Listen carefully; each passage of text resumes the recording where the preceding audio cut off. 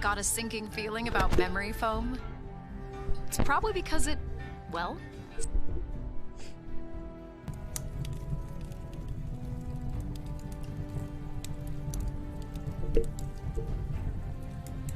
Hello. I've decided to wear a green shirt. Let's wear a green shirt today. It's a green shirt kind of evening. And welcome.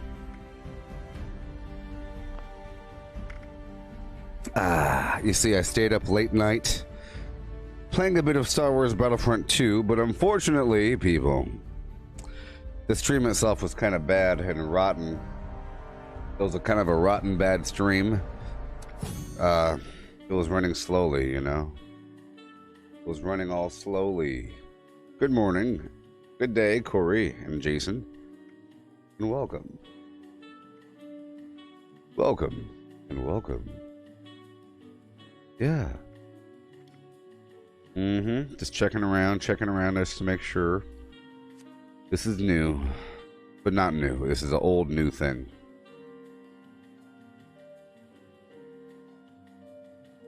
A new old thing.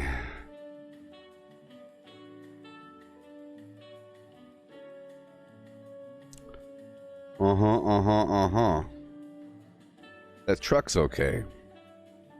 Alright, turn my eye tracking on. Turn my eye tracking on.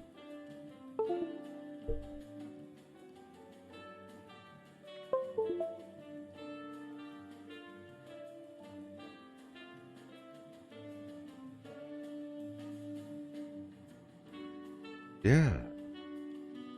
Yeah. Give me 1 second, people. I hope you're having an okay day. What in the world is going on here? I think, I really hope the description for this stream is correct. Hey, can you let me know what this stream says? Does it say Star Wars or does it say Fallout 76? Give me 1 second.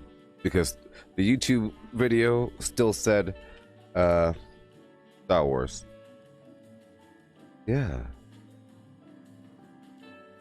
Oh, Ryan, you found a war drum with faster swing speed. Isn't that wonderful? Yeah. Make sure everything's correct. Star Wars. Okay, well, I fixed it. What about now, bucko? What about now? Oh, nicolated pladmium. Well, I guess the Twitch video is still gonna say Star Wars. Oh well. Oh well.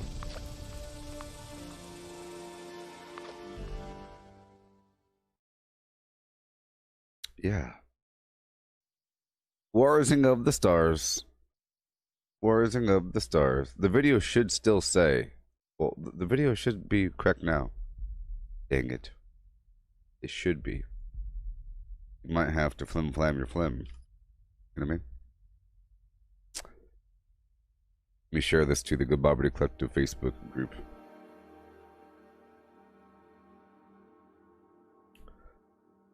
Three, two, one, with a 1 and 2 and 3.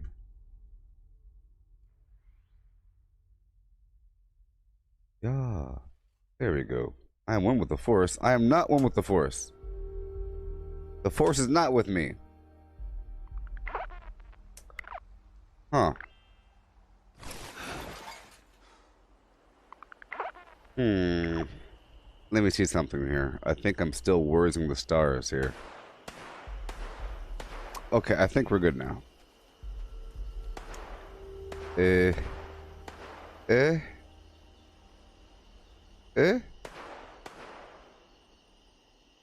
Huh. Oh, yes. It updated? Did it? Good. Alrighty, well then.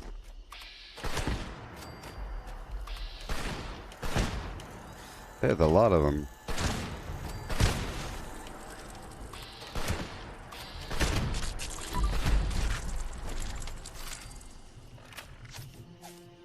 changed my perks over. I was playing on a team yesterday. Oh, yes. Yeah.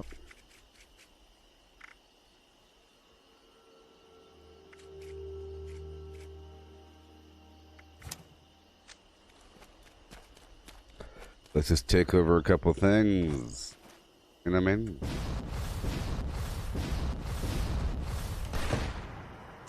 There we go.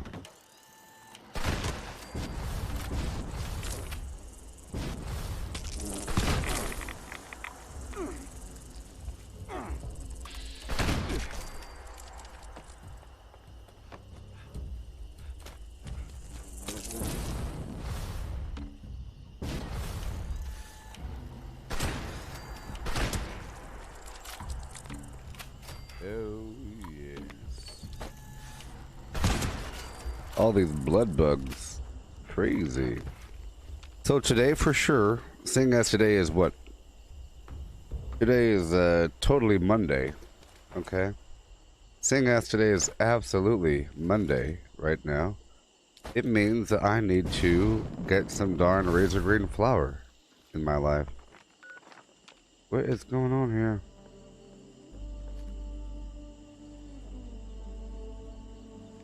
Is it not meant to be?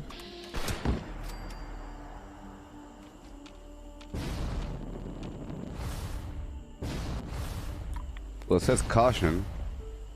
That's a good sign, right?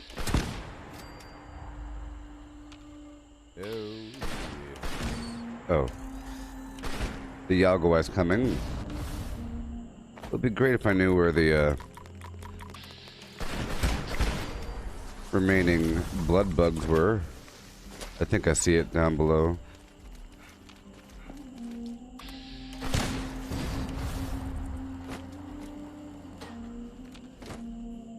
There we go.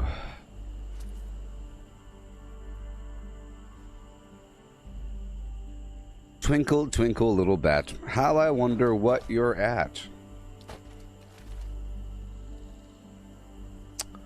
Twinkle, twinkle, little bat, how I wonder what you're at. Oh, baby. Yeah. Oh, baby, yeah. So, is this mine now? It's mine. So, I will build the bare minimums. I have these blueprints here. 01, 02.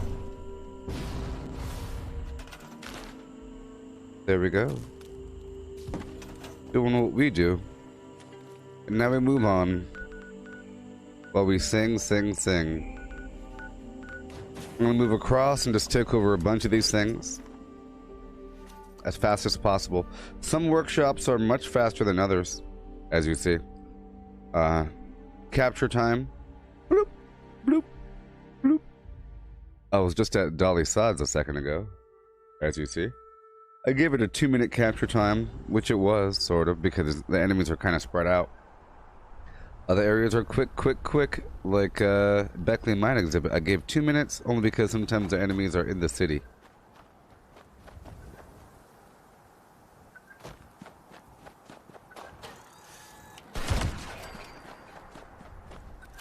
So everybody, last night I was streaming some Fallout Beverly Bix, okay? And, uh-oh.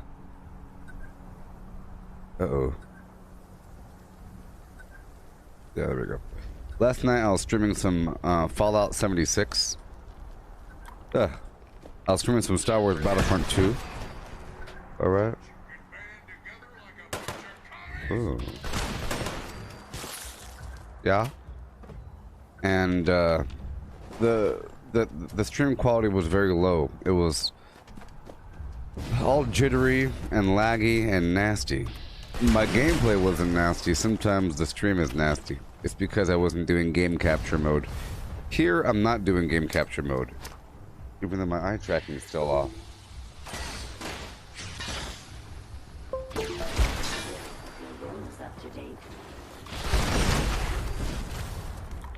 Whenever my eye tracking feels like working.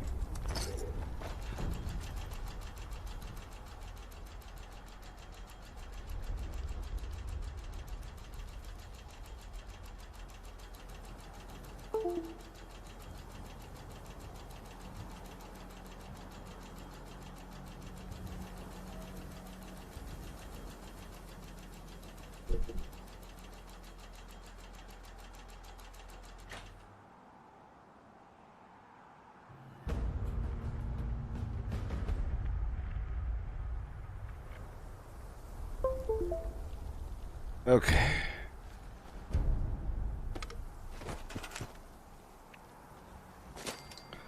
Yeah, so I was playing some Star Wars Battlefront 2 yesterday. And, pretty awesome. Pretty awesome. It's as Star Warsy as it gets, people. It's as Star Warsy as it gets. And I tell you, it's pretty Star Warsy. You have these big 40 versus 40 battles, right? And they're awesome. And they're multi-mapped flim-flams. Like, it goes across a battlefield. As you conquer points, you move on further and deeper into the map, depending on who's controlling what. And then it eventually boards a ship and you have to blow some stuff up. It's pretty cool. Like a tug-of-war thing. Kind of like how Battlefield is, or was. I was trying to figure out how you get weapons, and then I discovered the co-op mode in Star Wars Battlefront 2, which is awesome. It's 4 players versus a bunch of AI. A million AI. It's not just waves. It's not just sitting in a room. It's the same thing as multiplayer, but versus bots. Really good bots, and a lot of bots. A million of them. Oh boy, but they're not as good as people. So it gives you a chance to fire the weapons, figure out their fire rate, all that stuff. Do some team coordination, figure out what the heck's going on with your abilities, and level some stuff up. The cool thing is the game makes you do co-op mode. I was trying to figure out how to unlock those weapons, and I checked out the milestones. It said you had to kill like 50, 75, 25, 150 enemies in co-op mode or something with a certain weapon to get other weapons, and to get upgrade for that weapon. You have to keep on doing it, which is cool. So you're supposed to kind of play that for a bit until you level up, and you're supposed to unlock your weapons and everything, and then you go down to the public game and you trounce. Apparently, is what's supposed to happen. Yeah. Let's keep on going. Here, there, and everywhere. Moving on to all the spots across the map. I'll be checking for public events in just a second. I'm just trying to lay down claim at a couple of these easier workshops across the map. Yeah?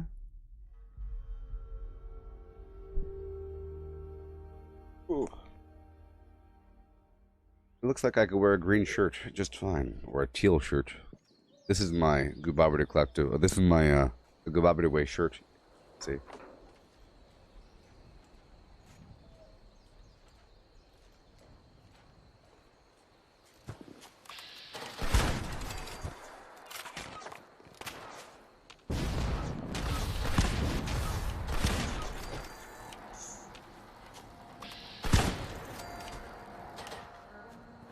Okay, since we're here, I'll check this warehouse situation, this barn. It's a couple things, it adds up, you know, whatever. Bobblehead.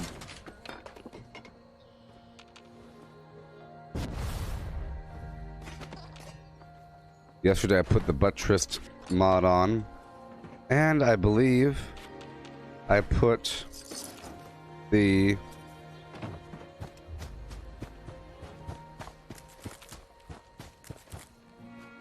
oh yes, I put the stabilized mod on the arms. You know what? It is stabilized. Hey, look at that.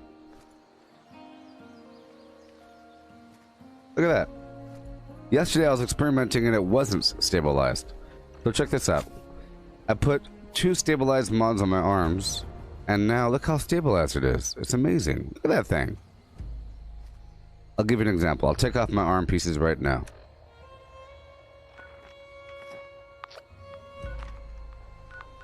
Ugh. This person's taking that workshop.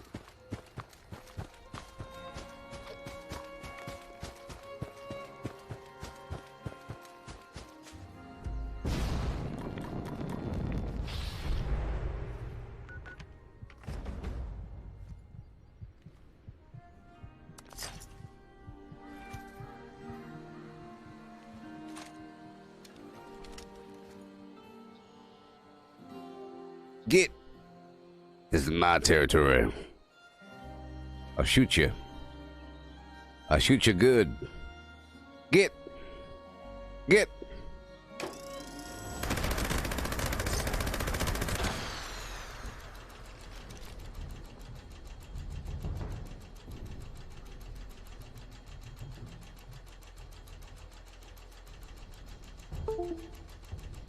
Yes, I know my Twitch says I'm playing Star Wars, dang it.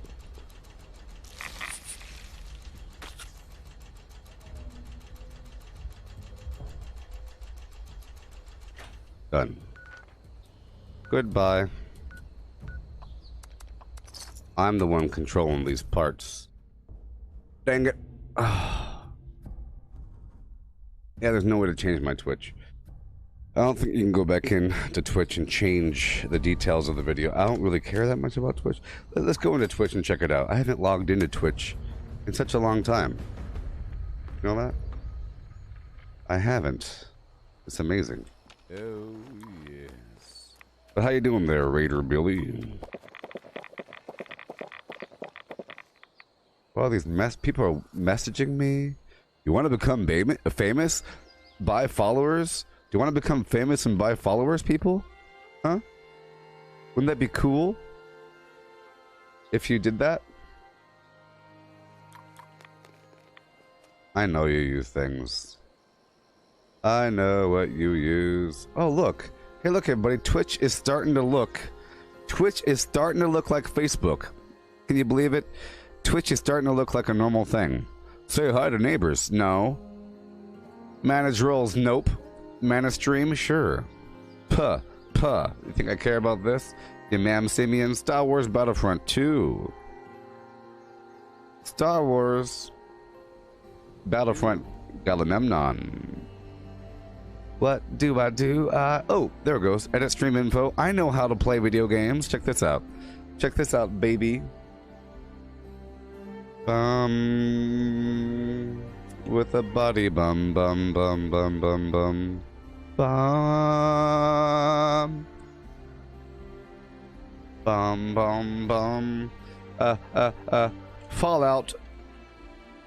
Fallout. Bevendy Bix. Where's the bees at? How do I type in video game? Video game. Exciting, true, passionate, unbridled. And I solved it. Look, it's all solved. It's a shooter, it's FPS, it's action, it's in English, baby. Yeah. Clip that. Whatever.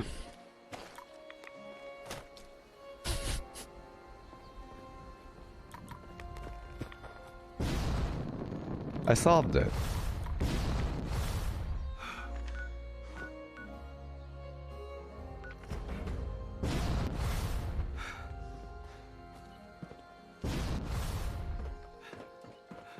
So earlier I killed somebody. Maybe I shouldn't have. But I was teaching you a lesson. I was teaching them a lesson.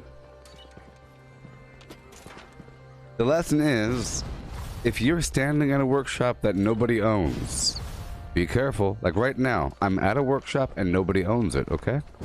That means that another player can come here, claim the workshop, and like capture it, and in the process of capturing it, where it says contested, they can kill me. So you just come on over, hold the V button on PC, and then kill me. Member of the inner circle. Welcome. Thank you for becoming a supporter of the channel. Melissa, does this video still say Star Wars, or does it say Fallout 76? Which one is it?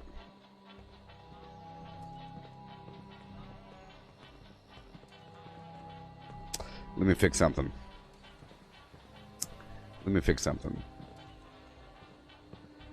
Boobadoo, boobadoo, boobadoo, boobadoo, boop doop boop, boobadoo boop, boop doop boop, boop doop boop, boop doop boop, boop doop boop boop. Yeah.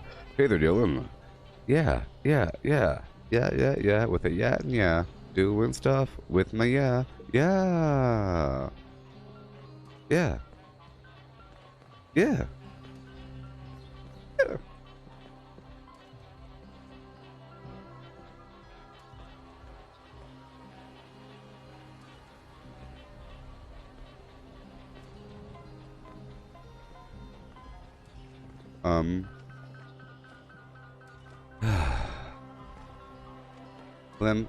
Flam.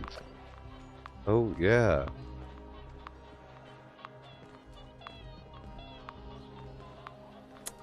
It still says the caption Star Wars.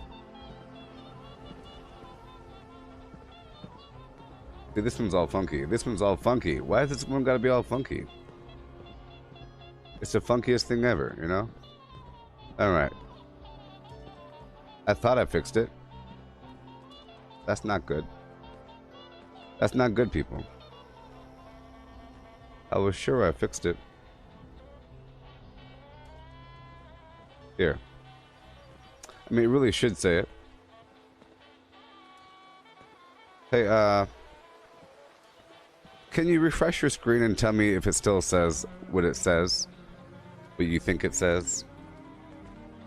I know initially it was Star Wars because it was messed up, but I changed it since then. It could just be feeding off of what it thought it was before. There we go. It really should be Fallout 76 now. I know the notification was Star Wars because that's what it was originally set to. But right now, does the caption say Star Wars or does it say Fallout 76? Everything should be okay now, I think.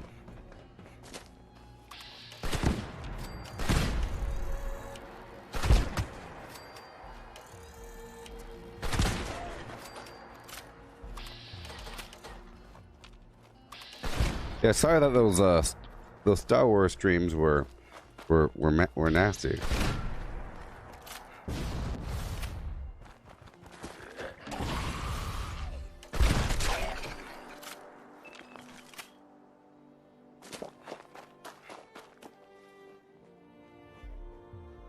I imagine that tomorrow, if it is tomorrow, that the update 20 will be a download update. It's going to be the game is offline for. I'm sorry, everybody. The game's still offline. We're doing our best trying to figure out what's going on, but the game's still offline. We're doing our best. We'll let you know what's up. I know it's been 3 days, but the game's still offline. It might be one of those situations.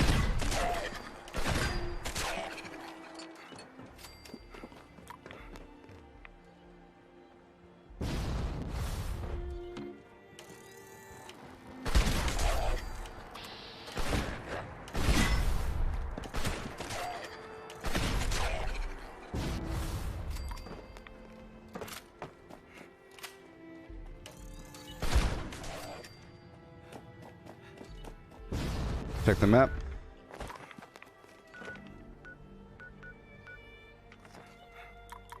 Okay.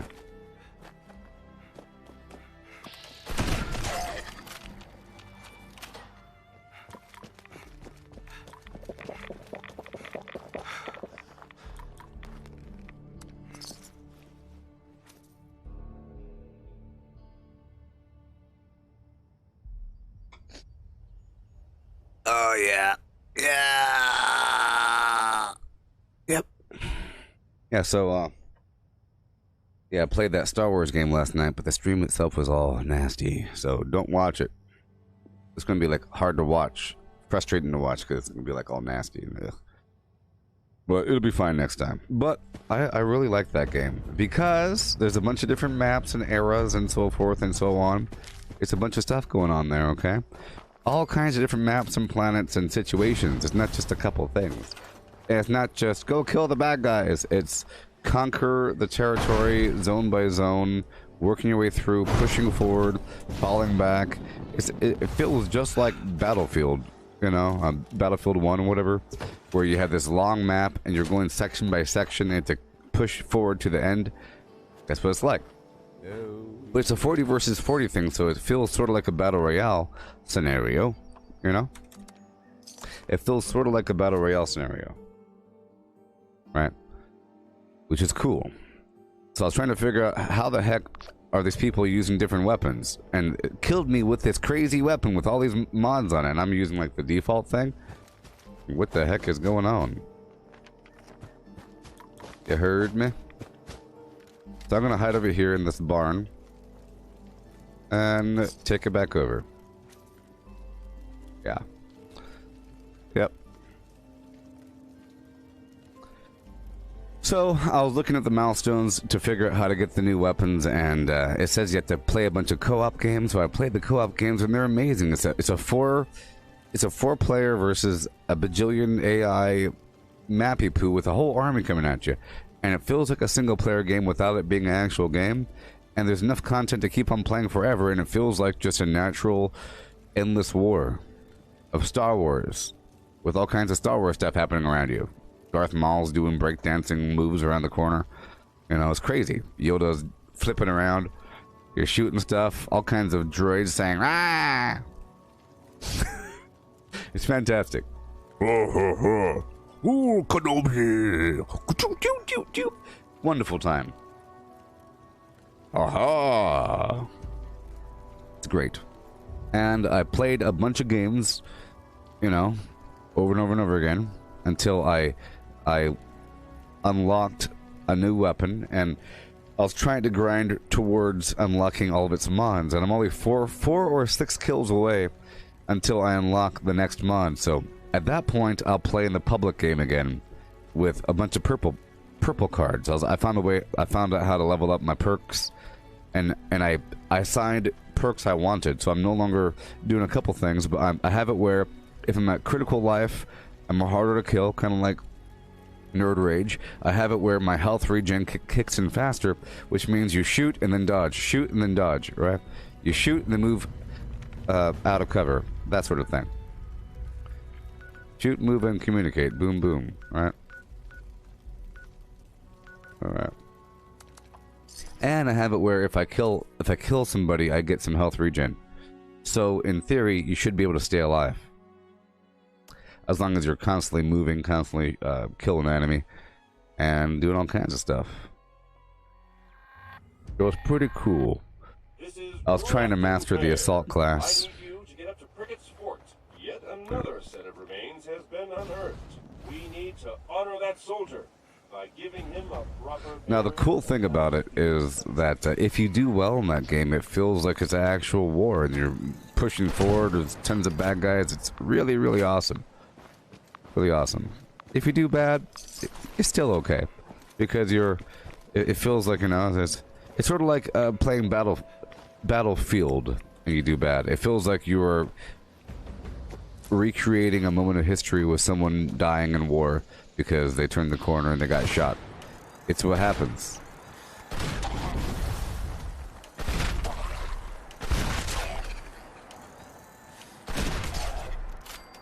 Check the map.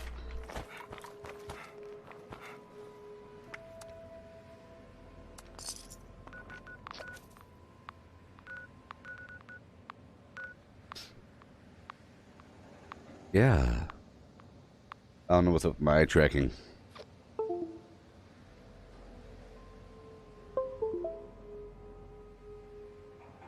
Don't know what's up with the eye tracking. It's all off. I'm having issues with my USB, I guess. Okay, who the heck are you? Who the heck are you? Let's hurry up.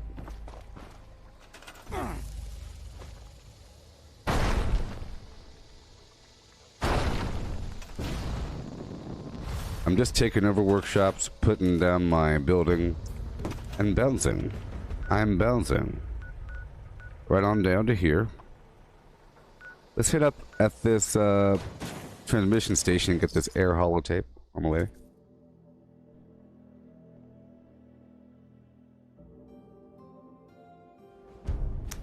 Yeah.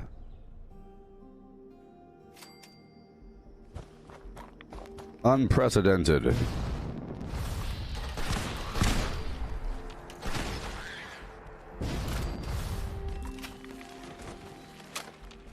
So today I do want to make some razor grain flour and berry mentats, okay? It's what I have to do. Oh boy, it's what I have to do. I can't live on candy alone.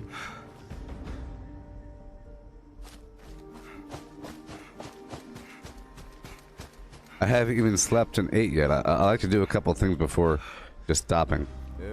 It doesn't take that much effort to take over these spots.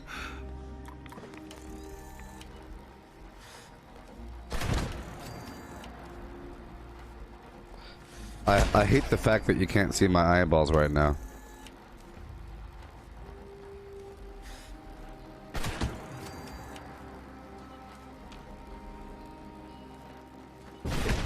I communicate quite a bit with my eyes.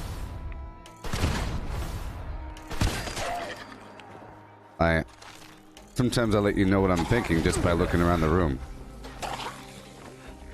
Like I was trying to communicate with you just now, looking across the field there.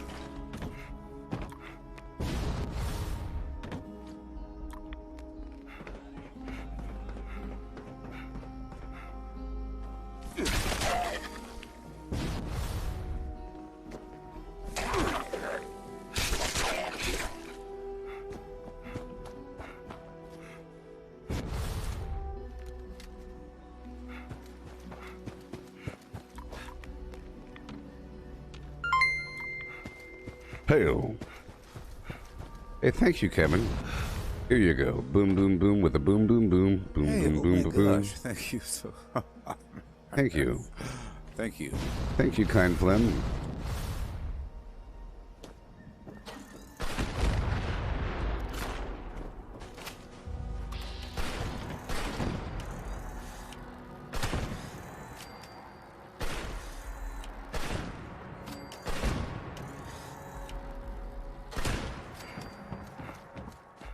Hey.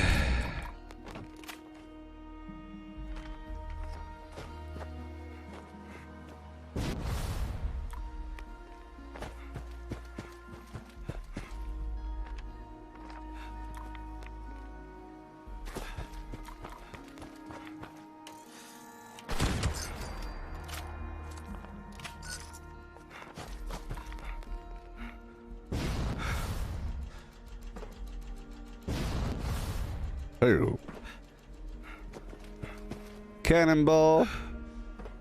Check the map. I just want to take over a lot of these places, and then I can kind of relax and eat some foods and everything.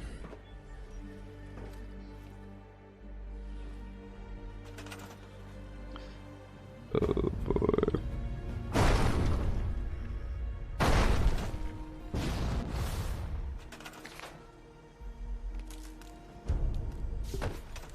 Goodbye. Bye bye with a bye bye bye and a bye with a bye and the bye bye bye. Let's go on down the Anchor Farm, get some honey, and then go up north by northwest to get that soil or whatever holotape. Yeah. Bye bye.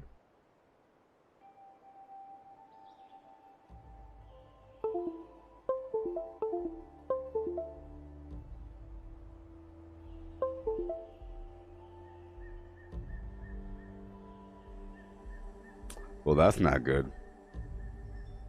Well, that's not good, ladies and gentlemen. And it still didn't fix the problem. Believe it or not, I'm not down there anymore. It looks like a live video, but it's not. I'm up here.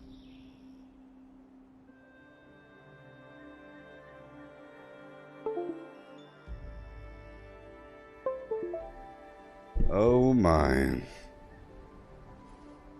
That's unfortunate.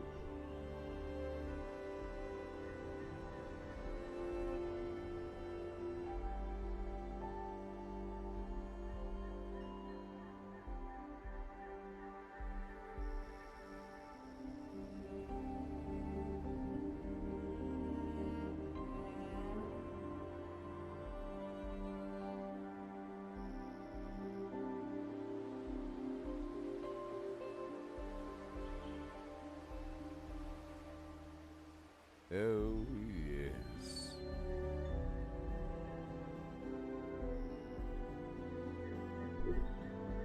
Alright, we're back.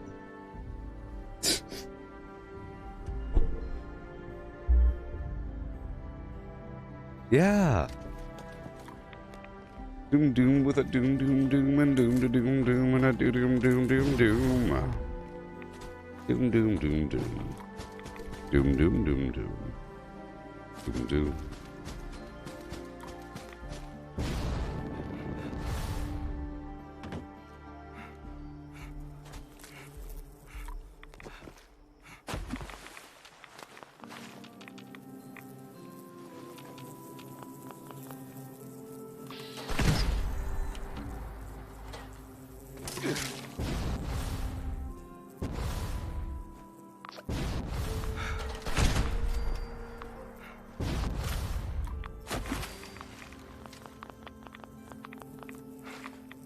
Here we go. North by northwest.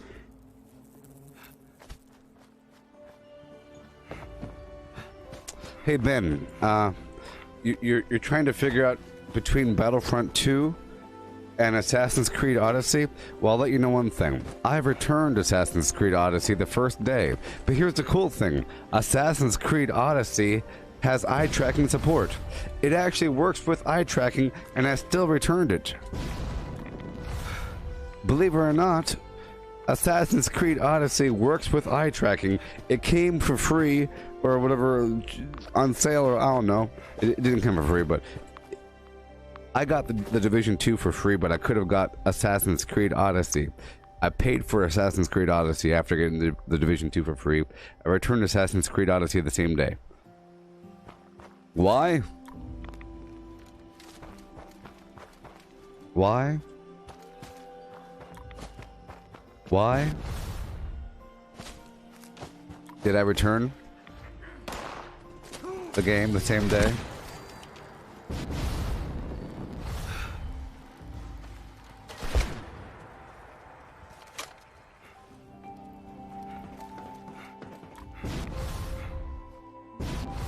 Well, Ben, if you had to decide between one or the other, Assassin's Creed doesn't have infinite replay value. Star Wars does, and Star Wars has a storyline. It has a single-player campaign with an expansion, and it's pretty good. It's actually pretty good. You're going through, and there's like a bunch of stuff going on, but the multiplayer is phenomenal. There's tons of maps, tons of heroes and stuff, and the gameplay is awesome, and it really feels like a true war. Graphics are great. They're still great. They're still wonderful. The textures are amazing. Assassin's Creed Odyssey. I stopped playing because there's too many miniskirts on the men. And they're sitting with their legs open on purpose to prove some stupid point about inclusivity. And I feel like if you're having your male character sit there with their legs open and you have miniskirts on, you're doing it just for some stupid progressive reason, and the rest of the game will be full of propaganda, and I couldn't stand it. And it was way too cultural. Like they're saying, guess what? We get to have our game based upon this theme. We did our research. Look all the research that we did. So it's a bunch of, you know, cultural stuff. Tons of, where's the darn game? I'm going here at your vineyard. I'm at your vineyard. We're talking about the things and whatever, and the languages, and miniskirts, open leg sitting, olives, vineyards, Odyssey. I'm like, oh. And then I did some combat for a second. I'm like, I'm like, why am I fighting these guys? I didn't really have an attachment as to, you know, why. I'm just some dude. The bad guys show up.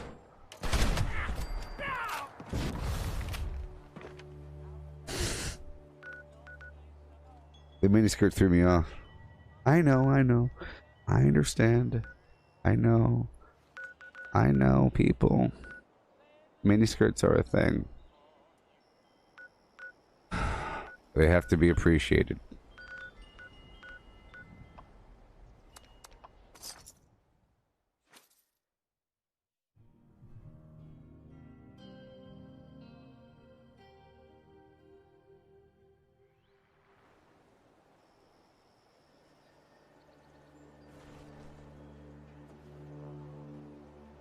It's okay to have a historical game, but it really needs to be superficial and cheesy. You should not get too technical with your historical game. Oh my gosh. It becomes weird. Hey there, Ogo. Thank you so much. Thank you. Boom, boom, boom, boom, boom, boom, boom, boom, boom, boom, boom, boom, boom, boom, boom, boom, boom, boom, boom, boom. Yeah. Hey.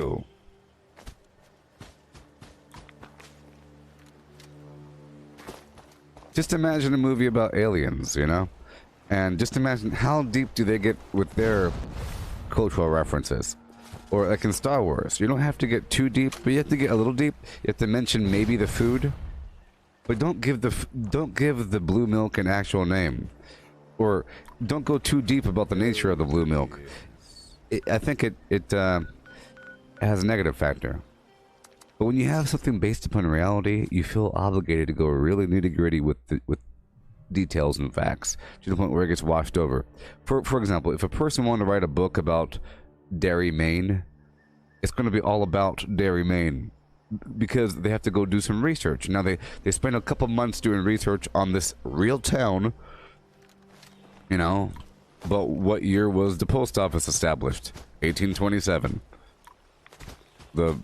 This was the first landmark. There's entire chapters all about, it's just a history lesson mixed with non-reality. But it's almost a cop-out when you use a real location. It's like you don't have to make a video game anymore because you just have to make a bunch of references. You know? You just have to talk about some real thing that happened and vaguely show some real stuff. At that point, it becomes a simulation, which it is. So Assassin's Creed Odyssey is more of a simulation of going back in time to that time period versus going back in time to a former life to go assassinate some flimflams and get some artifact for some future corporation. It's more of, hey, welcome to Odyssey Land with Jason and the Argonauts and some islands and stuff. You like some islands? You like some wine? You like some vines? Vineyards? Olives? I heard you like olives. What about cornrows? Miniskirts?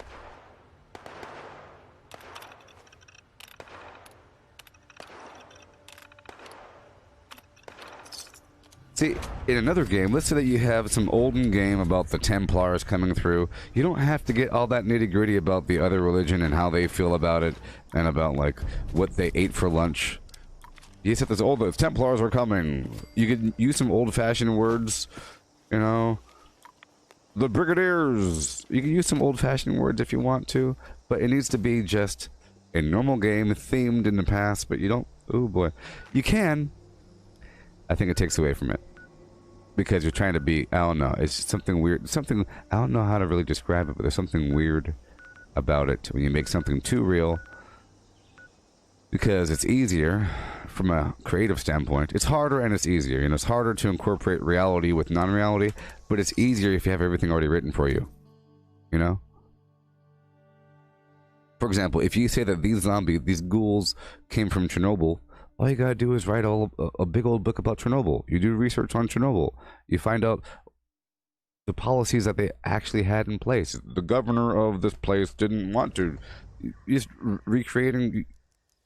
People like it because, oh, it's real. No, I think it's not very creative. You start to have real things thrown in there. You have a couple chapters already written for you.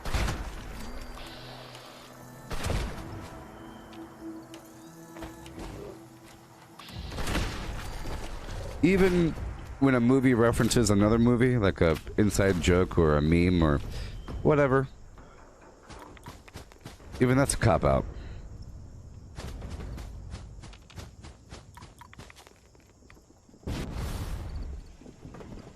Sort of like having your superhero called Thor. Like whoever thought of that idea, and then you have Odin and Asgard and all this garbage and the Mjolnir and all this garbage. You just have to go into a book and look for some references and have at it. If you went to really read a graphic... I bet you if you read a graphic novel for Thor, it'd be really boring at a certain point because they're trying to act like it's real with a bunch of fancy words. Some of them are real, some of them aren't real. The Bifrost, the Bifrost, Flimflam, Cold, Jotunheim, you know, just make up some words, mix them with Mannerhorn, you know, make it sound fancy, and then your book's written for you. Yeah.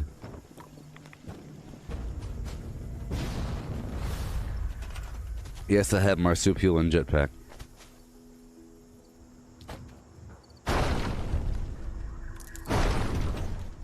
Spend your money. See the peasantry. Embrace the flim. So here, I'm just going to build a couple flimflams here. I'm just going to build bare minimals. Okay. We'll just take a... I have to get out of here before the defense mission. Whoa. You're already here. Alright, that's good. So I'll put up my other building. Call home.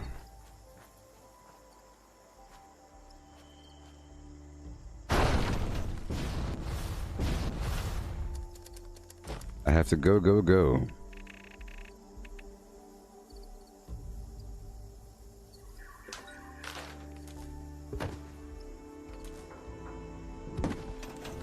Woo-hoo. Okay, let's go clear through this town. That's what I do when I'm here. I'll clear through the town,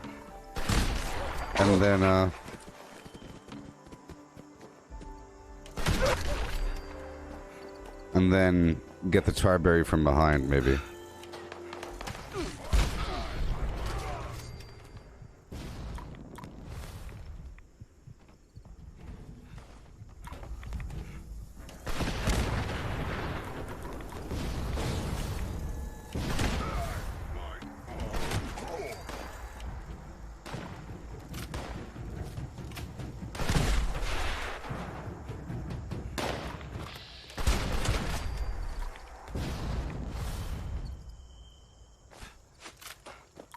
All right, let's go back behind.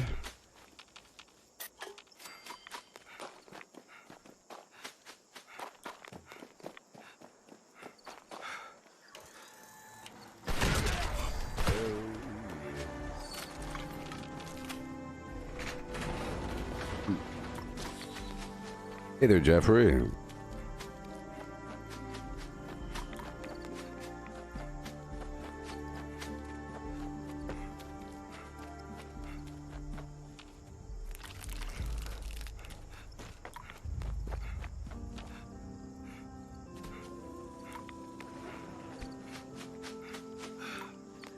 I'm here for the tarberry.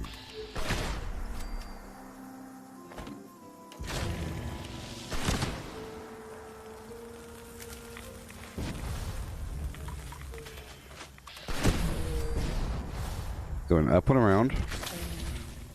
Hey, catch you there, Melissa. Yeah.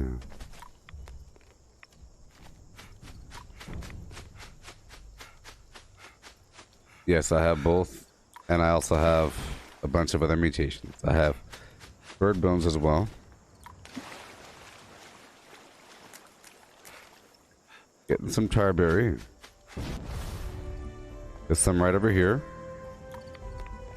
Yeah.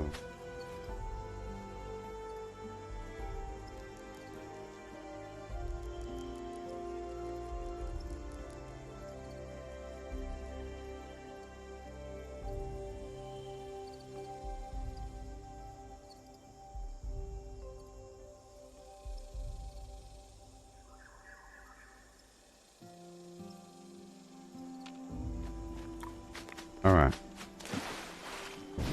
Right over here. I wrote down where most of this tarberry is. Most of it. There's some more over here. Seeing as I'm in the area. Collect some dirty water. It's a big component of what I have to do.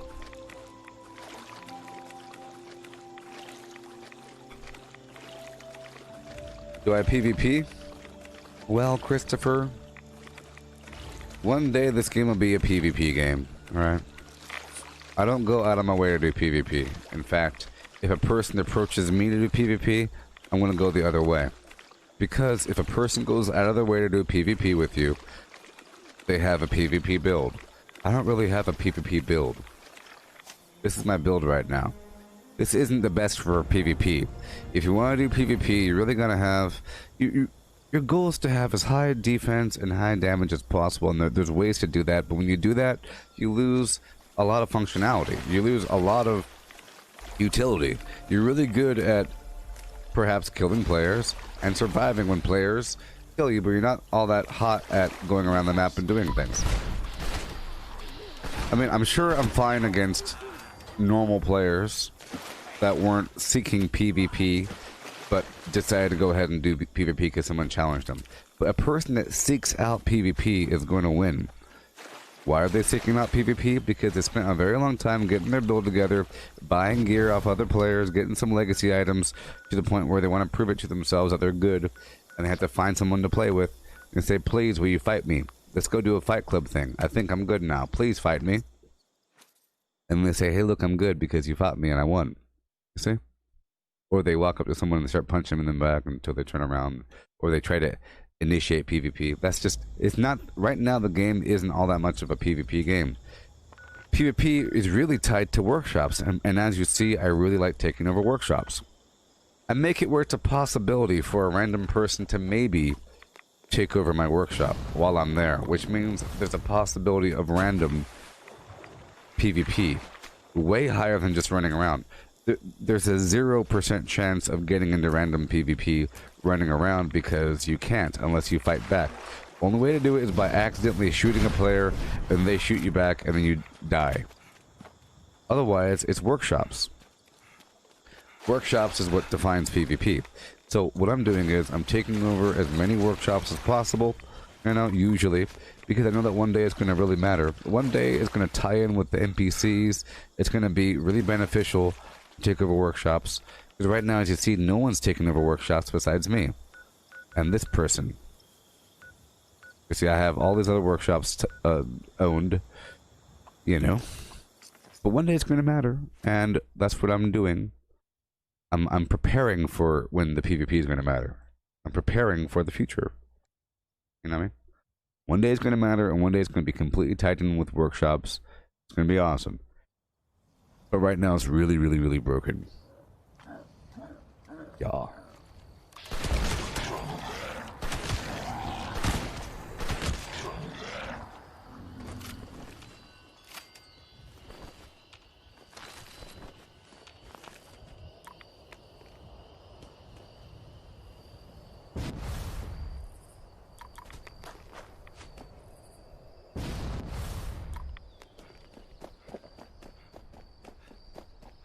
Yeah.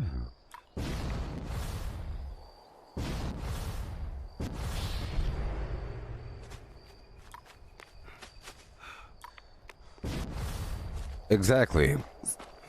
Right now it's completely broken because it could easily be, if you're designed for PvP, you could take 0 damage and you could easily one-shot anybody.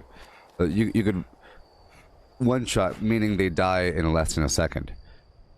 Unless the other person's already prepared. So if there's a normal person playing the game with a normal build, doing normal things, regardless to level, you could be level 874, playing the game as intended, they will die in less than a second, dealing 0 damage to a person that is prepared for PvP, even if the person is maybe level 175 or something like that. A level 110. A level 89, perhaps. I'm only saying a little bit higher because it takes time to get certain perks, you know? And it takes a certain amount of time to get gear, but if it's your second character, it doesn't really matter, you know? But there's ways to be completely immortal, and there's ways to do maximum insane damage. Even using exploits. And here's the thing, the people that want to do that, they don't really care about exploits. They don't care. And case in point, they don't care the fact that their primary weapon is a legacy weapon, which is 99% probably duped. I won't say 100% because whatever, but probably duped, and you don't care because it's a good weapon, right? You're killing the enemy quickly. You don't care that someone just made it. You just want to win. Okay, let's go back here. There's usually an enemy back here. So whenever you're at a workshop, you are able to be killed. You can be killed by other players. You don't have to do the agreement thing. That's why whenever I'm here, I check the map every couple seconds. If there's a player running up, I leave. Because if I'm standing here and another player walks up, they could do this and then attack me. Even if I don't own the workshop. It took me a while to figure that out. I thought you had to own the workshop, but no. If the workshop is non-contested, another player can run up and claim it under your feet and then kill you, even while it's being captured.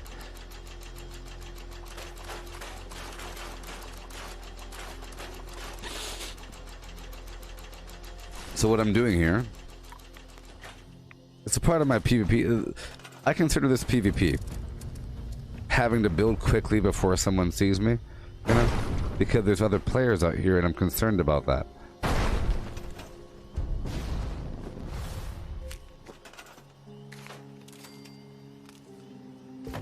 Okay, let's go down the hill and let's go talk to Claire.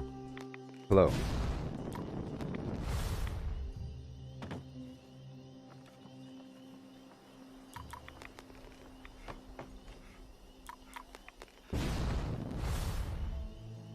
No.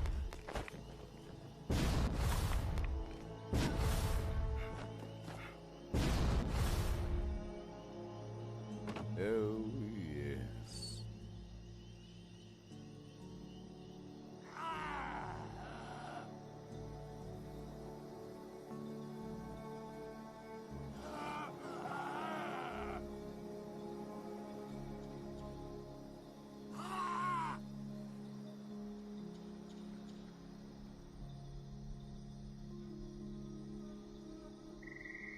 Yeah. This guy. So someone in the chat right now is daring to say the phrase food build. Let me explain something to you.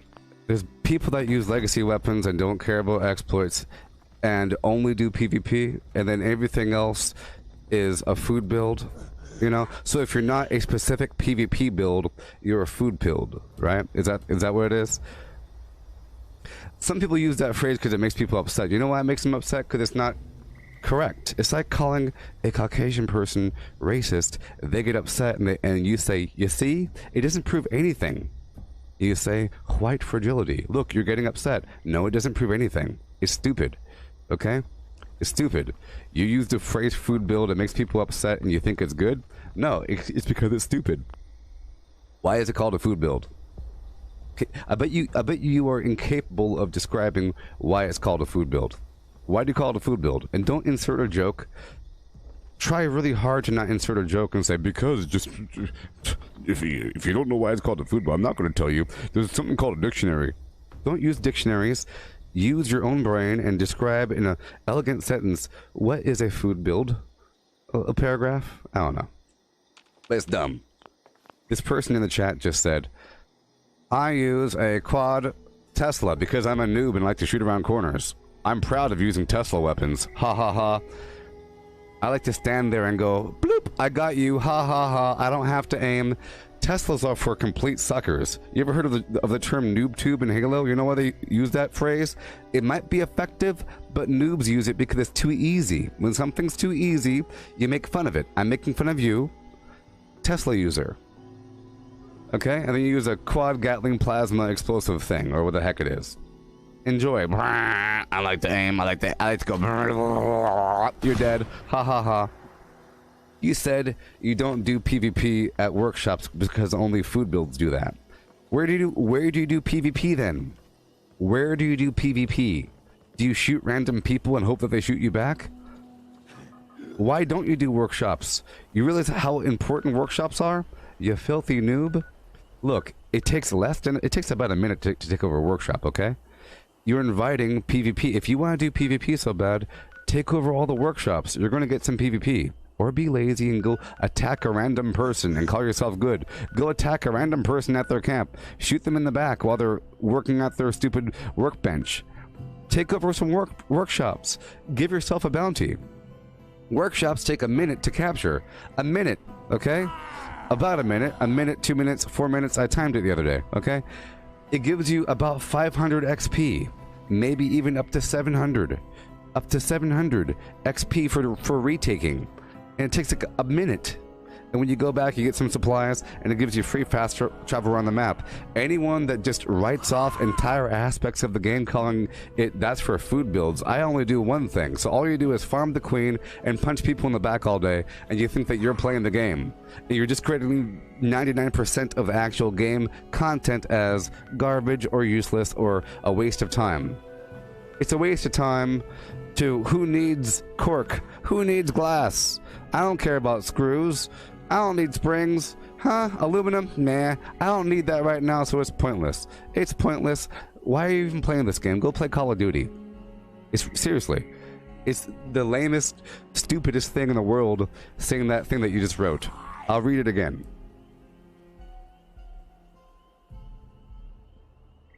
All right. So I'll read it again. You bet if I had a Tesla, I've had many Teslas, Reg. I'm level 874. You are lame. So this person here wrote, I PvP. I use a quad limb damage Tesla and explosive Gatling plasma, but I never PvP at a workshop. Only do stuff like that. No, I don't do stuff like that. Only food builds do that. So what do you do? What do you do? What do you do? Huh? Workshops don't produce enough? They do produce enough. You see that you get more from farming places and people. You could farm places while farming workshops, and you don't you don't know what you're talking about because you're not doing it. Okay, you can listen to me because I do it all the time. So one thing, you see how it says defeat the anglers here? There's anglers. Anglers have angler meat and adhesive, and they're there for me. You can go up here and hope that they get them, but when you have a bunch of workshops, you have a bunch of creatures coming to you in abundance. On top of that, yes, there is lead, aluminum, crystal, and whatever, and it only gives you like 14 lead, 10 aluminum, 10 crystal. It might not seem like that much, but that is the bare minimum. You could have a ton of water and a ton of crops, and it's not just for you, it's for other people. So it's the water, the crops, all the material listed, plus you have your Collectron. With your Collectron, you get a big bounty, you get a bunch of so if I have a bunch of workshops across the map, I get my royal jelly in abundance. All kinds of royal jelly as opposed to getting 2 or 3, And it really adds up. It's super duper adds up. You get tons of everything over time. And like I said, if you have these workshops across the way, you pay it forward. You take over the workshop, you pay the fee, and then you get free fast travel. There's bad guys everywhere. There's loot everywhere. You go around and you do your thing, and you get tons and tons and tons of loot, and it gets you across the map. Plus you get this feeling of conquering, and it gives you something to do and gives other people something to do because you have the occasional defense mission that pops up. Plus you get the feeling of making a compound for other people, because a big part of this game is the fact that it's a building game. This is a building game. There's lots of building features in it, and you have all kinds of cosmetics that the game gives to you. The game gives you base building objects as a reward all the time, and you pay money for it, and this gives you a opportunity to showcase it and play artistically with it. Part of this game is the fact this is an art game, partly, just like Sims isn't just a simulator, it's also an art game. This is, you got this big building factory. You get to make a nice establishment, a fortress. For example, StarCraft 2 isn't Heroes of the Storm. StarCraft 2, you're making a base. It's a part of it, and how you make your base is kind of part of the whole thing. You don't just go out there and use your little minions and fight things. This is a base building conquest game. Okay? Plan.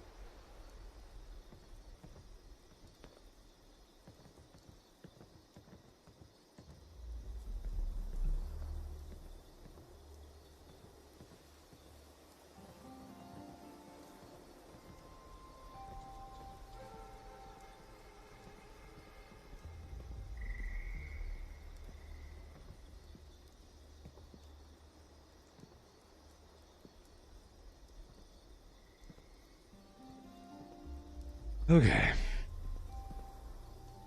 Okay. Yeah. Yeah.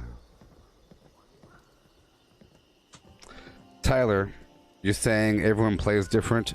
This person was going out of their way to be a scumbag, okay? In case you want to read the thing. Everyone plays different, but you're not really playing the game. And the main problem is that these people, like that person, they're the ones that hang out in the forums all day. Seriously, these are the people that like data mine maybe, and these are people that like do all this stuff and want to share their opinions, but they're not playing the game. But it doesn't matter. They're coming here and they use the phrase food build. That's an attack. They attacked me in their phrasing. They said food build.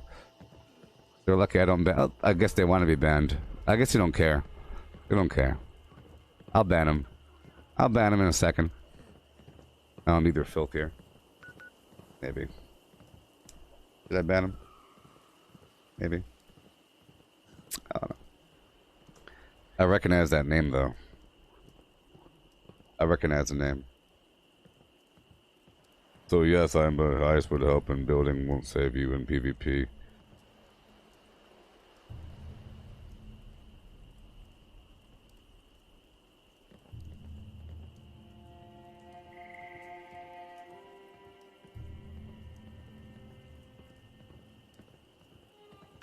This guy's a big filthy noob. Base building won't help you. Yeah, it's a big fact. It's going to be very, very, very important eventually. Right now, PvP's broken, so it's kind of pointless. You walk up to someone, you fight them, and then you call yourself good. How often do you lose? Never? If you never lose, you're trash. Because you're arranging it that way. Or whatever the heck it is. You're arranging it so that you don't lose, and then you call yourself good. It's nonsense. I bet you don't. Just run around with a bounty. If you want to play PvP, just go get a bounty. Go pick a lock and get a bounty, and then you have some fun. Go take over some workshops. I'm telling you, it's the best thing you can do, unless you're server hopping. Then taking over workshops isn't the best idea. But workshopping, look, I'm telling you, workshopping takes zero effort. Zero effort to take over the thing. But then you don't really have to build anything if you don't want to, you know? But you don't have to build anything if you don't want to. I'll show you. I only build that thing there so when I can come back and get something. But at the very bare minimum, it's 500 XP and free fast travel to that part of the map. It's 500 XP at least and free fast travel to that part of the map. And you have the opportunity to do PvP if you want to.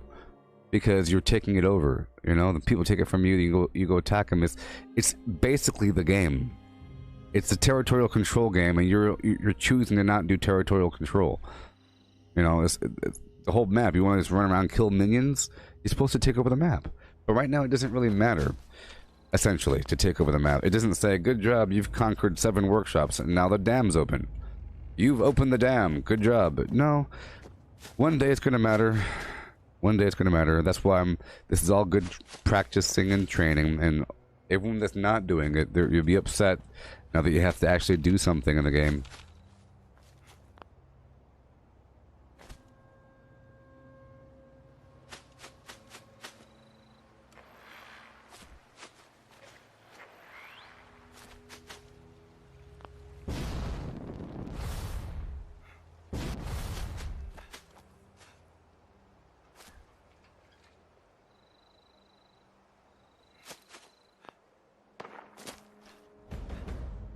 But I want you to see, look, it's not Fortnite, meaning you're not building a construction to shoot from overhead. You're building a construction to break lines of sight, you moron. You simpleton. You don't know about anything. You want to break lines of sight. Look, if you're standing here, you're gonna die. If you have stuff all around you, you don't die. And also, the more stuff you have, the more the enemies stop. And they start attacking that wall, and now you know where they are. If you have turrets up, the turrets aren't really to do anything, but to dissuade people from initiating combat right there. It makes a person have to move around a bit. It doesn't really kill them, but it distracts them and might finish them off.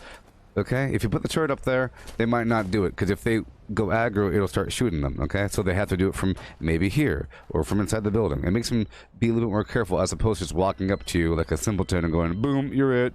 You know, it's a very simple thing to do, okay? You put the turrets up, boom, boom, boom, and it lets you know where the bad guys are. You put walls up to break line of sight. You put buildings in there because maybe you might want to have a bed for somebody else. You see all this garbage right here? This is filth. What they built here, just some random bed of thing. This is so ugly. So ugly. You should... Everything serves a purpose, you know? You're not just building random things. I would build a farm down here because... it's a farm, and it produces crops, and you can sell the crops. It's not just for me, it's for everybody. It's an oasis. I'm playing to help out other people. There's water, you can build water here for other people. It really helps them. I don't lock these machines. You know, I'm playing in a friendly PvP style. I allow myself to...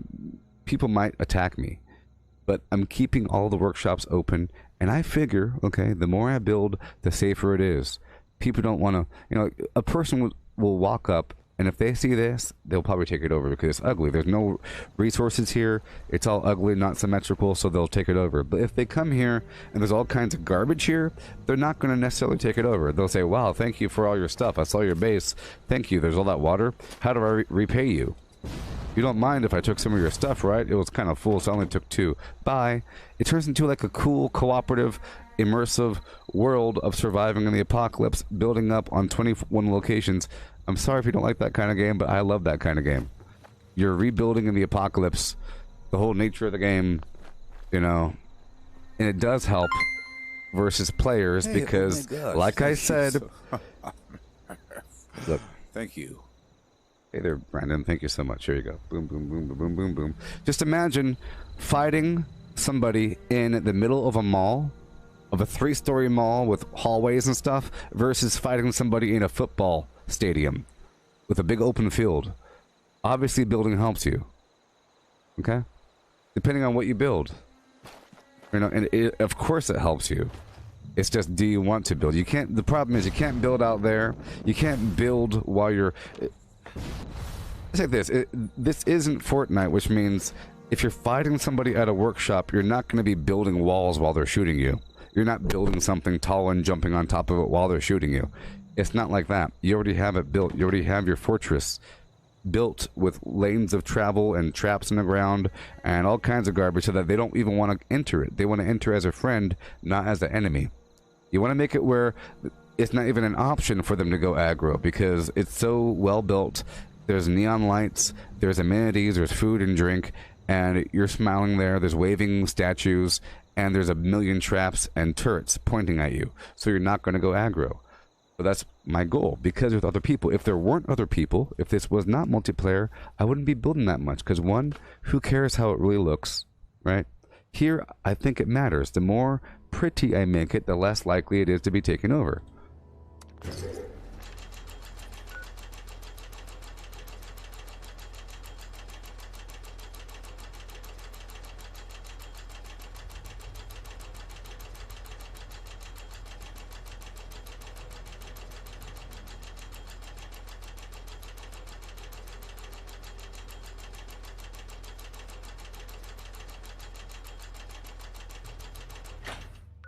All right. Cool.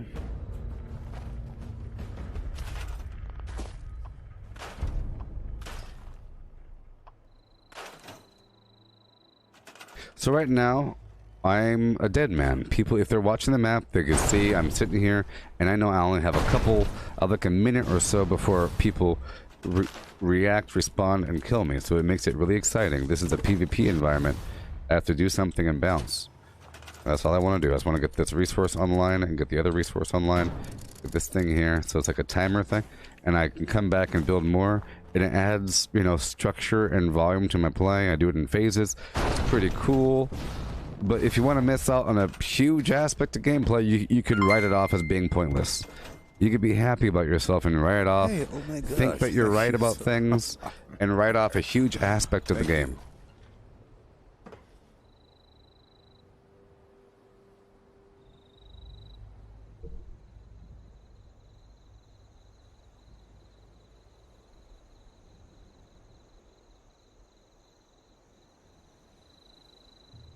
Oh, thank you, Jimmy.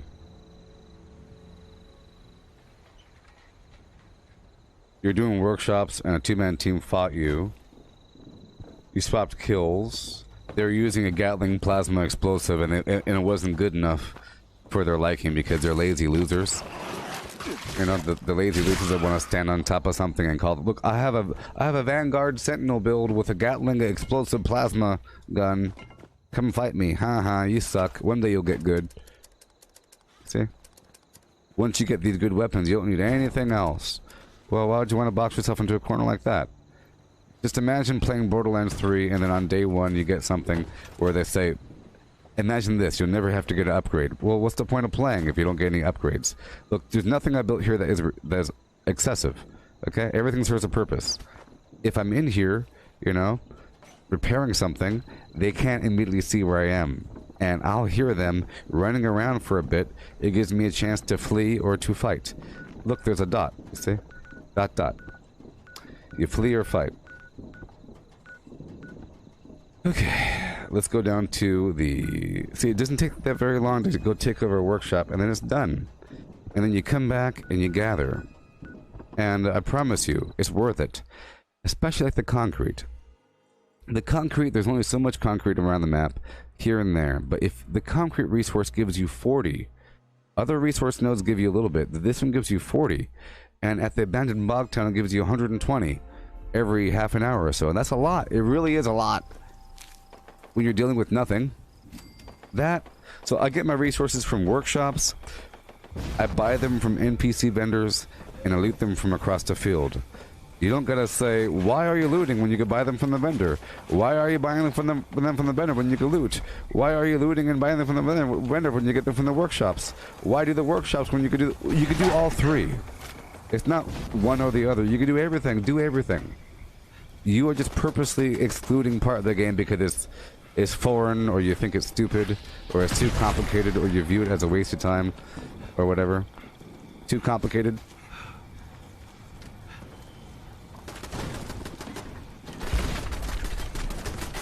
I mean, if you really want to do PvP so much, you should probably, you know. And I don't get it. There's a lot of people that say that they get their junk from other players. How could you possibly get enough junk like that? Are you just hoping that players have a mountain of junk on them that they haven't put away yet? And you call that like a good enough? You trick somebody into PvP maybe, they fight back, you take their loot.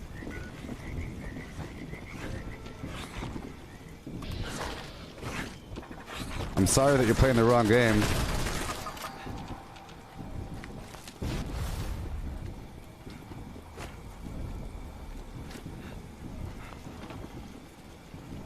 Reg, I know what a food build is. I want you to describe what a food build is. I said, don't give me a joke. Don't say, you know what a food build's a food build. You're the one that voluntarily said food build. You said only food builds do workshops. So what is a food build? Please tell me. I'll pump the brakes. I'll stop the stream.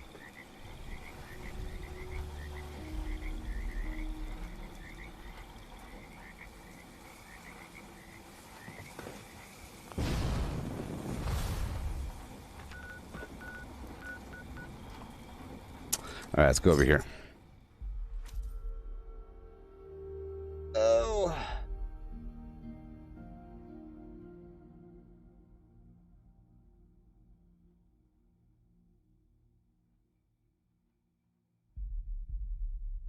Yeah. Some people consider anything that is not a PvP build as a food build, and that's just really stupid. What do you mean is a PvP build? A PvP build is everything. You should say that you have a PvP build. You have a PvP build, and everything else shouldn't be categorized in some narrow aspect. So, oh, he's not centered towards PvP. Oh, I gotcha. What is he then?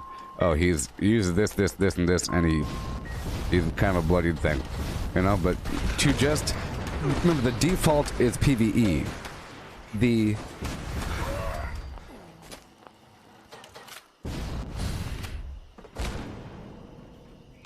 know, PvP is the strange thing. PvE is not the strange thing. This is a PvE game with PvP elements. It's not a PvP game with PvE elements. You get it? So it's ridiculous to say that certain things are pointless when that is the game. You're trying to play a hardcore PvP game when it's not really a hardcore PvP game. It has PvP elements, and you can fight people if you want to, like a duel.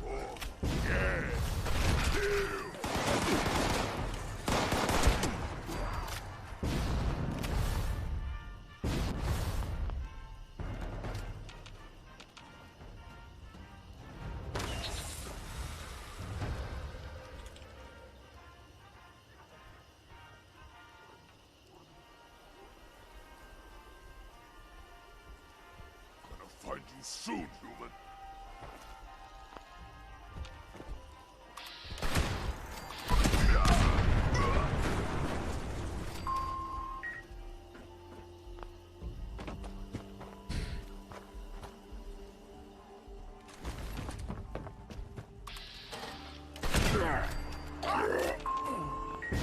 Just know that when a person like me, and you should care about what I think about, because I have a lot of hours and stuff like that, When a person like me hears the phrase food build or the term food build, I think whoever's using that term is an absolute filthy, disgusting noob that perks towards PvP while not working for it. And they purposely structure their gameplay for the least effort possible. And they go for efficiency, min-maxing, to the point where you don't have to do anything to kill things.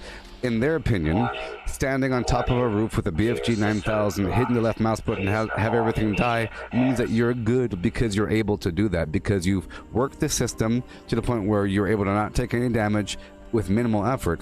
Whereas, I think it's not very respectable. You could do that, but there's pros and cons for these things.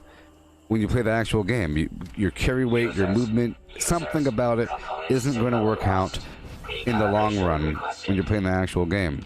And you're willing to accept that just to kill other players that are playing the actual game, that aren't doing the same thing as you, and you want to call them a food build. So that's what I think whenever a person says, and plus, I think that you're a brain-dead, stupid zombie, troll meme person, because you don't even know what you're saying. You're calling it food build because somebody else called it food build. That's why I'm asking the question, what is a food build? Because you don't even know. You're repeating it because somebody else said it, and somebody else said it. And it really just means a PvE build. Or whatever. And it's stupid. If you want to classify something as being PvE in a PvE game with PvP elements, and you're purposely ignoring like 70% of the game, oh, that's stupid. That's stupid. Don't go there. That's dumb. All you gotta do is do this. All you gotta do is server hop this one location. Don't do that. Do this. That's stupid. Who wants to do that? That's dumb. This is the only good weapon. That weapon's garbage. Get yourself this weapon, you'll be okay. Get that armor. That armor's dumb. All this min-max, pro-con, black, white, on-off, polarized mentality of food build. That's what I think. And I'm usually darn right about that. And then I kick the person that said that until they're proved otherwise, and Mr. Reg here is on the razor's edge because he's not answering my darn question. You could be reverted, but you've taken over the stream long enough, and you don't get to be here anymore. Unless you get to, unless you define to my standards what a food build is. I'll kick you. Well, I'll kick you.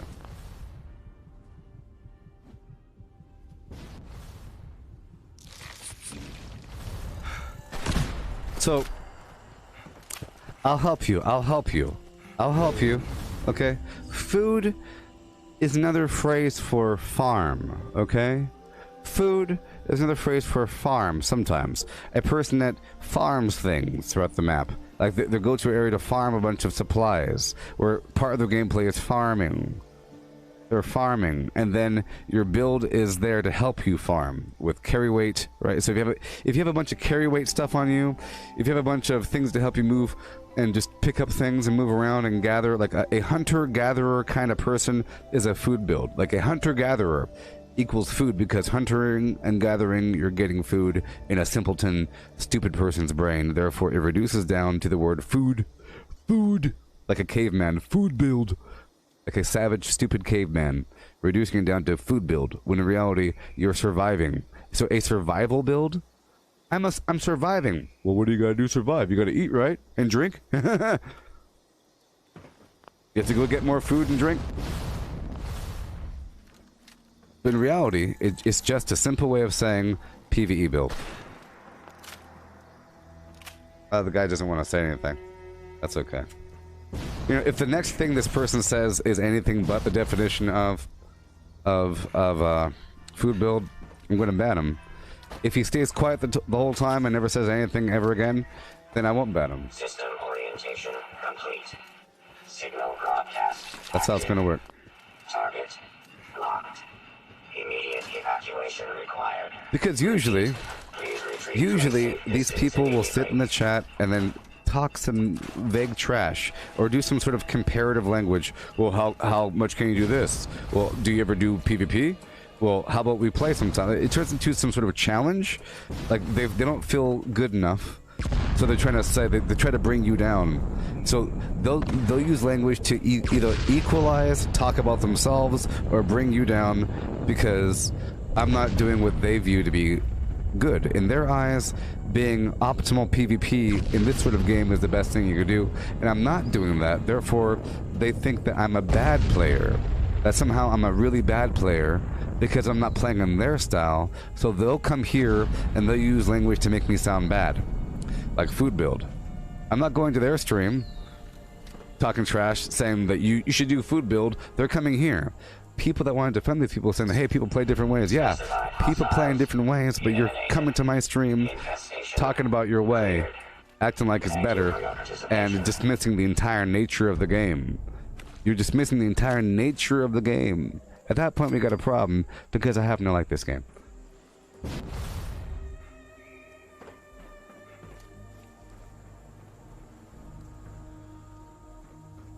Yeah.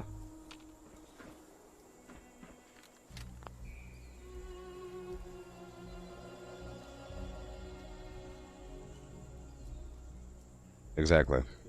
I just kill people for stuff and eat their body when I'm hungry. I mean, look, if this were a survival, like a long time ago they had the survival mode, then sure, you could play that way, but you can't play that way right now.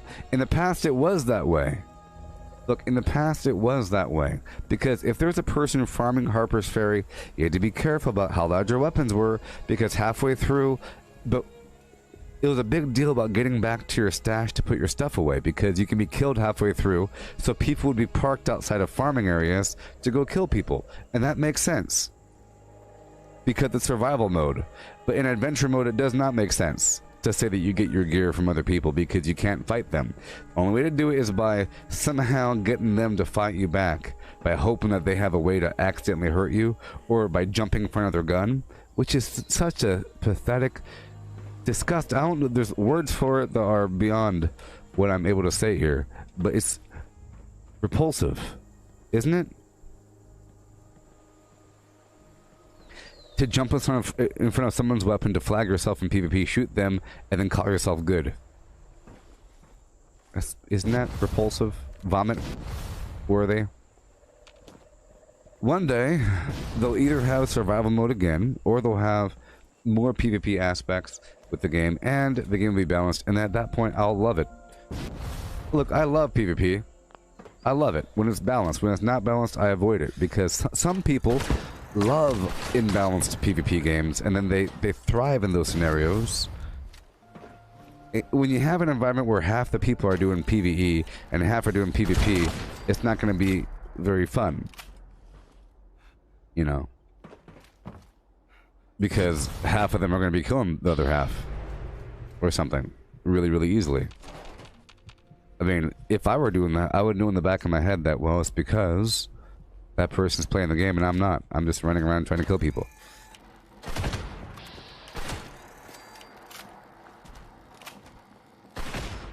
Just imagine a person in some sort of game where there's objectives and they're going around just killing people, and they're bragging about how many kills they got as opposed to their whole team score. Meaning you didn't conquer any points, you didn't capture any flags, you didn't kill the bounty guy. All you did was just kill the people at the spawn area because you know where they spawn. And you're throwing grenades in the spawn point and you're bragging about your 90 kills. And clearly there's a reason why you got it. There should be some shame involved. You know, it was the person that used the aircraft, the AT, you know, the TIE Fighter X-Wing thing, over the map, shooting people the entire time. Of course they have the highest kills. Oh, yeah. Because they're choosing to not go on the ground with the gun. They're choosing to play a different kind of game where they fly around and they shoot people on the ground, which is fun. It's fun, but you shouldn't compare yourself in any way to a person on the ground shooting people with a gun. 0% comparison. You can say, I had fun, I was up in the air. What'd you guys do? You know, you shouldn't call them suckers or stupid that one day they'll figure out how to get the big points. They're playing a different game. It's not comparable.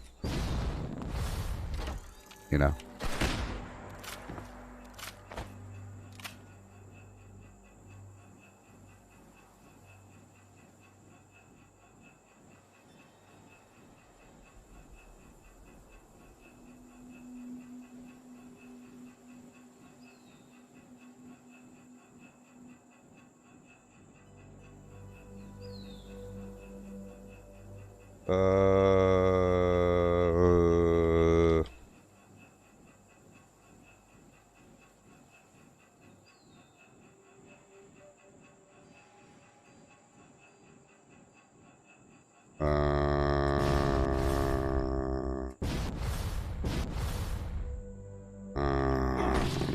You didn't define anything. You didn't you said a food build is a high-level player that gets beat up by a low-level player and then complains to Bethesda. What kind of... Are you a liberal? Are you a Democrat? This is what they do, you know. They don't like speaking truths. They like to get all weird and twisty. I have a nice, focused brain. Normal. You're not normal. I'm normal. You know, you're talking about weird stuff. I'm not. You know, you're talking about weird stuff. A food build is a person that gets schooled by a low-level player and cries to Bethesda with a... What are you even talking about? I knew that you'd be incapable of defining this thing. I knew it. That it was... You are incapable of describing it. There's a barrier. You have to tell a joke or do something. You're incapable. So... I'm sorry. I'm sorry. I have to ban you now. I'm sorry. Gotta ban you. Gotta ban you. I'll give you one more chance, but I don't know. You've been here before. I know that you enjoy this atmosphere. It'll be sad to have you leave. I feel bad about it sometimes when I ban somebody. I think, man, can you imagine getting kicked out of Disneyland and you live right outside the place? Because you messed around on a roller coaster, because you stood up on the Splash Mountain, you kicked out of Disneyland forever. And all your friends get to go? That'd be terrible. Terrible, terrible, terrible.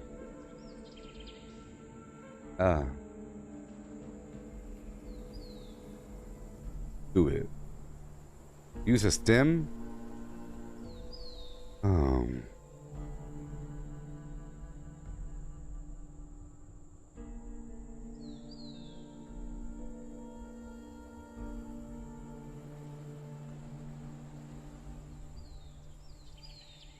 There we go. I banned him. There we go. Nice and banned. Yay. Freedom for the Blarns. Freedom for the... I do love when they are... when these people come and they're...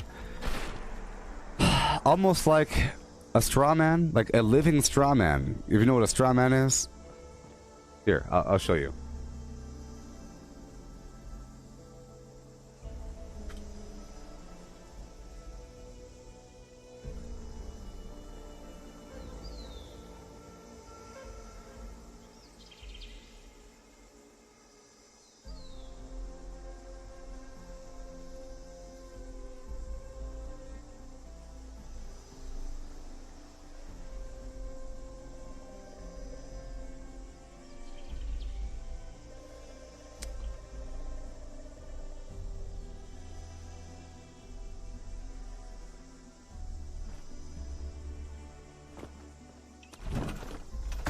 Okay. Yes, it's wonderful when we get cleansed. The purity. This stream is only for people that like this game. And Bethesda. Bethesda likers only. Unite.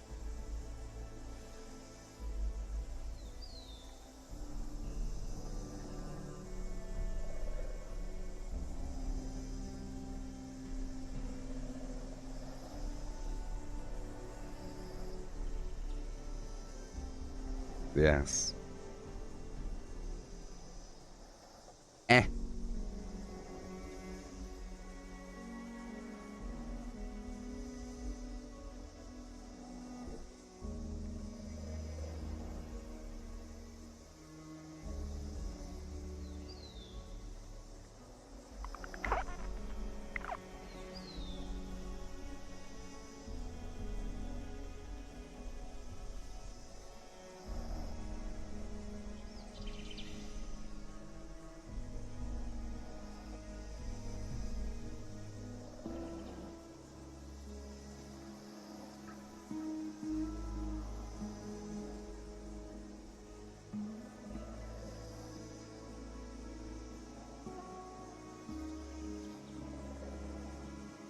Gary says a food build is a PvE player that tries to fight someone and cries when their guns don't kill the guy and they try to get you banned and say you're hacking. Gary, are you a complete imbecile? I'm not calling you one, I'm just asking if you are that, so it's okay. Are you a complete, absolute moron, Gary? I'll repeat what you said again because it sounds pretty stupid. I'm not saying it is stupid. I'm saying it sounds stupid, and that I'm asking if you are stupid. I'm not accusing you or anything.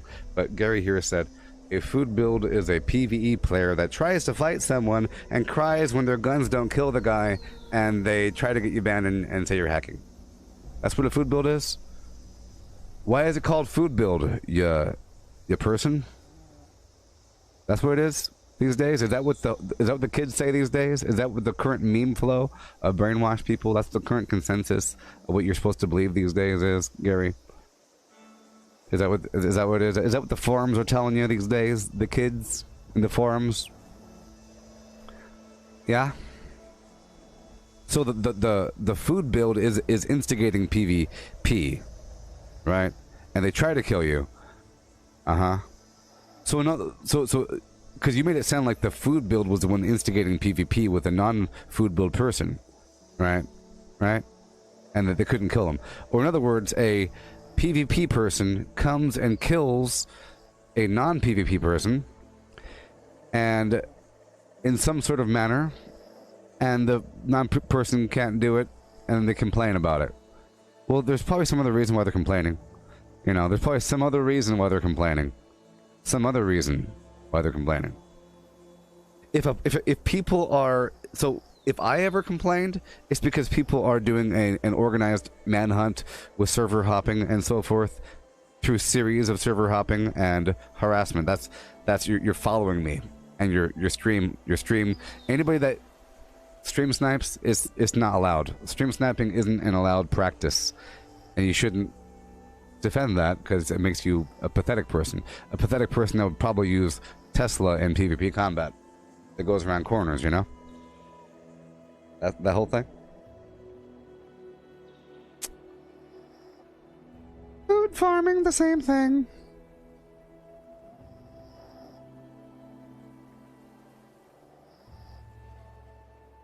Food farming, a farming build. So in other words, a PvE build. So you shouldn't call it that. I'm just saying it's stupid because clearly, look, if more than 10 people call something food build and it doesn't really make sense and you have to explain it, that means that one person a long time ago called it that, and you all just started calling it that because somebody else called it that, and it's an inaccurate name. Just call it a PvE build, okay? Just make it simple. It's implied that you're farming in a PvE build. You get it? It's implied you're farming in a... Because then that means it's PvE versus PvP. It's implied. You shouldn't say food build versus non-food build. And when you go to in a deeper explanation, you say, well, non-food build is PvP. So then say PvE versus PvP. This is very simple.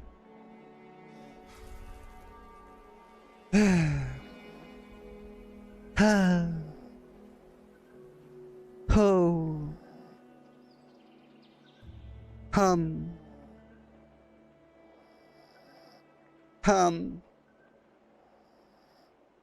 I give you a definition. I give it to you. I give it to you. Oh, yes.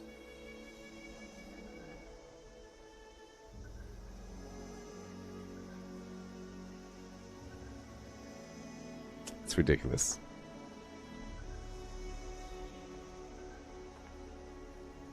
I have honor. I'm an honorful person. Yes, Ben, Battlefront 2, you should totally get it because look, it's great. It's a great game. Couple reasons why. You get to choose your trilogy. You know there are 3 trilogies? The pre stuff with the Clone Wars, middle stuff with the Flim Flam, late stuff with the Gabba Gabba Hee Hi. Okay? Tons of things, 40 versus 40, and you have the quad stuff. And maybe I'll play with you sometime. Yeah.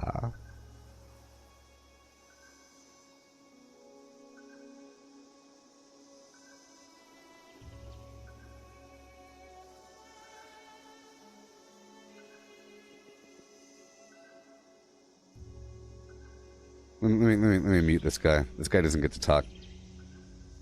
Yeah. Yeah. People are stupid. I just can't stand a couple... That's the cool thing about having a stream, you know. You get to completely control the the conversation. If this was reality, if we're all sitting at the sock hop, you know, we'd be screaming. There is another site we wish to have a look at. Screaming. Please proceed to the transmitted location and complete the triangulation process. That is all. Can you imagine if we're all sitting in some cafeteria trying to have a conversation about this? We'll be screaming over each other. There'll be a person trying to be funny, making a joke, getting the attention while the other person is trying to make a point, and the other person just, yeah, whatever, like yelling over their face and stuff and pushing them. It'll be crazy. But here, completely controlled. You get to say what you get to say with your words. I get to read them, you know. I get to say my entire thing is recorded forever. Kaboom. No one cutting me off. Bloop. No cutting me off. Bloop. It's a wonderful thing. What would I call a mix of PvP and PvE? PvP. Okay, let's get this straight, people. I don't think in terms of polarization. I try to not do that, okay? I don't like when other people do that. When other people use polarizing terms, I don't like that. I'm specifically attacking those that min-max. I say it's bad. This is my whole narrative, okay? I say if you do just one thing, that's a bad thing. People that say this is good, that's bad, that is bad. So I'm polarized against polarized opinions, which makes me seem polarized. So I'm polarized against people that don't like food builds because they're polarized and they think that anything that is not PvP is a food build, you see? So I say you should say PvP or PvE, which makes me sound very, very polarized. When in reality, there is not a fine line. There isn't a fine line. It's a spectrum with complete food build farming farmland over here, PvE farming farmland over here, you know, and complete all I do all day long is find someone to fight. And I am immortal. I have exactly none of kin. I have no rivals. No one could be my equal. You know, that is over here. But here they can't. Here they probably don't think there's any point in farming anywhere because they already have enough resources, or they know how to get them, or they're rich, or they have 15 characters across 5 different accounts with tons of loot, and it's no longer a factor. Where looting anything is no longer a factor. So that whole nature of the game is gone. They don't need to build anything. That whole nature of the game is gone. So they've been reduced down to just doing PvP. To the point where maybe they even run their own Facebook fight club. You know, like a Fallout 76 fight club. And that's all they do. Maybe they only build a new arena for the fight club. Maybe all they do is spend their time making new rules for the next PvP game. This time we're using just bows. That's a spectrum, but of course everyone is in between there, and you should be somewhere between there. You know, you shouldn't be all the way over here, because, for example, as I'm playing, I'm building up my defense over time. That's part of the reason why I want the Secret Service armor, because it has higher base defense. I'm giving myself more strength over time, more endurance over time, and more agility over time in the back burner because of PvP, okay? Because I know you need a bit more, but I'm not ready there yet because my perks are kind of split apart. If my gear can do some of the work for me, then I can kind of move the points around. So I wouldn't say that I have a pure farming build. It's not like that. I have a different kind of build. I used to have different levels of farming build in the past, of some degree, or whatever you want to say. But now I'm not really. I'm pretty powerful. Some builds are great for doing things, but then you can't kill a Scorch Beast. Well, I can kill a Scorch Beast just fine. You know what I mean?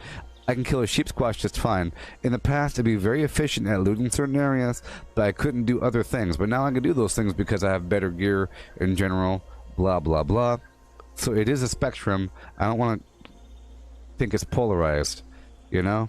That's why I don't like when you people say food build. How stupid it is to call somebody else a food build, because like we're saying in the chat, the second a person takes a single Nuka-Cola, they're a food build, right? I'm not the one being polarized here. It's you suckers with your weird opinions about the world. Okay?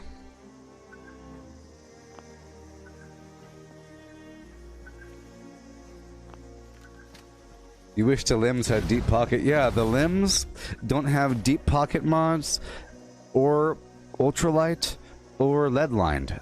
I was sort of hoping to go for lead lined so I could have more, you know, radiation resistance. So I wouldn't have to worry at all about being in a nuke zone. But I went there to go buy it, and just the torso has the lead line mod. I wrote down all or most of the mods here, except for whatever. I wrote down some of them. The ones I care about. But yeah, seeing as just the torso has ultralight or whatever, deep pocketed, I'm not going to do that because it's the same slot. You can't have ultralight or deep pocketed and the jetpack. You can't. It's the same exact slot. That's unfortunate. And yes, John, I'm on computer. You see my... Whoa! My hands! People, my hands! This whole time, the camera was all flim-flammy. Oh my god. Deactivate. This whole time, people. My camera was all flim-flammy. There we go. Look. See? My second camera wasn't moving. It was off ever since I unplugged a couple things. Can you imagine it? Look, I'm on the piece. Yeah.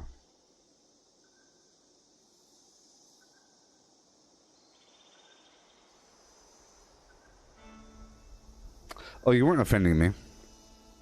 Wild Otaku.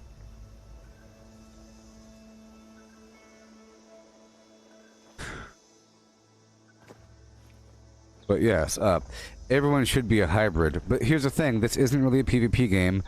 You can't just routinely be a casual PvP build because you never encounter PvP. You never encounter PvP unless you go out looking for it, unless someone comes looking for you. But that's not going to happen because most players aren't doing that. Look, I have all these workshops. Someone just took over my Tyler County place. This person right here just took it over. But guess what? I'm level 700 and whatever, and it'll be wrong if I fought this person. This person's level 50, so of course I can't fight them. Only people I can fight are someone that's above level 175. Otherwise, I'm a bully. Because I could probably kill them, but you know what? They could probably kill me. They could probably kill me because they took over my workshop. In my opinion, anyone that purposely takes over a workshop, they're trying to do some PvP. I can kill them, but how fun would that be? Haha, killed you. Get better. One day you'll be a higher level, but that's not fun, so I let them have it. Sometimes I let them have it. If they really want it, they can have it. But the cool thing is, they are inheriting my billboard. I have a billboard there that says, come on down to my shop, buy my garbage. And usually they're too lazy to remove my sign. So at the very least, they become the owner of my old workshop with my sign on it.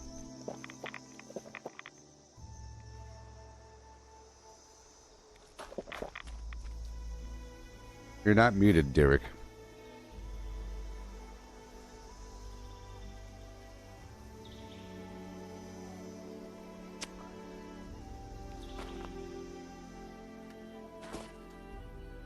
What did you write?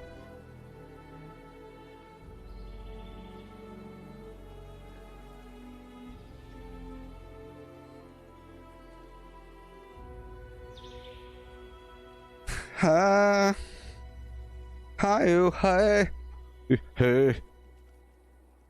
Ha. Hi, oh, hi. Alright, let's get some water here.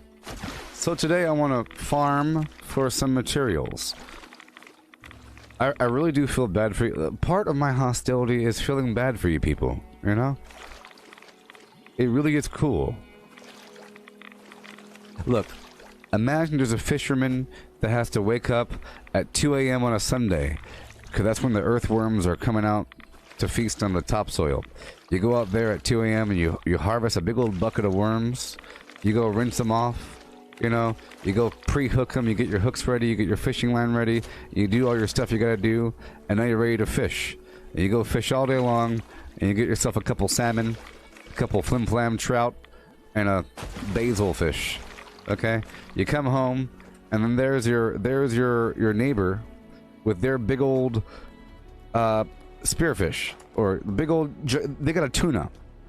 A huge tuna. They say, dude, Figure it out. You're wasting all your time with all those earthworms and stuff. All you gotta do is go on that boat tour. It only costs, like, for the amount of money that you spent doing that, you could have easily went down to the boat marina, get yourself a boat, hop on, you pay $10 and you get to fish as long as you want. They give you the fishing line, they give you the bait.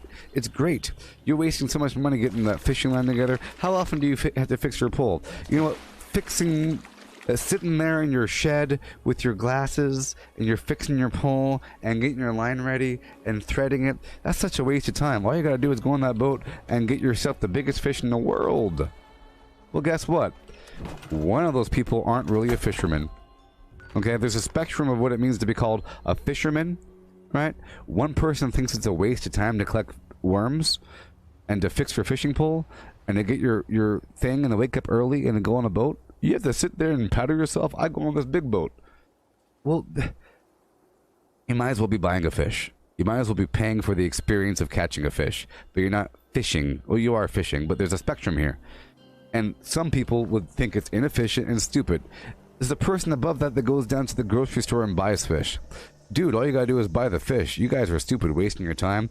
No one goes out there and fishes. All you gotta do is go down to the store and buy it. You could buy, for that $10 you spent, you could buy 10 cans of tuna. You dummy. The fisherman looks at the person that says that and calls them a complete blathering idiot.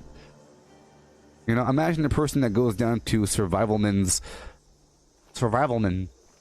live stream and says, dude, all you gotta do is buy a lighter from the store, you idiot. You're using a stick? What are you doing? Go buy a lighter. You don't get it. You don't understand it. There's a certain nature to being able to make a fire with a bunch of sticks and a pit and make sure the wind is over here. I know you could just buy something or whatever. Get yourself a propane gas tank and not have to worry about it. But you're losing a bunch of the gameplay. You know, a bunch. For example, me having to go get some berry mentats and razor game flour, that is like an hour and a half of gameplay. Of lovely gameplay where I get to move across the map, collecting things, building up for the future. And then I have to sit there forever to craft all this boiled water and the razor game flour and the berry mentat garbage. But then, for a day and a half, I have freedom. I could fly. I could run as much as I want, fly up in the air, do all kinds of great, wonderful things, and I know that I earned that. So it's like you're paying it forward, you're reaping what you sow, this gameplay that's long and stretched out, or it's just execution.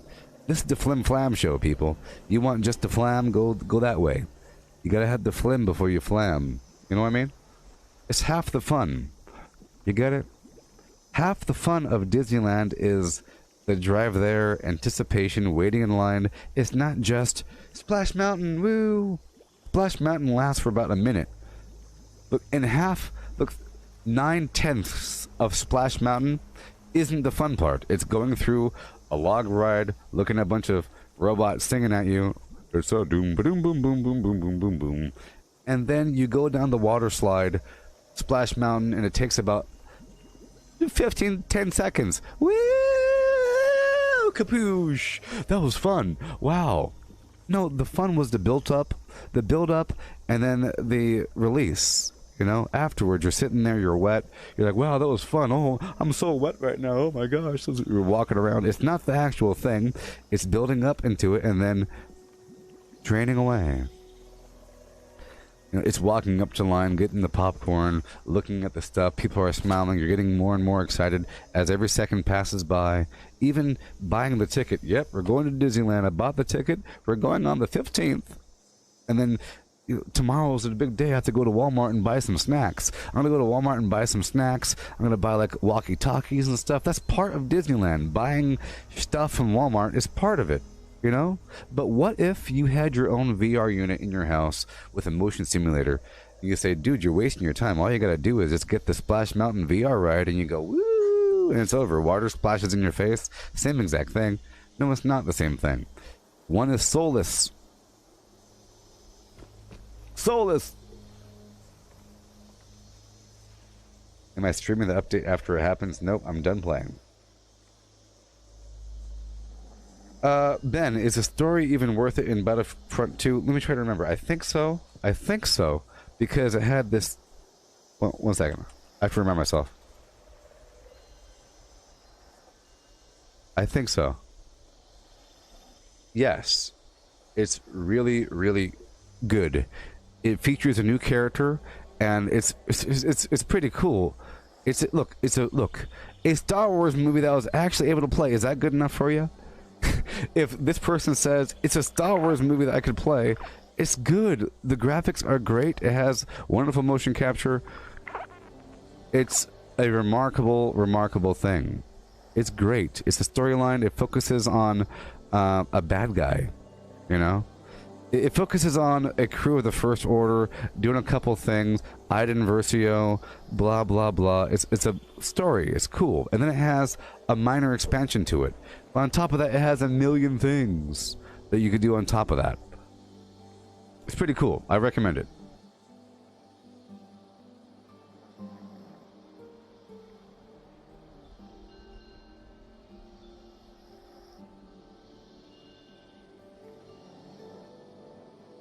Look, Kotaku says that it's good Star Wars. You see that? It's good Star Wars. Look, you got these things. There's a plot going on. You got this really cool robot on your back that flies in front of you. It plays just like those other games. There's a game on Steam that you could buy called Star Wars: The Force Flim Flam, and it has some character on it. You know? Here, I'll show it to you. There's some game in Steam over here. All right, check it out. Star Wars: The Fallen Order. I don't think you should get this game, because I think you play this game and then it's over, right? This sort of game, you play it, and then it's bye-bye, okay? You play this game, and then it's over. I mean, come on. It's over. And no matter how good it is, it's just a game. Is there even multiplayer in this thing? I don't know. No matter how good it is, it's not Star Wars Battlefront 2, because it's over now, and bye-bye. But I tell you what, that Battlefront 2 game, ooh-wee, is good to go. The graphics are phenomenal. It has wonderful space battles. You have Ewoks you can play as now. You got the big old wonderful graphics over the planets of Naboo. Look, here's something. Star Wars: The Fallen Order takes place with one little storyline. One little storyline. Star Wars Battlefront 2 takes place over all eras of the game. All eras of the game are established. All planets. I think it's every single planet. I think it's the Star Wars game. It's the one. I think it's all eras, every single planet that's ever been mentioned. You know? And it's fantastic. Fantastic.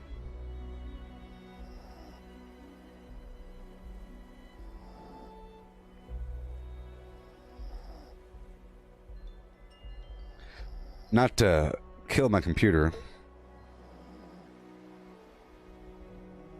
Let's try to kill my computer right now. I'm going to try to show you something really quick. I'll just show you something really quick. It's Star Wars.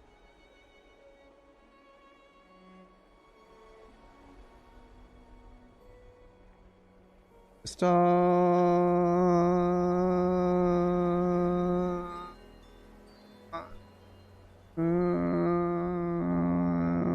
Wars. It's Star Wars. You know, it's Star Wars. It's coming up.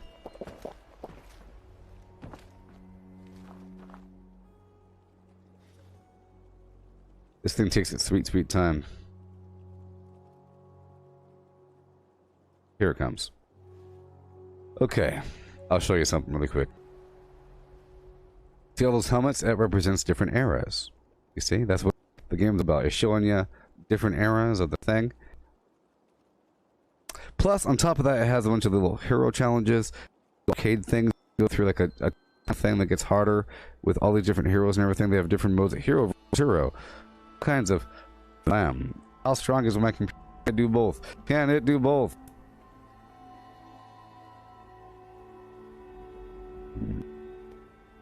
Can it do both? Yeah. I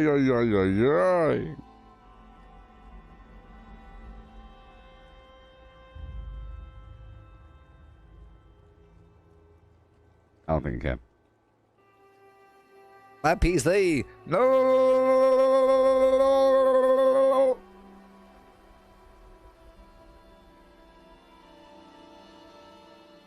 It's Star Wars. Come on, PC, you can do it. You can do it. Hello there. So over here under play, you got multiplayer, single player, co-op missions. Under co-op missions, you have Galactic Republic, Rebel Alliance, Resistance, First Order, Galactic Empire, Separatist Alliance. Super duper cool, right? Under multiplayer, you have Supremacy, 16 to 40 players. 40 players, what? You have different Republic, Age of the Republic, Rebellion, Resistance. Wonderful, wonderful, wonderful, and or wonderful. Over here under single player, you have the campaign, right? Under the campaign, you have the main story, and it goes on and on and on and on. Let's see, it's a nice game. It's great. You're going through, look, sometimes, look, at one point, I had to play as Luke Skywalker. Think about that. I had to go play as Luke Skywalker to find some relic thing at one point. Look, it's a strangely faced Han Solo. Isn't that great? Yeah. And you got this expansion, not to mention the bajillion. It's really about the multiplayer. It's really awesome. It just happens to have a pretty awesome flim flam behind it. Goodbye.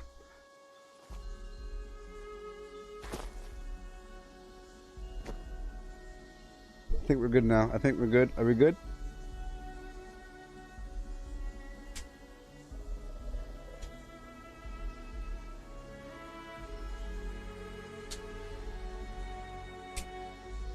There we go. Good.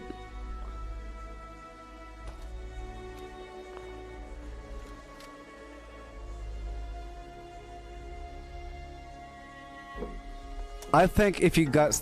Look, if you got Assassin's Creed Odyssey, you're gonna feel uncomfortable right away. And you're gonna make a face. You'll be like...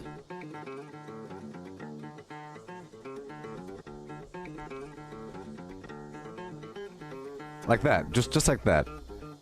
Odysseus, how was your... My...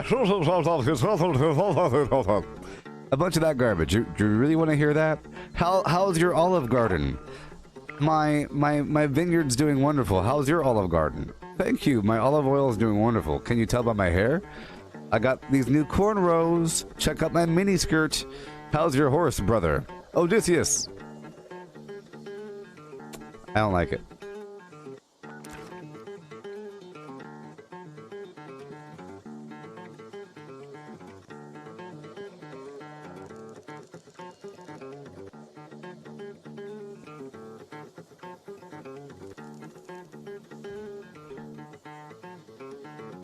All right.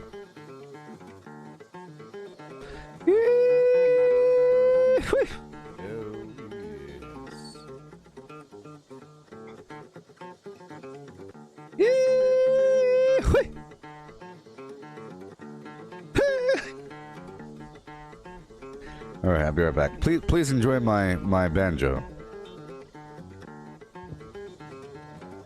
Yeah. Yeah, with a yeah, and yeah.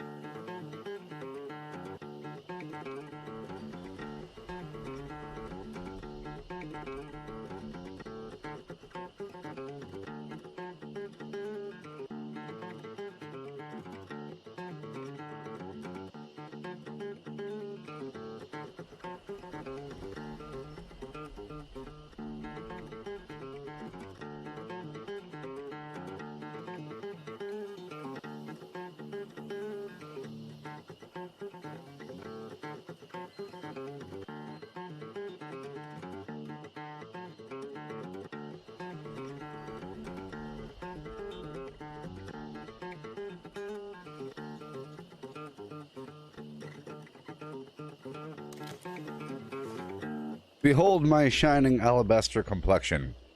Behold my shining alabaster complexion.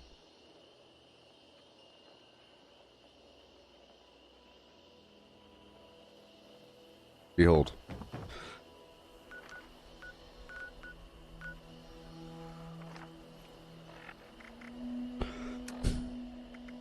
Okay. A dictol.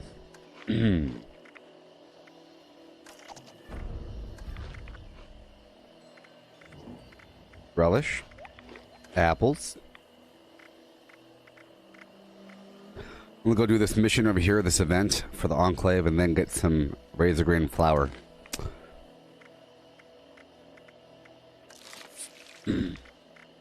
Believe it or not.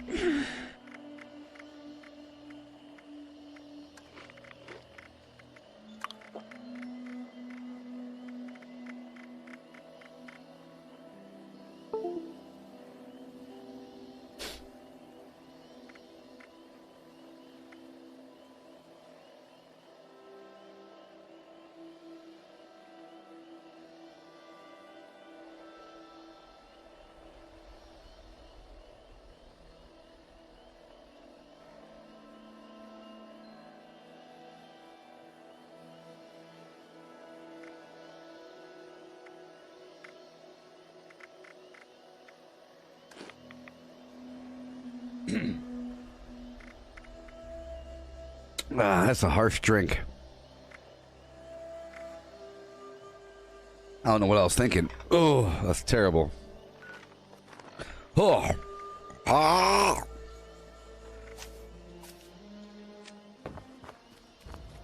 All right, let's go.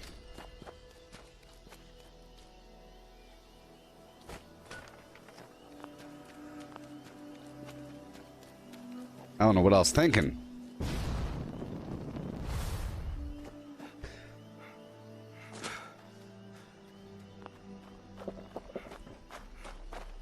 Okay, so I do plan on helping myself out here.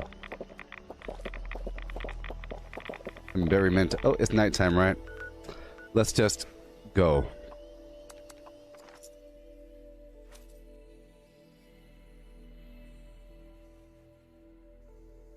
I can't push it off any longer. What I do is I say, I'll go do farm farming.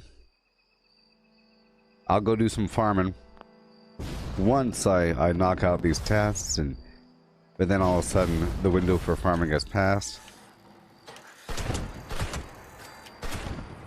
Is it nighttime yet?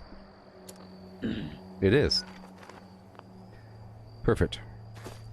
So we'll go for the wild carrot flower and firecracker. Even though I already have enough.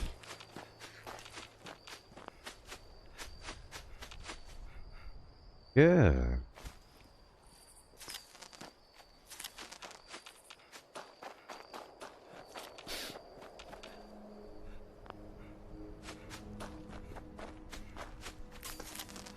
Five, four, three, two, one. And I haven't used Psycho Buff in a long time. Because it kills me when it wears off. You can use Psycho Tats if you find them. But it's not sustainable for long term.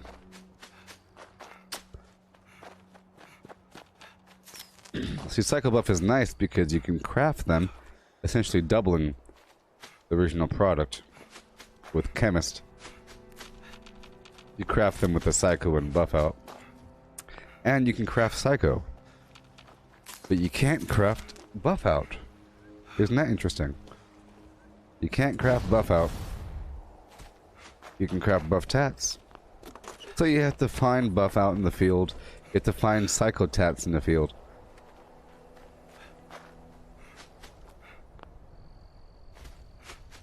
This is my route right now for Firecracker Berry. Okay?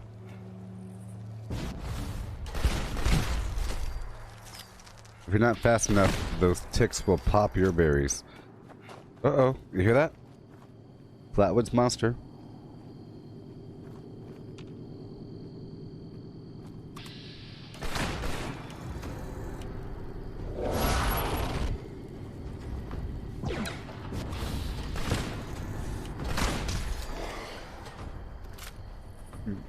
Who do you belong to? Is there a camp over here? Hmm.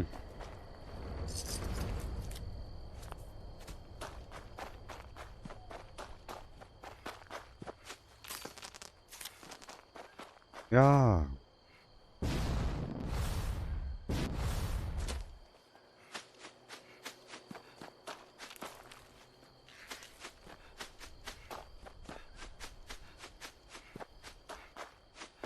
I really hate the fact that you can't see what I'm saying. It's sort of a big deal. The whole time I'm sort of sweeping through with my eyeballs. You know? It's really apparent in places like this. You know? Where I'm looking for some sort of crop amongst endless fields. So I do plan on bombing. Probably tomorrow morning. Which is why I want this berry mentat. You know, part of the reason why you bomb is to kill creatures in that nuke zone to collect high radiation fluids, glowing mass, and hardened mass. So, it benefits you and them to use berry mentats to target the enemy, to highlight them, to find them.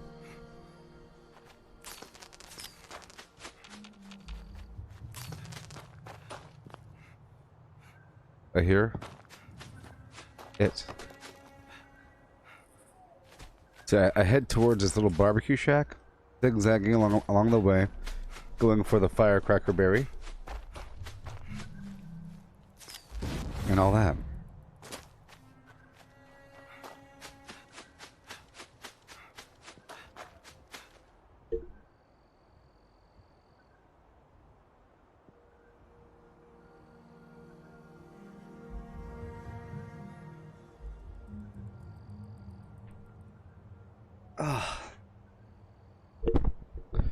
Tell you what, it's a tiring life sitting in a chair, looking at a screen, doing some screen stuff, killing some Yaogwai.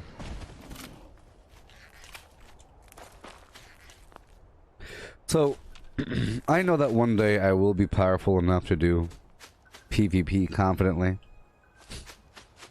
but I like that curve to be a very, very long one. Drawn out high and broad. Really space-taking. You know what I mean?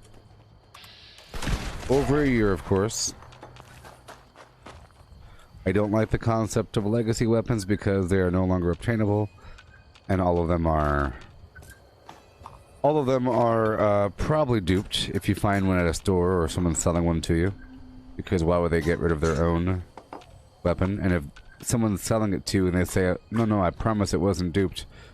Did you find it? No, I bought it off someone that I trusted. Okay, well, no one would sell their legacy weapon at a certain point if they got it themselves a year ago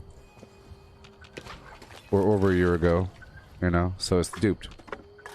Plus, the nature of these weapons, they involve just shooting in the general area. The shotgun is essentially the same thing, but it's not a machine gun.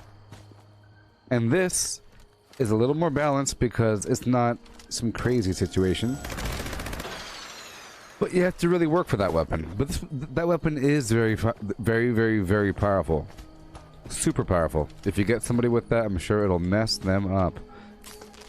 A normal player. But like I said, there's ways to become immortal. Vaguely. Vanguard build, where you have more defense the higher your life. And then you have the Sentinel thing, where you get more defense if you're not moving. And of course, these have very high.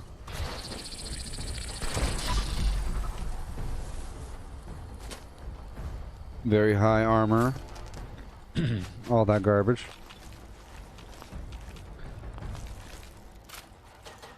But if you really want to play by not moving, that's not very fun. You know? You know, in Halo, some PvP games involve lots and lots of movement. Okay? Fortnite, you can't be the best in Fortnite unless you could build while you're playing, and it's like really crazy and really fast, and you're shooting and you're moving and shooting and moving and shooting and moving. All kinds of stuff. People have their shields and everything. You know, that sort of garbage. But it's definitely not just standing there. You know, it's not just... What if you could show up in the middle of Fortnite and say, hey guys, want to do some PvP?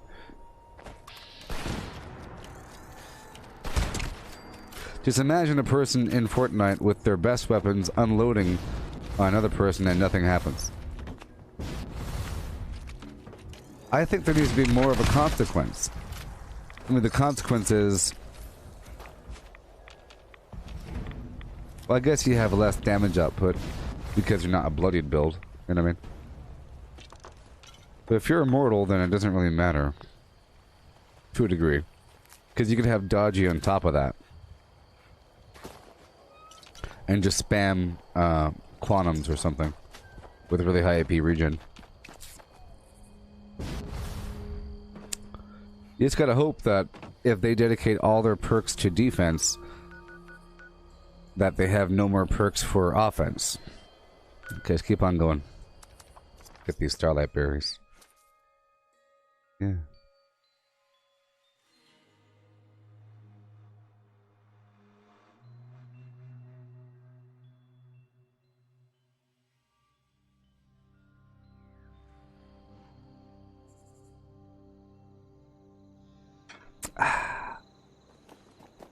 Pure melted ice. Water ice, as Sunny would say. Okay, here we go.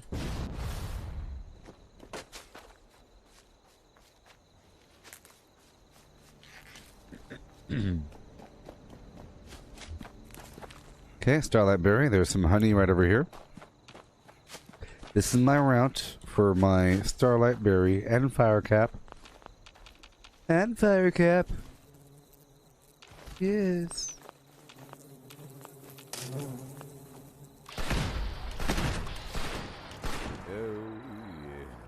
Hail, Mike. So that stream yesterday was pretty rough. Pretty rough. For Star Wars, if you watched it. It's not very watchable. 'Cause I looked at it and There's a different way of doing it. So next time I stream Star Wars Battlefront 2, it'll look good. It's not gonna look bad. And I got decent in it. I was playing the co-op mode for a while yesterday, and I got better weapons, and I upgraded them, and now I have some good stuff. I have the Echo 11 Delta with a couple mods now. I'll be getting the third mod soon, and I'm using a couple perks in Battlefront as the assault class. As the assault class, where I'm harder to kill if I'm about to die, and I have higher regen after killing a player, and I have higher regen in general. Health regen. That's good, because a lot of the combat involves shooting and then moving back behind cover.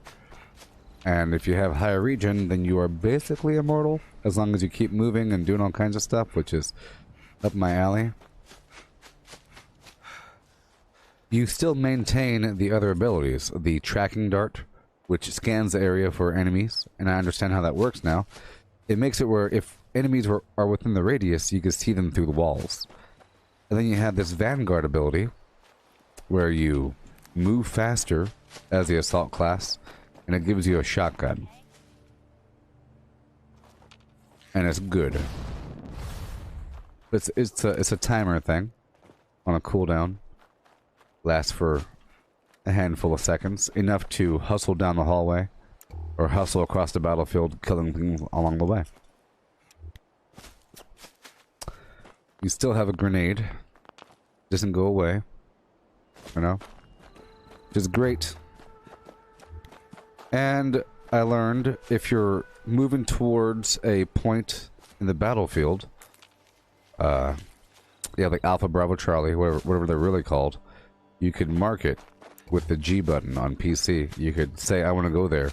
And your teammates will hear that noise, like, move towards Bravo, or I'm on Bravo, or head... It's not really called Bravo, though. It's called something weird. In Battlefield, it's called Butter. But, yeah. That works. You can't mark anything else, but the specialist class can mark targets, so you get credit for it with your binoculars. That's the whole point of them. You can mark a bunch of stuff for the players to kill. Right now, I'm still going for the Starlight Berry and the Fire Cap right now in the game that we're looking at right now. Okay. Fire Cap here and there. Starlight everywhere. That's cool. And I learned about how the whole game works in general. I understand that now. The way it works is it's a multi-phase battle over a long, let's say, rectangular shaped map, sort of like Battlefield. Okay, you have a multi-phase map. Okay, let's say it starts off outside in the airfield, and then you work through the wall, and now you're in the courtyard. Now you're inside. Now you're in the main power area, and then you blow it up. You see, something like that. But each of those phases are maps where you can't move beyond a certain limit. And then depending on how you do, it's a tug of war where you go forward or backwards, or you hold them off. But that's only if you're attacking. And there are 3 points to assault. Okay? And if you attack only one of them, you move on. So if you're defending, you have to defend all of them, because it's cumulative. So enemies can head into an area to be captured. Right? Enemies can head into an area to be captured, okay, and live for 15 seconds, and they filled up the bar a little bit, so they actually did something. You know, you can live for a little bit, and you don't have to live until the very end. It's not like a capture thing where the bar goes back down. The bar stays full. So, if you're defending, it's sort of frantic, going back and forth to, let's say, Alpha, Bravo, Charlie, making sure that there's no enemies coming, and sometimes lots of enemies come. Tons of enemies come. And whole, like, a million of them. Not a million, but hundreds, I don't know. It's a literal army coming through that door. It's crazy. So there's choke points, and the enemies... And I've found with the map, there are literal choke points, literally, where it's a tight hallway, and you have to go through the hallway. and there's a couple hallways, but they're hallways. Or those corridors or like a little canyon thing where you have to run through, so it forces players to move through an area where they're going to die. There's these Normandy situations, but what happens is it becomes overwhelming. Just imagine an overwhelming Normandy situation where the defense is at the advantage strategically with all the structures and everything. The offense, they're trying to get through it, but they have to do the least work. They have to puncture the defenses and take over one spot, and then you can move on. It's pretty cool, you know? But there's so many of them coming around the corner, and just imagine, you're moving forward, and there's a bunch of snipers, and you're taking out the snipers and pushing forward, distracting, pushing forward with your squad, and now you have a new front line. It's really cool. It's about reestablishing front lines, you know? Controlling sectors, pushing forward, and now you got the hallway. And now the whole army can come behind you and kind of reinforce you as you use your Gatling gun or whatever that is. It's pretty cool. And then, as you play the game, okay? As you play the game, as you defend a point, you get points, okay? As you kill other players or whatever, you get points. As you capture points, you get points. Every time you die, you could respawn, either as your same class that you had a second ago, or as...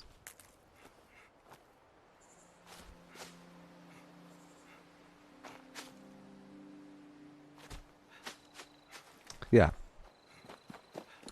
Or as something else. You could become an aircraft or an AT-AT Walker thing, or a AT-ST, or a little speeder bike, or any like X-Wing that flies above doing bombing runs, killing the other thing that's doing bombing runs. It's a big old thing. You can do all kinds of stuff. Or you could be a Wookiee, or an Ewok, or Kylo Ren or Obi-Wan from whatever generation he's, like, different ages of the dude, maybe. Anakin, Darth Vader, the Emperor, Rey, Finn, pretty much everybody. Well, a lot. There's a big, huge list of heroes, and I think they're adding some sometimes, and they have their actual faces. You know, like it's like their actual faces and everything, and their voices, I think. So that's pretty cool. So all of a sudden, you're doing well, and it'll say, Count Dooku has been spotted on the battlefield. And then there you get to see Count Dooku doing Count Dooku things with really good animations. And it looks just like a pretty good computer graphic movie, sort of. And it looks really awesome. Or you get to see Yoda doing some spiral breakdancing moves. It's awesome. And it's intimidating, but then you have to get him all of a sudden. It changes the battle because it's asymmetric. You have these characters that are really, really powerful, like Kylo Ren doing a force push to an entire group of enemies. They all slap against the wall. You know, you're meant to die a lot, sort of. Or it's sort of okay to die in those games because you respawn right away. It's meant to appear like there's an endless wave of troops and you're just one of them. You know, unless you're a hero, then you die. So it's cool, just like with Battlefield.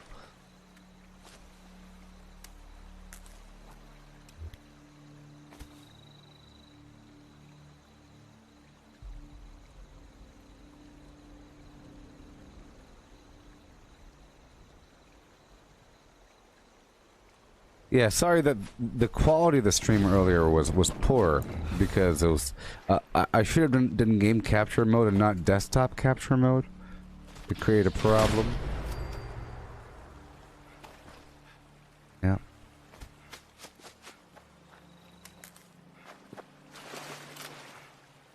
Yeah, I didn't understand what's happening. So usually, it'll throw you into some crazy battle on the ground.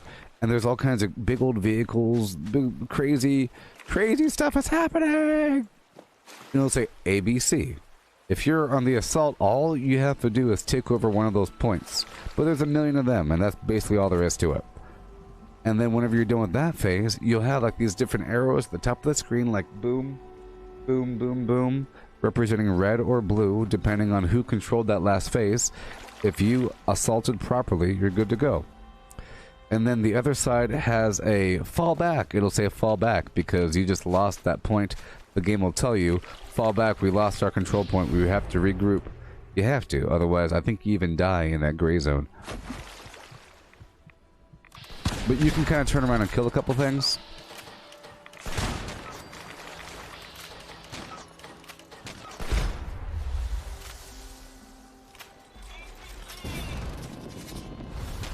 Oh, with the, you liked how I was using the terrain to mess with that, the Darth Maul moment, right? Darth Maul?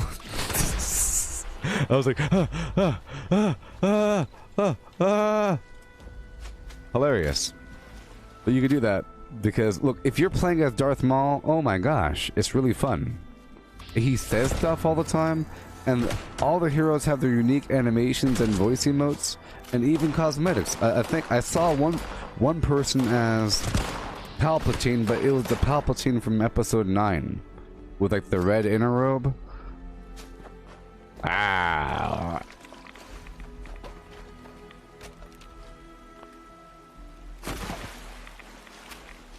Yes. And you're hoping that your teammates can shoot them while you're doing that. But yeah, heroes, normally, I've seen good heroes. The good heroes are the ones that sort of nip and peck, and but they don't just stay there the whole time. You don't want to just stay in one spot. You want to, like, kill a couple things and run over here, kill a couple things, run over here. You're just constantly moving around to the point where you're alive the entire match. Because I've seen some heroes just alive. If you get, like, a good Han Solo that you're facing against or something. Alright. So, I'm still going for my Starlight Berry. That's what I'm doing the entire time.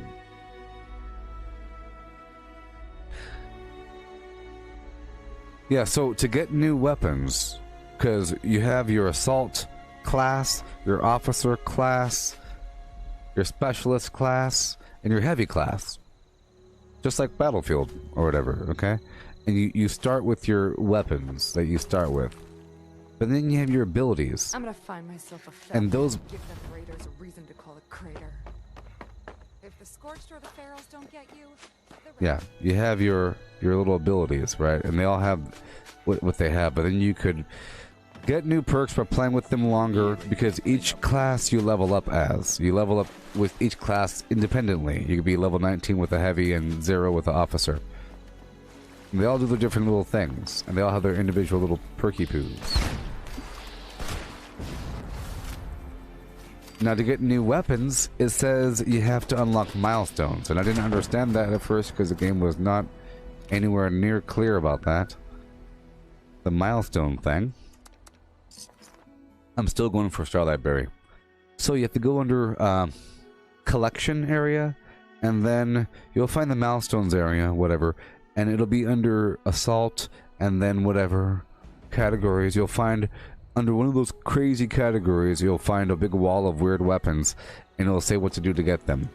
And to get different weapons, it'll say you have to play... Well, basically, to get your next weapon up, you have to play as that class in the co-op mode a bunch of times. Or whatever. You have to kill a bunch of enemies in co-op mode, which is great, because it gives you the chance to practice. You know? So it's 4 human players against a bunch of AI people. Which gives you a chance to do a couple things, you know what I mean? No, I wasn't supposed to go over here.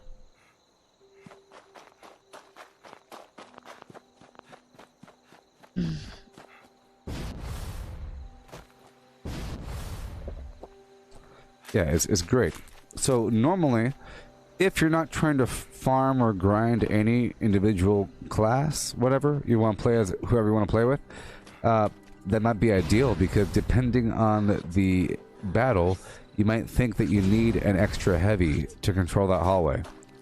A Heavy, they have a couple abilities. Now, the Assault class, they have the Scan Dart, which is great, and a Grenade, and the Vanguard thing where you rush and use a shotgun, like I mentioned earlier.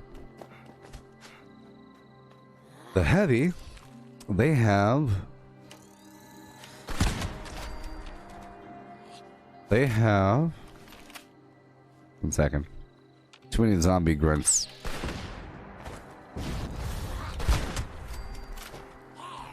The heavy has suppressive fire, where they take their weapon and they fire, like they're basically unloading their entire clip really, really fast and quick-like, with tons of force, tons and tons and tons of bullets going down the hallway.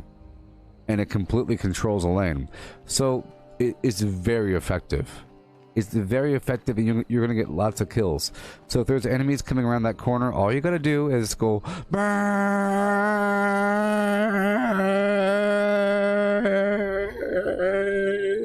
and while you're doing that, they stop, and then your troops run up to this corner. It's the most beautiful thing in the world. And then you're kind of walking forward, and then all of a sudden you're at this corner.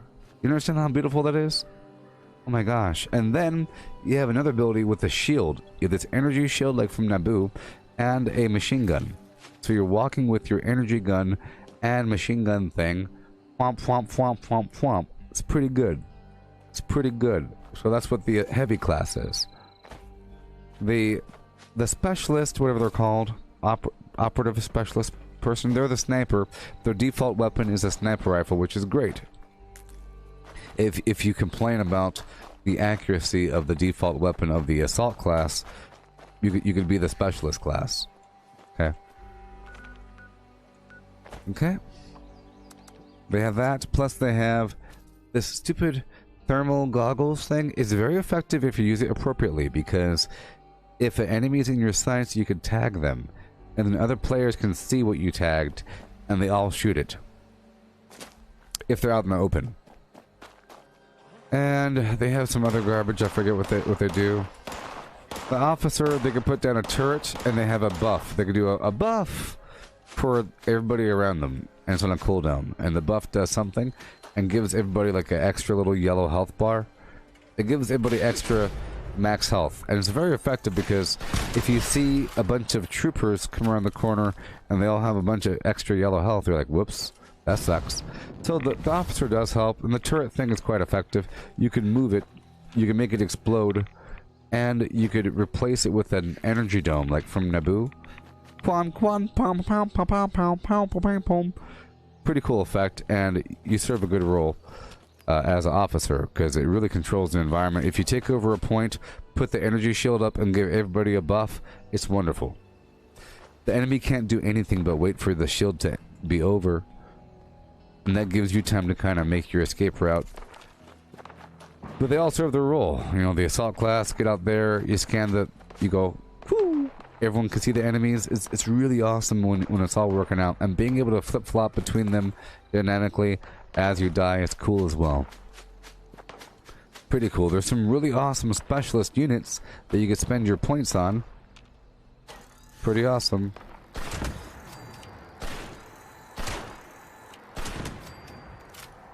Okay, moving on. Right on down to here.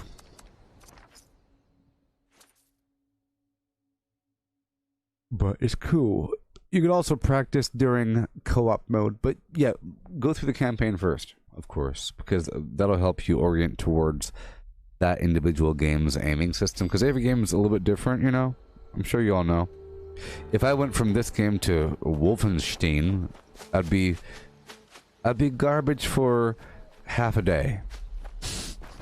I'd be garbage for like an hour and a half as my brain gets adjusted to a new aiming system. Because it's slightly different. And then I'll get better and better and better. Then after, let's say, 2 weeks, so after beating the campaign, you're good to go, because now you're thoroughly conditioned to that game's systems. Even forever. Even forever. It's now permanent in your brain. Campaigns are great because they introduce you to weapon systems and gameplay dynamics over time, slowly. You know, like this is how doors work. You know, this is what that light means. This is how bridges operate. Simple stuff. You might want to double jump from time to time.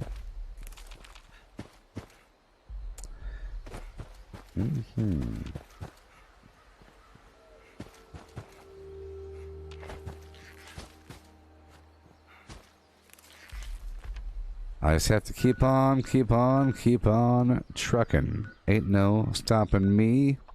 I'm heading down to the deep.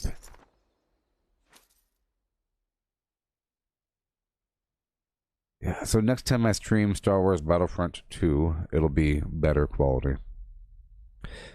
It will be.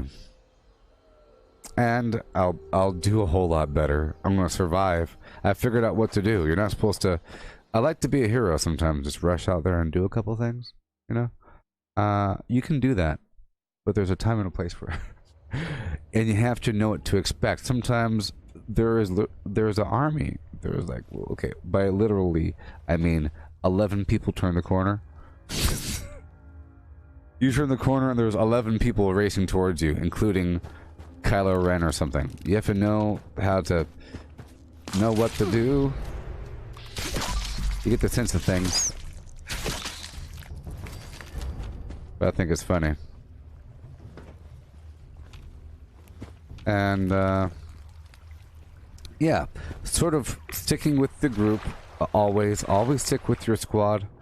You know, with the people that have yellow names in multiplayer, they are your designated squad. The game gives you an operational like party, sort of, you know, that it wants you to kind of hang around, because it gives you you get extra buffs or something if you play next to people in your squad with the yellow names.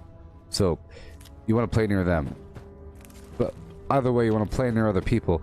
Being a Lone Ranger it's not the best thing in the world.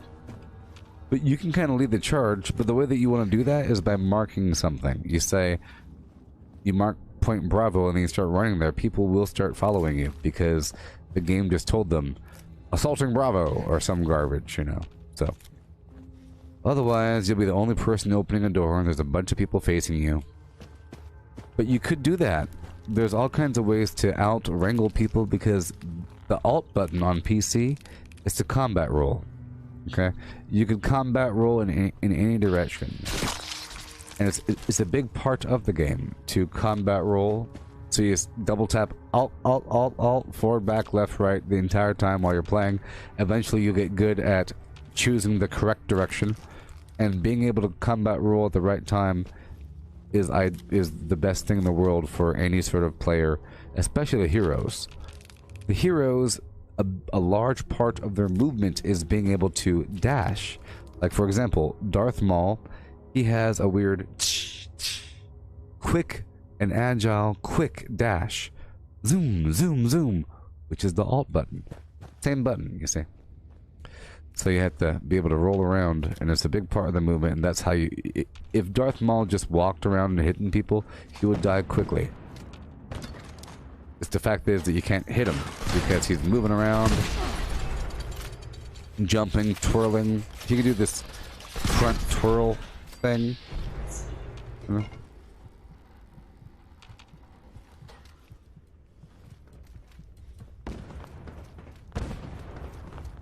Uh-huh.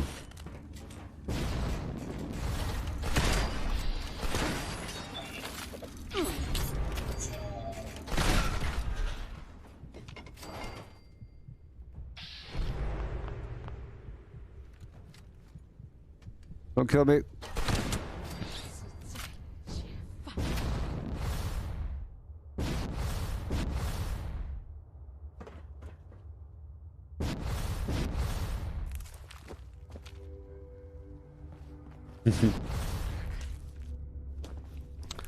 Yep, good old combat rules.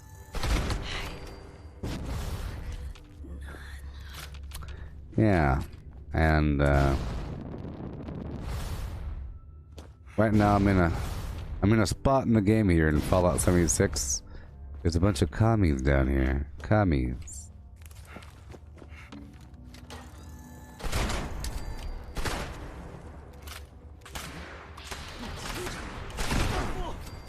Oh yeah. Oh.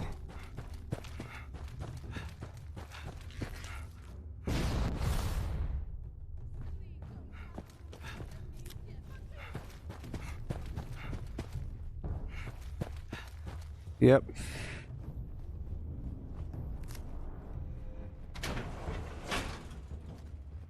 And I learned that you can go first or third person. I was complaining at first that, well, it's nice, but I don't like being stuck in third person. But then I learned if you tap the C button, you tap C, it goes left shoulder, right shoulder, and you hold C, it goes first person. It goes first person for everything except for, I think, the heroes. I think the heroes are stuck in third person. So you might want to just play in third person just to get used to it, I guess. Plus, it's kind of cool to see your character. And it is easier, and you do have more situational awareness, but that's never a reason. I think it's more immersive to go first person sometimes. So I like to do that from time to time, but I feel like there's more control over the character if you go third person. But it's nice to go, it's nice to have the option.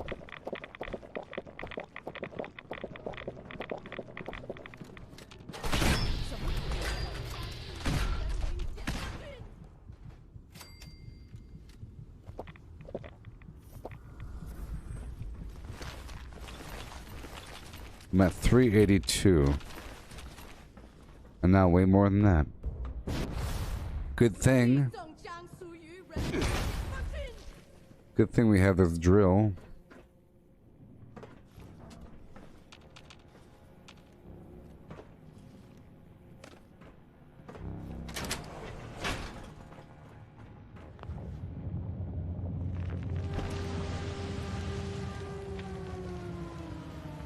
So I was doing a trick.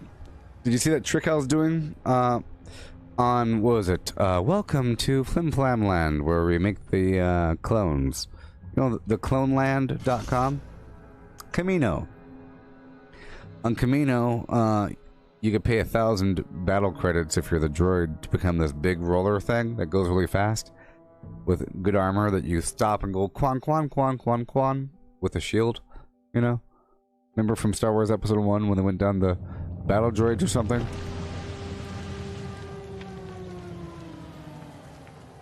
Those things. What I was doing was, I was rolling past all of their troopers, but my team wasn't catching on. If my team caught on, they could easily kill them.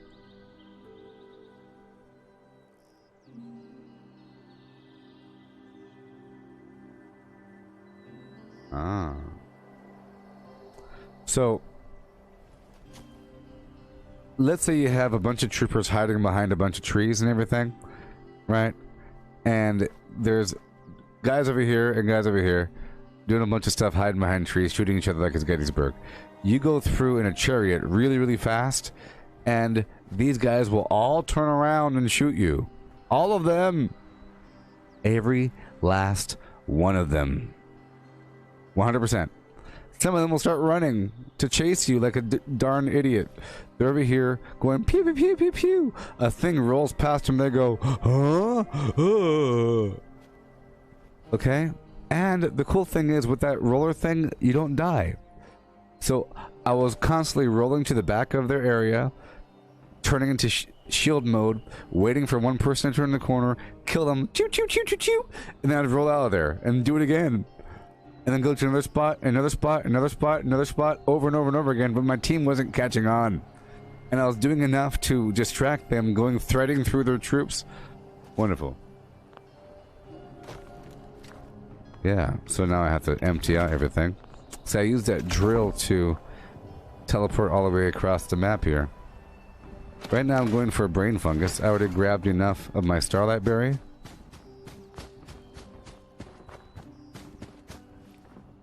So let's go all the way down here to this Fendingo cave.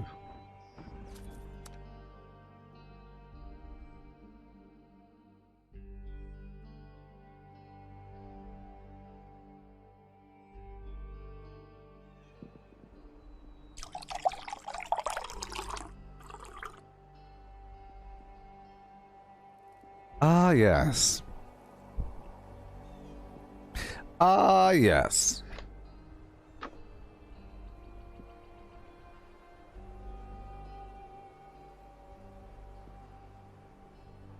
Yeah, I thought the campaign was great. I didn't verse you. Shazam!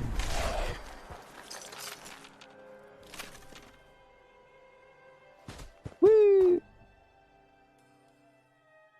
That's just a thing. When Star Wars Battlefront 2 came out, it had all kinds of drama because I don't even think it had that campaign when it first came out. I don't think it had the campaign. It had fewer maps, far fewer heroes, and it had the microtransaction system where you could just buy a pack of cards that had random perks in it.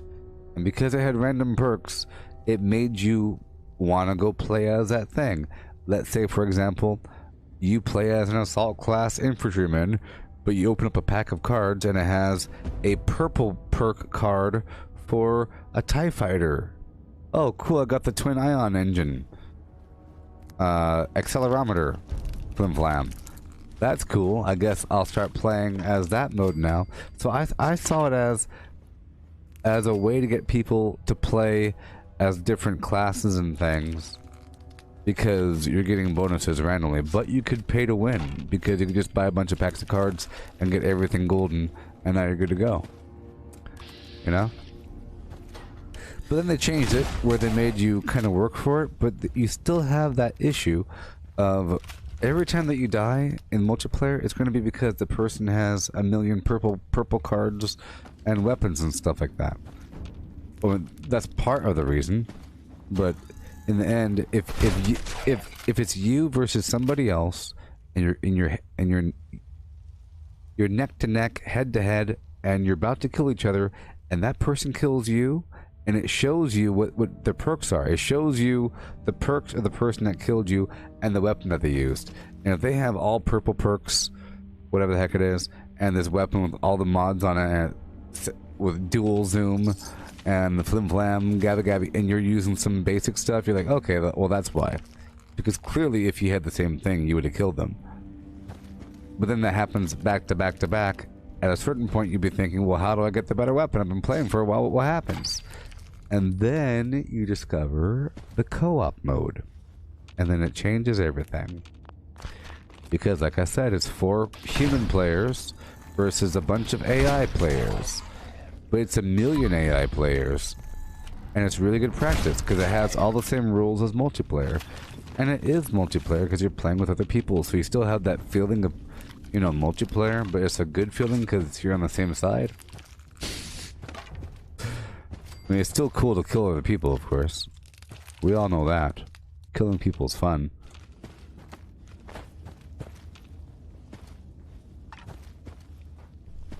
Alright, so here we are. I'm here getting some brain funk ass.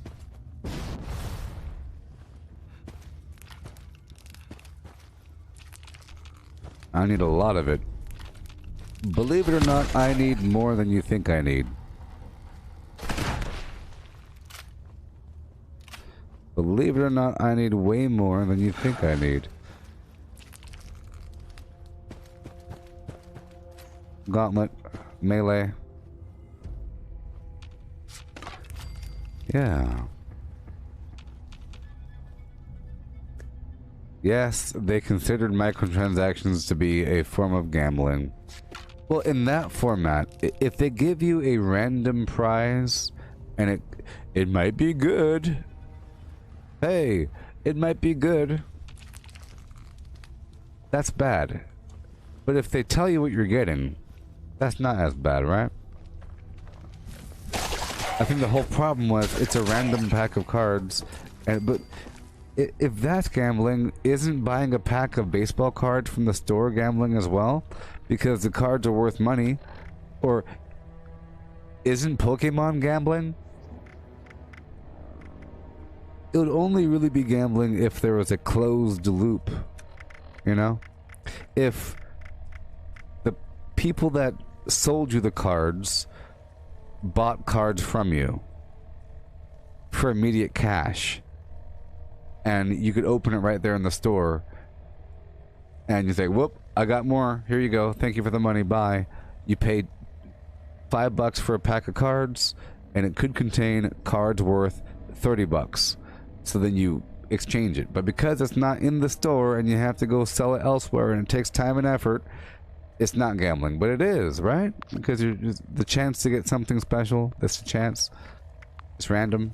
The random thing makes it, you know. You know what I mean? Okay, pepperoni rolls. There we go, 411.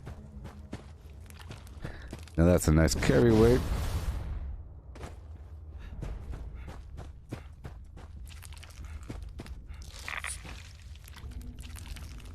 So right now I'm in the Wendigo cave.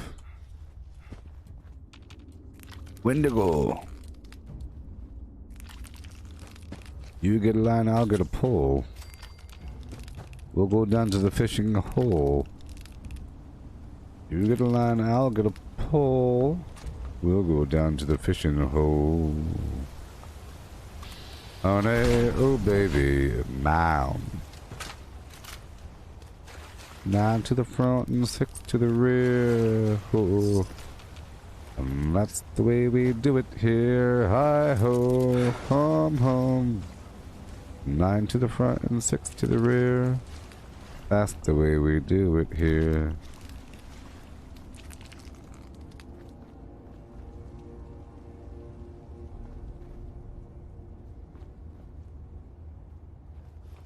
Standing tall and looking good. Ought to be in Hollywood. Hi ho, hum hey, hey, hey, hum hey, hi hey. Standing tall and looking good. You ought to be in Hollywood. Hi ho, hey hum. Whoopsie. Dang it. There it is.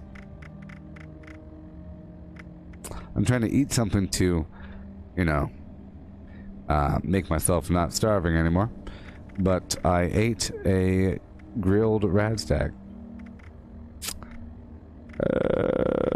Here's a bubble gum. That's nice. I don't have any disease cures on me right now. Danny boy apples, go! There we go. There we go. A belly full of apples.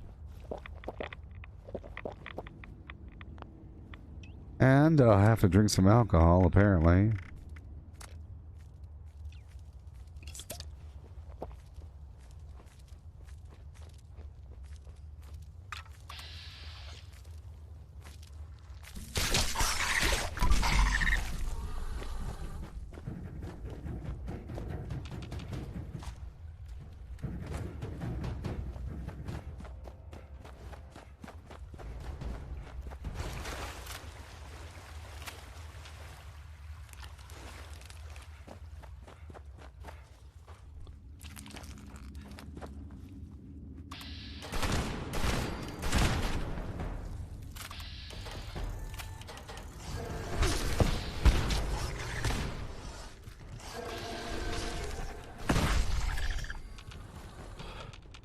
Okay. I need as much as possible.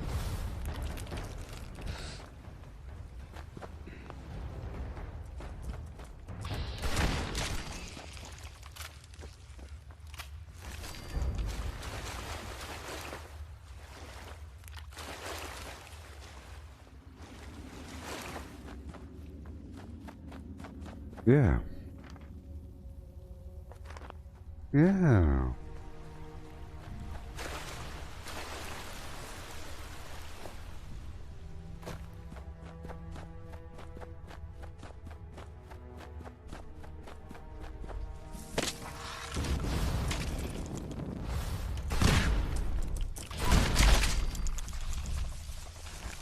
Yeah.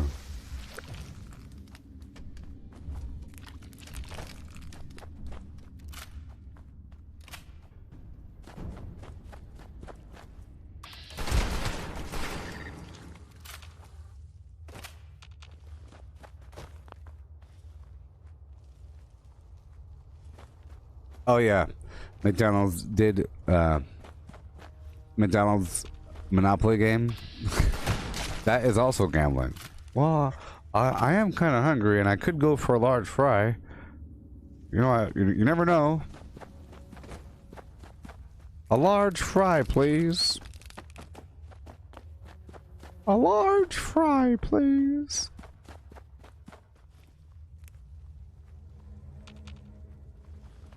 All right.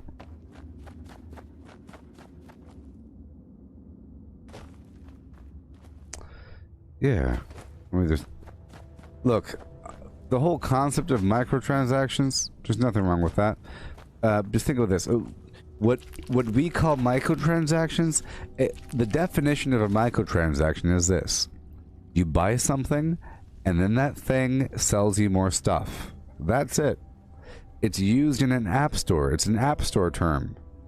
But then that term got brought over to the other world of the big boy games, of the things happening, you know?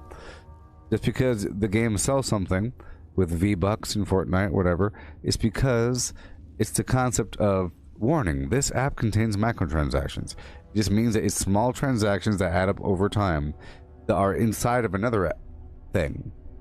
Now, the only problem here is that it's nested. It's a nested transaction. Ignore the nesting concept. It's just stuff. People make fun of the thing that you're buying and saying, what? I hate microtransactions because it's just this. No, it's just nothing. It's just the term representing anything where you buy something and it happens to sell something else inside of it. For example, Disneyland has microtransactions. If there's concessions, so if you go to Disneyland and you have to spend money to have more fun, hi there, don't you smell those waffles? Welcome to Disneyland. You paid how much? You paid 80, 100 bucks, like 500 bucks for your family to come here. You have to pay more for waffles. I'm sorry. You can smell them though. You can walk down the thing. You want that hot cocoa on a nice Christmas morning in Disneyland? Sorry, that'll be $12. But you can smell it though. You can look at that. You can look at the chocolate. You know, you're in an environment, a movie theater, microtransactions. I paid $10 for my ticket. It better have free popcorn and drinks and everything. What? You gotta pay more for popcorn? You don't gotta buy it, but I can smell it. It's right there. Yeah. You know, you're in a baseball stadium. Hi, welcome to the 10-hour ball game. Don't you get hungry now, and no outside food or drink. We sell it here. How much you pay for that ticket? 80 bucks? Too bad. Go buy our $7 hot dog. You know? So there's nothing wrong with that. Or you just think because you go into if you paid money to go to the mall that everything is going to be free at the mall. The main problem is people have an issue with buying digital things. They don't like the whole idea of buying digital things. So you can say, I hate microtransactions because it's not real. What are you talking about? What is real? This backpack right here? Look, it's a 4th of July backpack. It probably costs a lot of money. I don't know. So this right here, this Star Ops Under Armour that costs 420 atoms, $4.20. Okay? Is it worth $4.20 for some pixels, you might say? It's just colored light entering your eyeball. It's not real. But what is real? If you were to buy a new sweater that happens... If you bought this actual jacket, in reality, if people aren't touching it, how is it any more real than this? You know? If I showed you a picture of me out in the town wearing a nice jacket, how is that any different? Because you can't touch it. It's just light entering your eyeball. It's not doing anything. It's just light. You know? But it's rare and scarce, and it does serve a purpose because you can put the thing, you know, all of a sudden it starts to have a purpose. It's all relative, you know? Okay? So, for example, here's a better example. This right here. This is a Mothman plushie backpack. If you got a real version of this, it would be a plushie. Okay? If you cosplayed wearing this at a convention, you would have a big stuffed animal with fake eyeballs sitting at the back of it. Okay? It's not real. And you know it's not real. It's called a plushie. And you see, this is a fake version of a fake version. This isn't trying to be a real baby Mothman. This is a digital image of a fake thing. Just like the fake toy in the game, it's made to look fake. But even that real thing, that isn't a real moth. You know? So, just imagine this. Imagine a person walks up to you and they say, wow, can I check out your cosplay? That's amazing. Is this like a real plushie? And they say, oh, don't touch it. It's just made out of cloth and tissues and styrofoam. And they say, oh, I thought it was real. Well, what do you mean real? Well, like a real plushie. Okay, I thought that was like a real cloth. No, it's just paint. This is just clay. Imagine someone made this out of clay. You know? They made this whole thing out of clay and they painted it. And they have it, it weighs 500 pounds. And it's as big as a door. You know? Is that real? Because it weighs a lot? And made of dirt and paint? No, this is more real because this is more like cloth.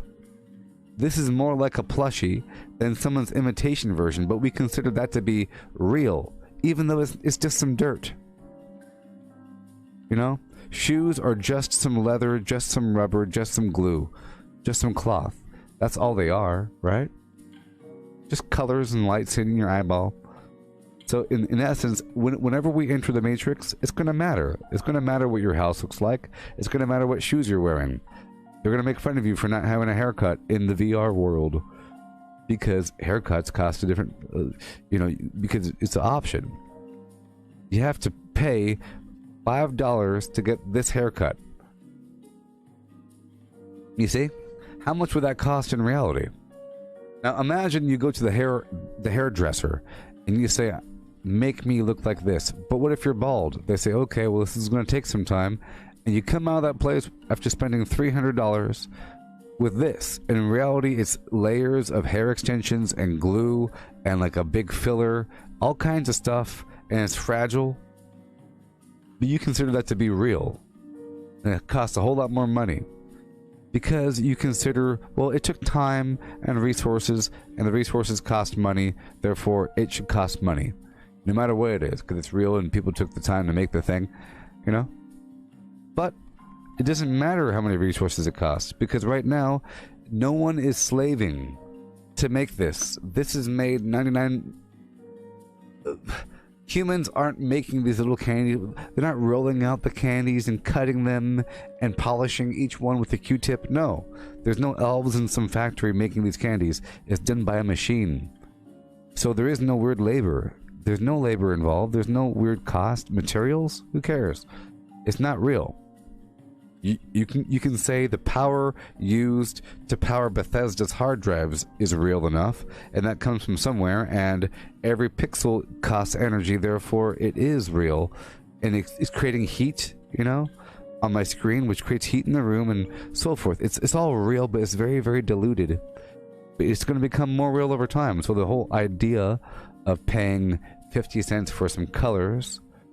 Well, wouldn't you go down to the store and pay $5 for a Fallout sticker pack? I paid $5 and it has 1,000 stickers. Look, I could put them on the telephone pole. I'm going to put them on my backpack. And it says Fallout. It's not real. It's a picture of Cappy. But it's not Cappy. The closest you'll get to Cappy is in a video game. You know. Unless it's a robot or something. Or unless you do something weird.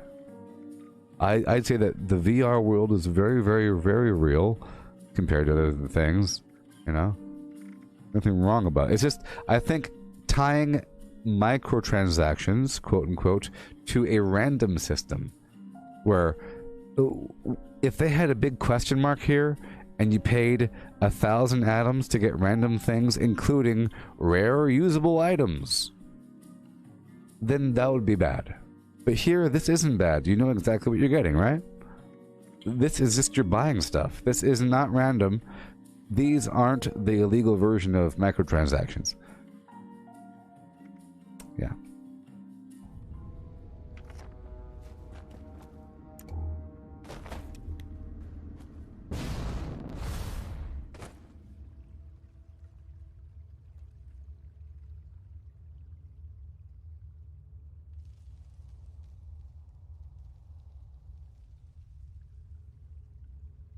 I gotta read what you're saying. Okay, well, right now, we're also mixing in different definitions of microtransactions. So, it's either, you know, where the thing sells the thing, or it's where the game isn't finished, and they're selling you the game in piecemeal by saying, hey, look, we got more, and more, and more of the game. Like, actual, like, levels and maps. You know, and maybe even classes. Play as this new hero class. You know, well, geez, come on now. Sort of like in a League of Legends sort of game. Like in that one, the microtransactions are different characters to play as. That's how it works in a mobile game, which there might be a really good character. In other senses, like in Fortnite, you can say that it's okay to have it random because it's all cosmetic. You're not getting extra shield packs or something, unless I missed something. The second they start selling a shield pack, it becomes an issue. If it's random, maybe. But yes, selling content is bad, I guess, if that was your intent the entire time. But I understand games improving over time and then releasing content over time, but some are designed that way, and you could tell that they were designed that way. Also, some microtransactions are designed to eliminate time walls. There's many games, like mobile games, where you're developing a fortress and you're building several buildings, and it'll say, it'll take 20 seconds to complete that upgrade. 1 hour. 2 hours. 1 day. 14 days. What? 14 days. Do you want to speed it up with a boost? You have 7 free boosts remaining. Do you want to buy a free boost? What? So those games are purposely engineered to be super duper slow unless you're paying. Super duper slow. But those games are fun to play if you're playing several of those games. They're fun to play because then the downtime for one is taken up by the other one. So by the time that you rotate through to that game, you have a bunch of stuff to do. A bunch of stuff. It just is a couple of things that are taking a very long time. Same thing with the top-down, the castle defender games. Those sort of things where, do you want to upgrade your wall? And it's all about upgrading things. It's all about upgrading things, and the upgrades take longer and longer and longer, and now you're paying just to speed it up. And that's another terrible category. Whatever you want to call that category, I don't know. But that's definitely one of them. Oh, this disease is getting the best of me. Okay, let's keep on going down. I'm doing a couple things, don't mind me. I'm heading to the Big Bend Tunnel. I'm going from west to east. Through the tunnel, not doing the mission, because I'm going from the west. I'm getting more brain fungus.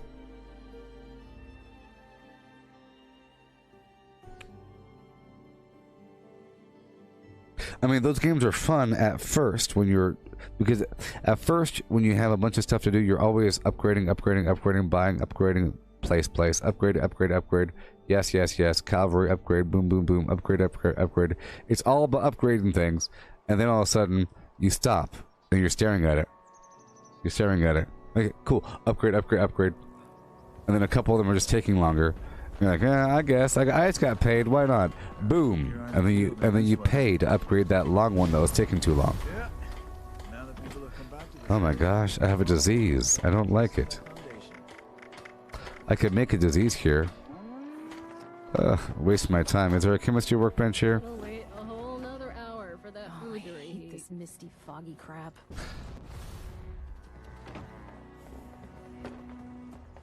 What's the new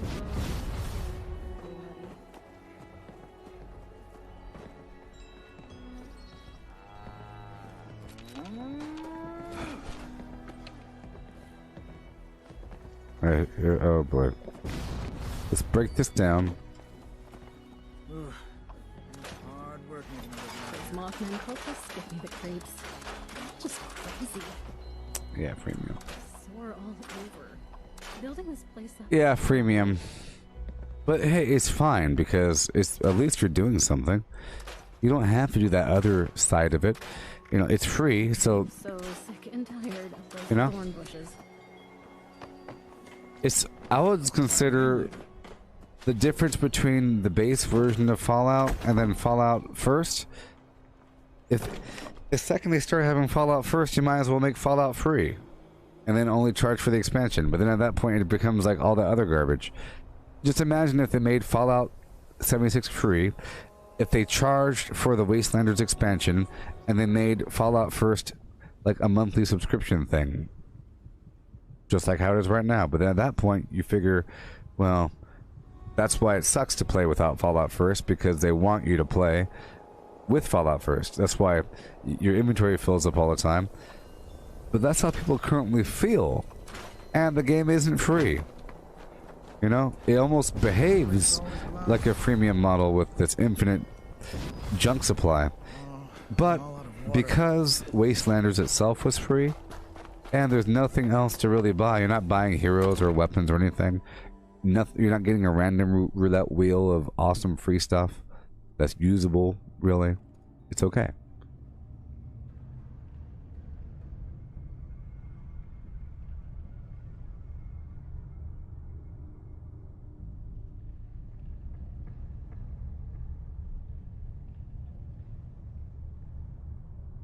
Yeah.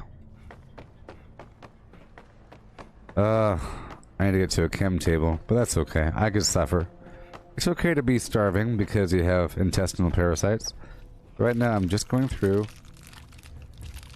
I'll be using some melee. Oh boy, I can't see.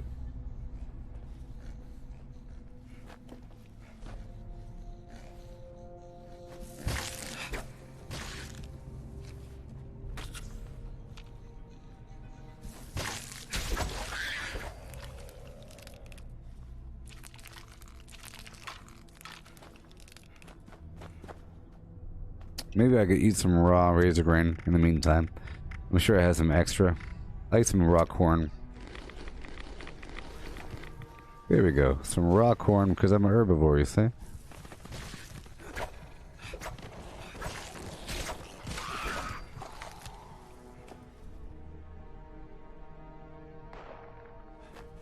Yeah.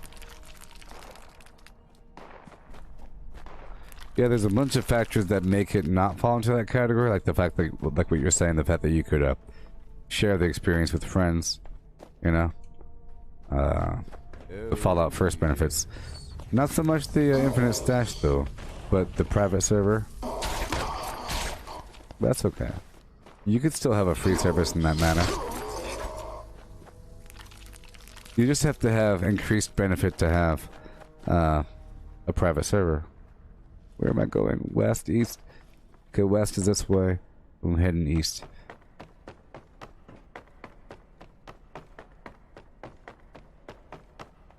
It's weird running backwards, you know?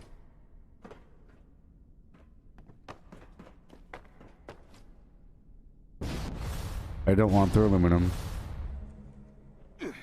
There's aluminum off to the right. That's okay.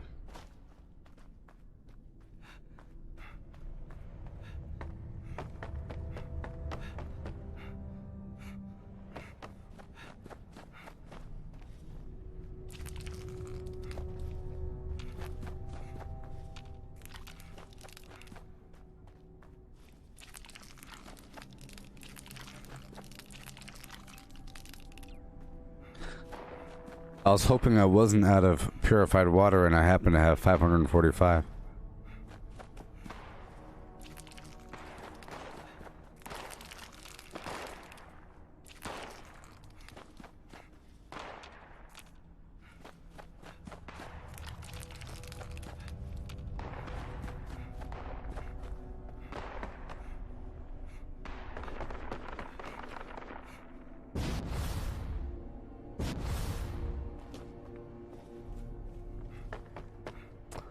Alright, we're done here.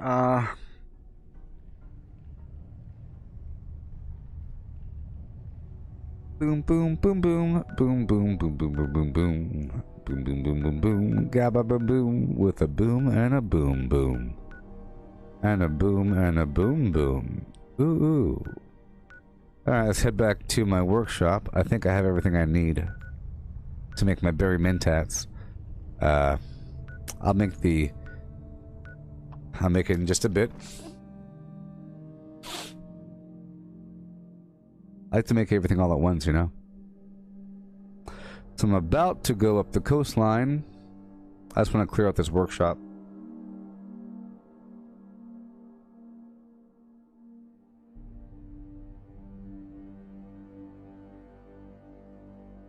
Iden Versio. I know your name anywhere. Iden Versio has approached the battlefield. Stand by your ready flims.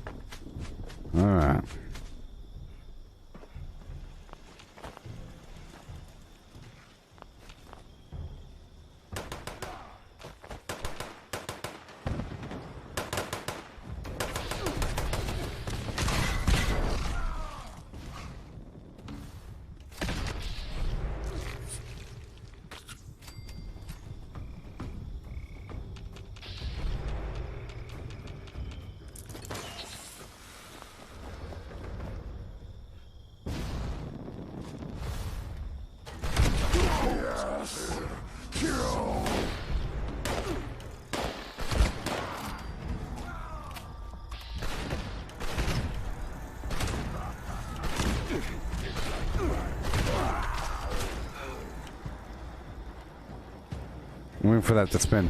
Spin! I dare ya.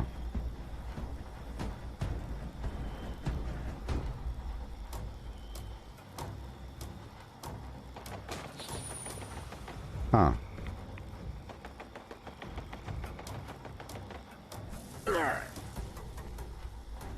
Spin. Are you okay? Are you done fighting? Are you done fighting? Spin. You need to find yourself a rah-rah.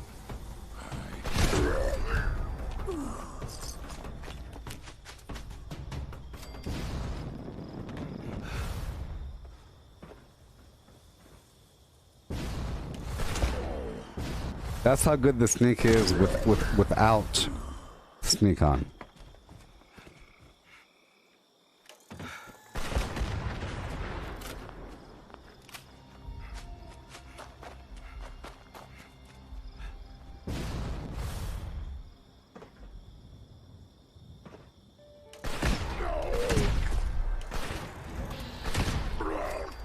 Well, Mike, isn't it 1,650 free items per month? I thought it was 1,650 free items per month. I think the 1,300 you're thinking of is the price. Oh boy, is the price you would pay for Fallout First if you paid monthly. If you pay monthly, it's $12.99. If you pay for Fallout First annually, it equates to $8.33. And I think you get 1,650 atoms per month. I think. 3 times.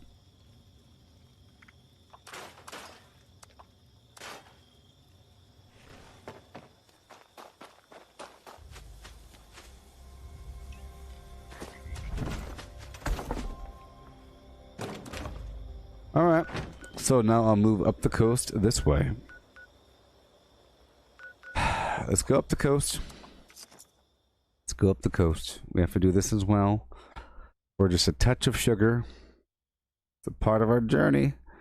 It's okay, time flies by as long as you're just doing it. You know what I mean?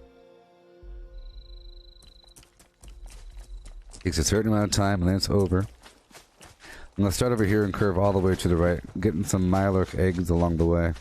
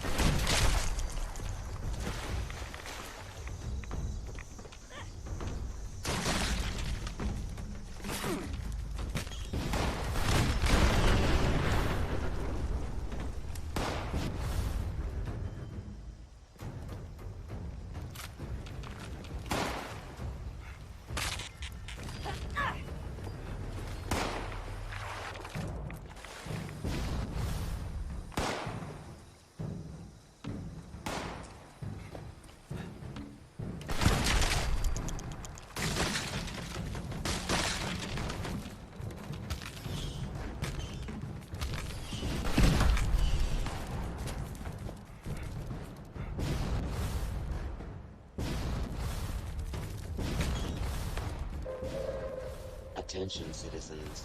Nuclear Oh, Derek. imminent. You're saying? Please As a person that doesn't like min-max builds, can I explain Thank you for your cooperation. the methods of my build?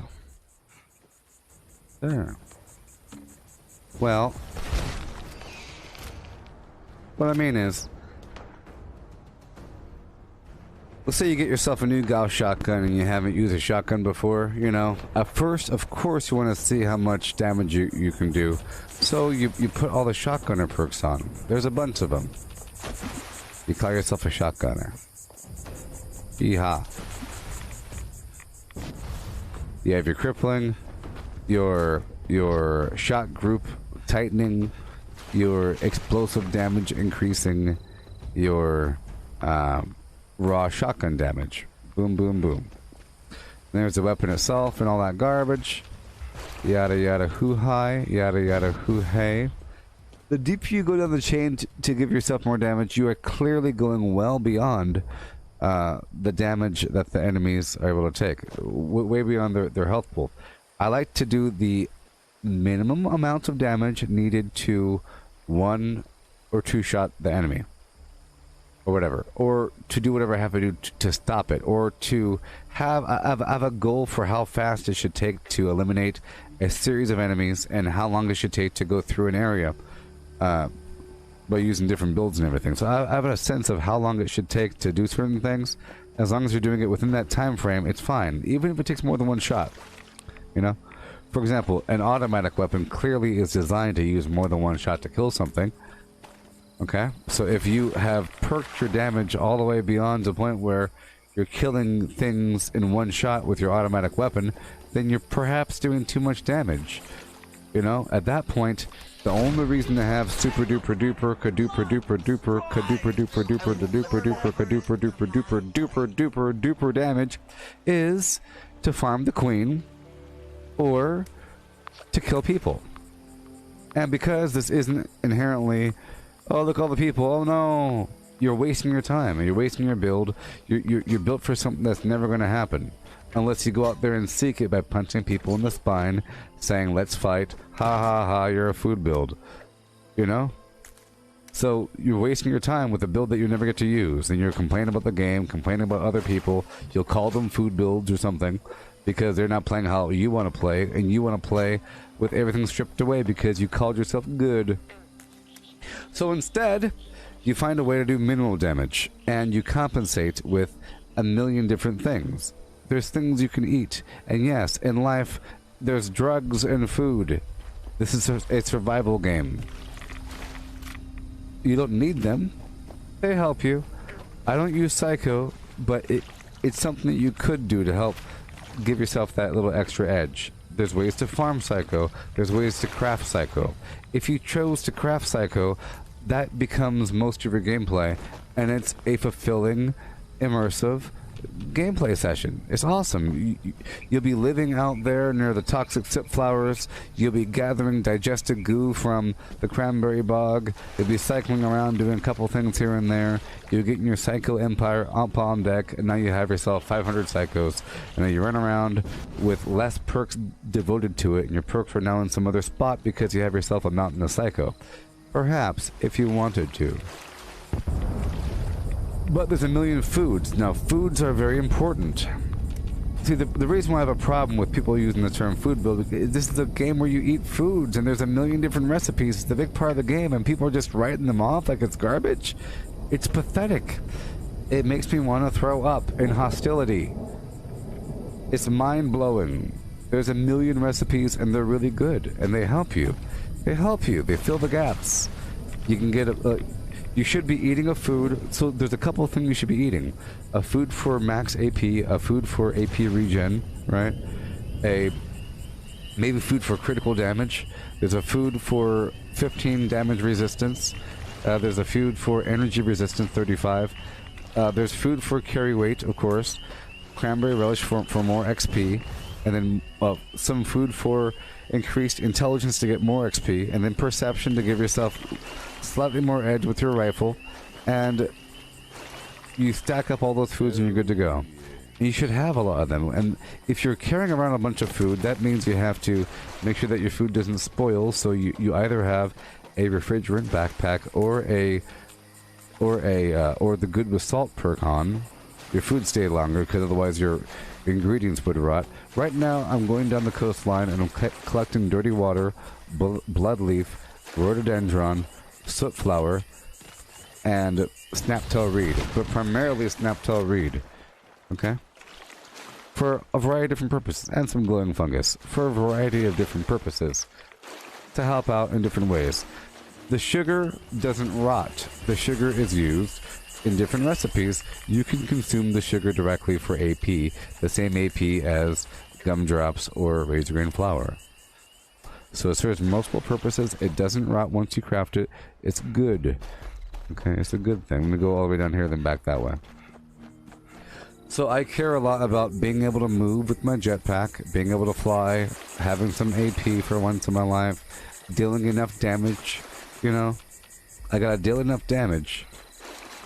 Right now, I'm using... One second. Right now I'm doing sort of this. I gave myself more charisma recently, and I'm always moving my perks around. That's why I only have... Look, down here it says pick a perk 2. It doesn't say 200. I'm always spending my perks, always shifting things over depending on how I feel. Okay? But I have an explosive shotgun, explosive minigun. I like to move around quickly. I like to play around the entire game. I like to take over a bunch of workshops. I like to build at those workshops, collect things, and do what I gotta do. Okay? So, you don't need blocker, but this is a good place filler. If I'm fighting only ranged enemies, I take blocker off and I put something else on. There's a million different things you could put on, but that's why you have a million different perks. But having enough strength lets you do that. You can put on Bandolier if you have too much ammo. You can put on Barbarian if you want to do some PvP, because that's even more defense, you see. You can put on Bear Arms if you're holding too many heavy weapons. You could do Pack Rat if you have too much junk. You could do Martial Artist for more attack speed, which I really recommend. You could do Incisor for armor penetration, but you don't need all that. With my current melee weapon, I don't need Incisor or Martial Artist. It's strong enough as it is to one or two shot most things. You know? Some people want to one shot a Sheep Squatch. Or a Scorch Beast. I used to one-shot Scorch Beast before I wisened up. You don't need to do like 12,000 damage. You don't need to. You know? That ends up being a build where you're just waiting for the Scorch Beast to land so you can punch him in the face. It dies in one shot. It's over. You know? You can kill anything in one shot. It's actually pretty fun, but there is so much surplus damage that you're doing that you don't need to. It's a big waste. It really is. You know, unless you're timing yourself to kill the Scorch Beast Queen, it really is a waste. I'm going back this way to get some Snaptail. Mike, the refrigerant backpack is not available in the Atomic Shop. I think you're thinking of the Nuka-Cola Fridge Cosmetic. The refrigerant backpack mod is available through the Pioneer Scouts Flim Flam mission. It costs 8 badges. Or 6 or something. The same price as the heavy one, but it provides only 30 pounds carry weight, along with making your foods never spoil. It's wonderful if you have the carry weight for it. Right now I don't because of what I'm doing. Because I'm using multiple weapons right now. I'm using, you know, the shotgun, the minigun, all this garbage. I can't. So I have Enforcer over here for crippling, Skeet Shooter to tighten up that shot group, Adamantium Skeleton fireproof because otherwise I'll die with the shotgun.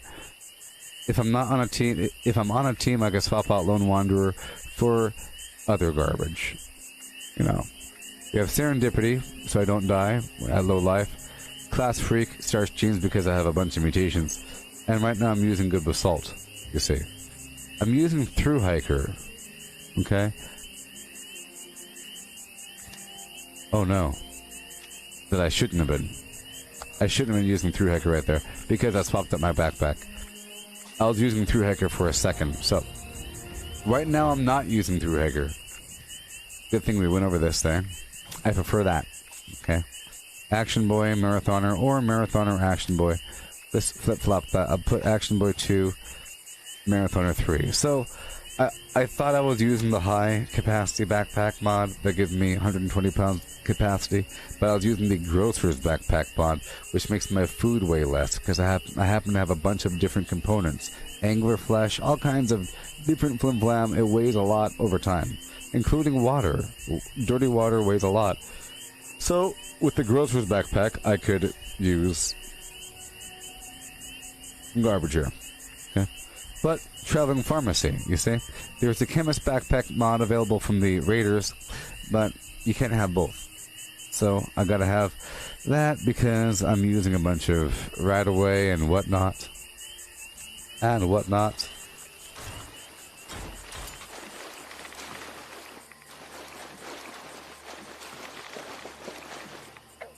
But that's the whole game. If people want to play a survival game where you don't have to do any upkeep and you don't have to harvest anything because it's all stupid, quote unquote. Oh, that's stupid. You don't need that. All you need is this. That's why I don't like it, because you end up saying, you know what, I don't need that because this is all that's important for my very discreet, immobile, static build. My build is so static that I'm done playing it. Let's go make another character. Some people make themselves such a static and refined character that the joy of building it up is now over because you've declared completion, because now you have all of the quote-unquote best in slot items for your build, you know? But there's all kinds of gameplay in this game. Playing in my method gets you all over the map. Don't you want to go all over the map? Don't you want to play everything? It's wonderful. It's wonderful. Wonderful. I'm just getting some snaptail. Some tarberry to my left. Oh, yes.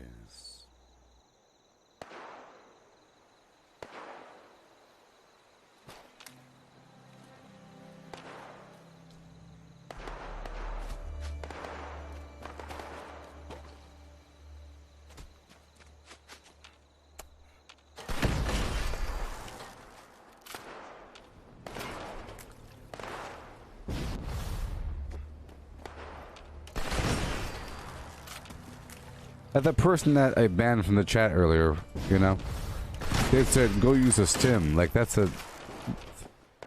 There's some people that don't use that they don't heal.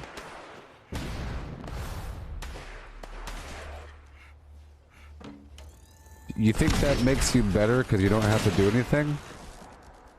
Just imagine buying the Iron Man suit. So imagine buying the War Machine suit where everything's already programmed into the suit, where it just automatically detects enemies and shoots them for you, and you think that makes you good, versus Batman. Imagine a person that bought the War Machine suit where it does everything for them, making fun of Batman for using a batarang, or for using some smoke, or for doing anything besides just going pow pow pow, punch punch punch. If Batman doesn't whip out a gun, he's the noob here. You see that? It's Batman versus Iron Man here.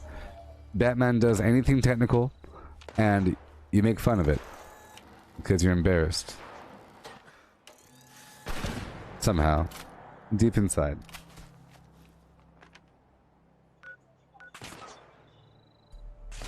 Yes, to avoid completion, because imagine if I stayed as a hardcore, bloodied melee meat hook person before I knew about meat hooks being exploitive. Okay, I didn't even know about that. Imagine if I stayed that way and I just kept enhancing that. Maybe I would have quit the game by now. It might get boring, because it sort of is boring, like one-shotting everything. So I like to dance at the edge of nothing, where it requires a little bit of effort. Like right now, I think having to make sure that you have things, it's a whole aspect of gameplay that people are missing out on. And they're playing with baby shoes on, you know? They don't know how it's like to actually play a video game and have to go out there and farm some stuff. What if Mario had to grow his own fire flower, as opposed to just getting it on level 3 or something? You know, Mario with the fire, white suit, fire flower, you know? Dude, where'd you get the fire flower from? Dude, it's hard. You have to get this fertilizer. It's rough.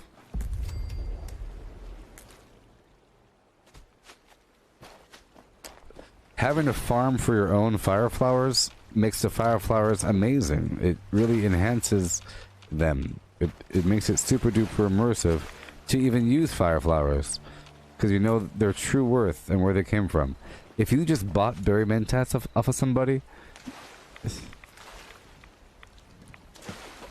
it's only worth it if you know what it takes to make them. Okay, we're done with the sugar route. Okay, let's get ourselves a bit of water.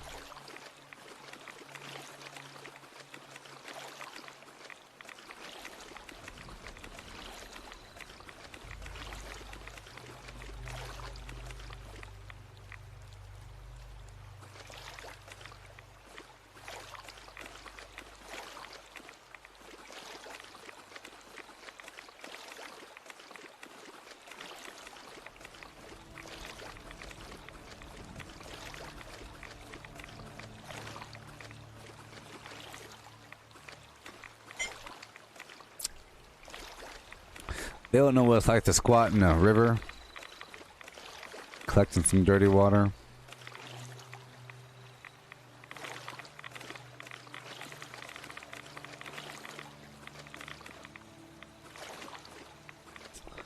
Mike, the meat hook thing, the meat hook counts as both, or it used to count as both unarmed and one-handed.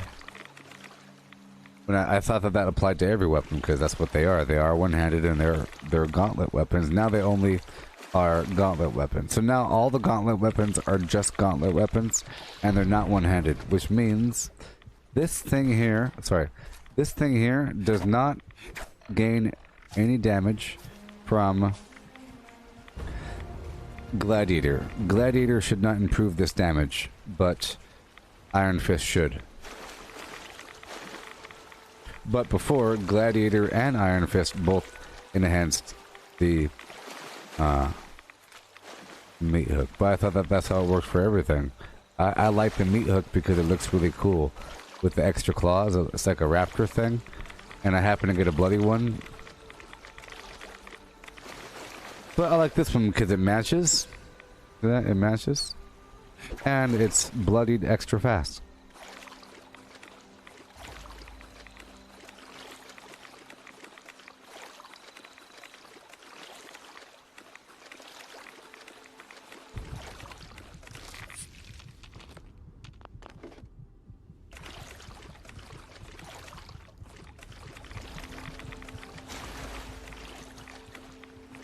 Well, that's just a thing, Mike. In Skyrim, you can dig deeper with how far you can amplify something. So to the point where you could be, you know, pretty darn masterful. It doesn't take away from anything, I don't think, right? As you're leveling up, or does it? Or do you have a limited number of? I really forget. You're fishing through, unlocking things. I just remember, like, I like to dig towards maxing out archery. And then I start to max out the other categories, you know, and I feel like I'm able to max them out. I can max out archery first, and then work on some thievery, magic, garbage, and then do some one-arm nonsense here and there. And then eventually you can do anything you want to do.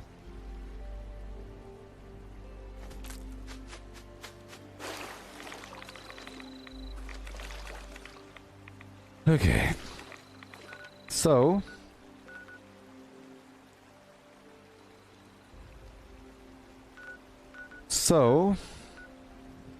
it's time.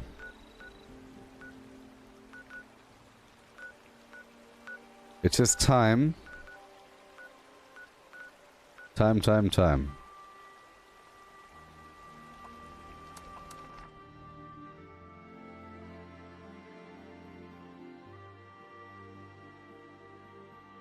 So now I have to plant a bunch of razor grain. I have to plant a bunch of razor grain over here. Just a 4x4 grid here. And I'll use that to multiply my crops.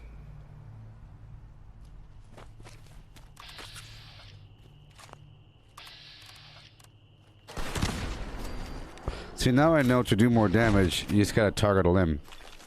That's like a thing. And because the thing is, if you target a limb with concentrated fire and they don't die, they get crippled, especially if you have extra limb crippling action, either through a perk or through the weapon. And if your weapon and the perk take crippling, and you target the limb, they're gonna get crippled.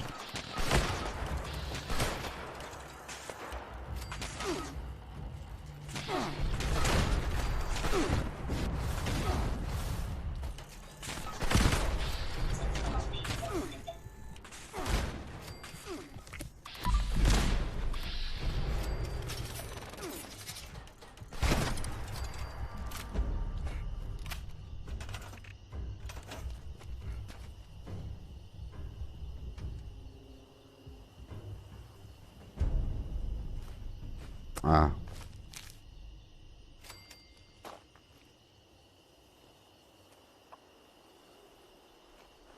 I didn't build that garbage. So right over here, I'm going to build this grid. I'll build this grid here. Quad.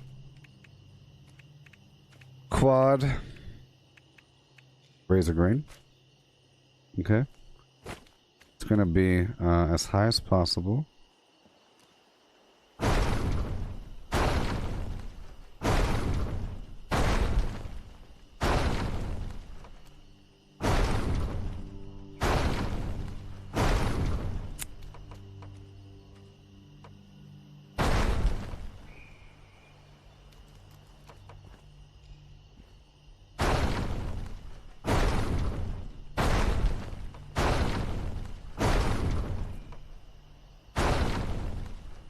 Alright.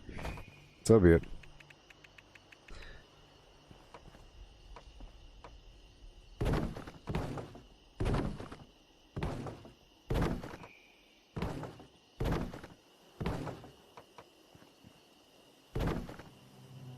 Oh. Oh.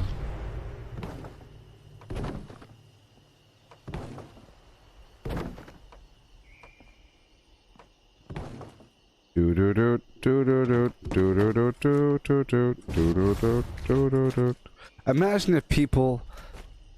So, what happened in Fortnite is and was, there were a couple people that got really good at building, and they set the new standard for gameplay. At one point, it was just go around and shoot people, and then you build a couple things, and then people started. They say, "Oh, wow, you're supposed to build some stuff." Okay, and then that was a huge difference in players being able to crazily build some elaborate ladder into the sky, fortress with reinforcement so it doesn't crumble down to the ground while fighting people, became the new standard of gameplay. You know?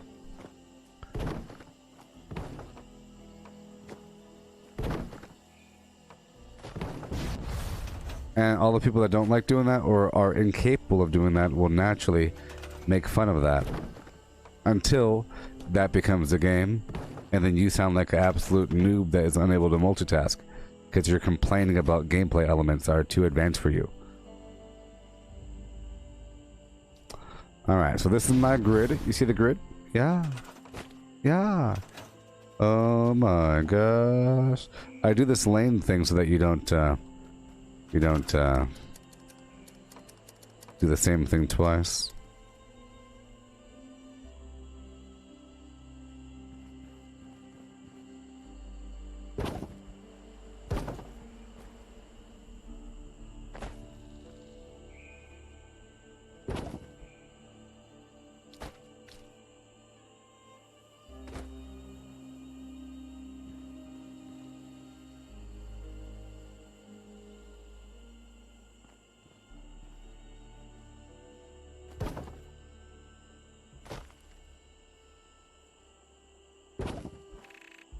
Alright, so that's what I'll be doing in just a bit. So now there will be a defense mission here shortly, so I have to put some turrets up. If I'm going to be here doing my thing, I have to defend it.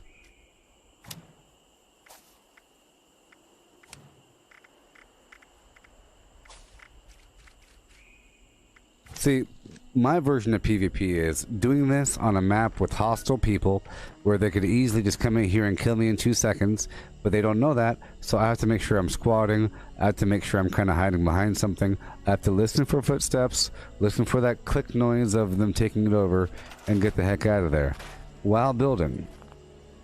Their job is to sneak in and not make themselves immediately heard like a bunch of noobs trouncing around saying, "Where are you? Ha!" You know?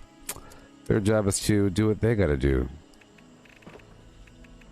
So I got my whole home. This is the whole home initiative. Right over... right there.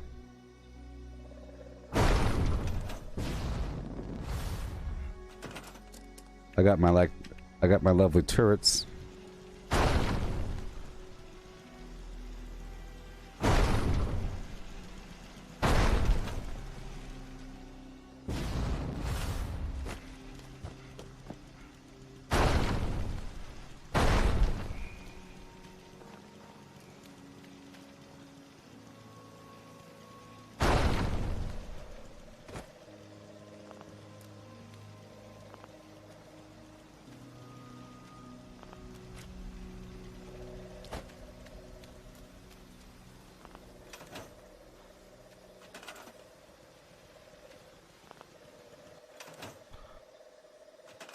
Hurry up.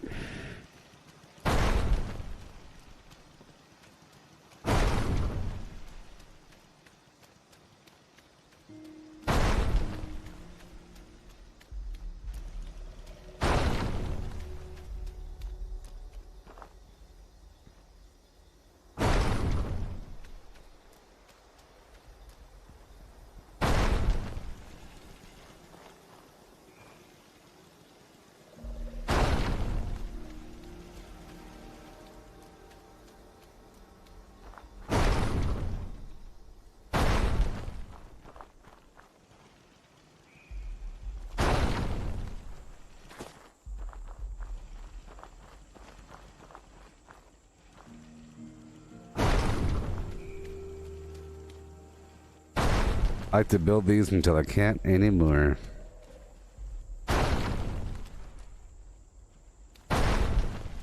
Yay. Now we're done. I just love song. Okay. And now you'll see me fall from grace. Alright, now let's go back to my camp. I'll let this settle here for a second, okay? Oh yeah? Okay, sure, yeah. Go back to my camp. Yep. Yep. Yep. About to do some processing. I like to dance in and out of my workshop so that people plan on getting me. Let's say that person was about to get me, and they're looking at me in the map. I'm like, oh, look, there he is, finally. I think he's building. Oh my gosh. I have to quickly get my perks together, and they're getting their loot. They're putting all their gear on, they're getting their legacies, and then I'm gone.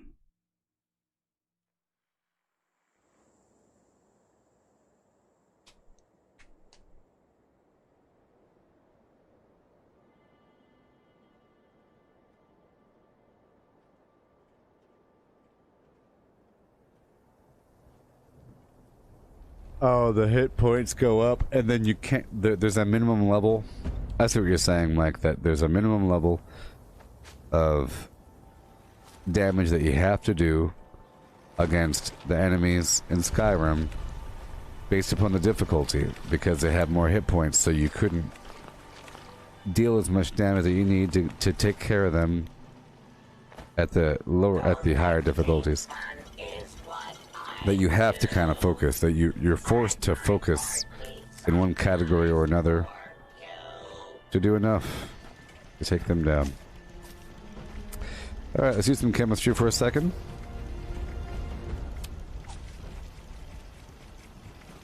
Let's process those berry mentants while we're here.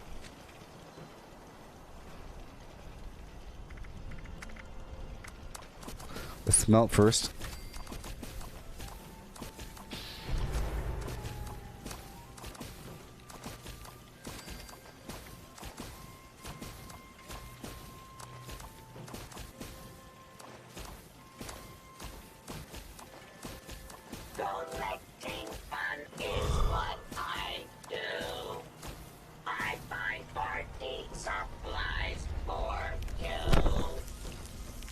Hey, good to see you again.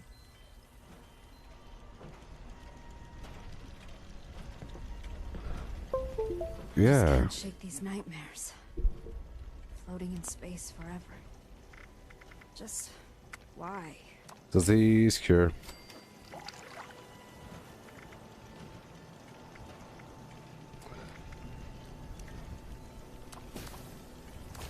Healing salve.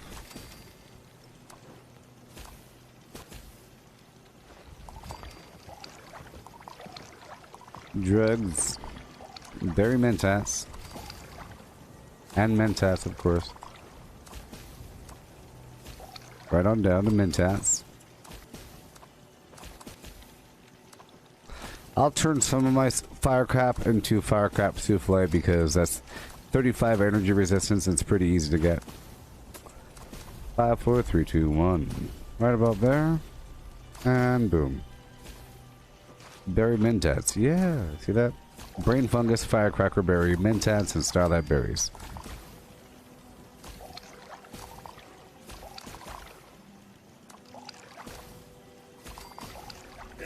You know, I'm thinking that maybe there's nothing wrong with my VR headset. Maybe I have to restart my computer with the VR headset plugged in so it loads up properly. Maybe it's not as plug and play as I think it is. Remember the olden days before plug and play where you had to restart your computer before you add anything? Computer printers and everything, mainly printers. The plug and play printer. The drivers are already installed for all of these printers except for the one that you bought. That's how it works. In the army setting up a printer, you know, all the drivers are already installed in Windows except for the model that you need. So you have to go down to the website and get it. You put it on a CD with a bunch of drivers and you pull out your cool CD binder and say, I got this, and you put the disc inside. Think about it.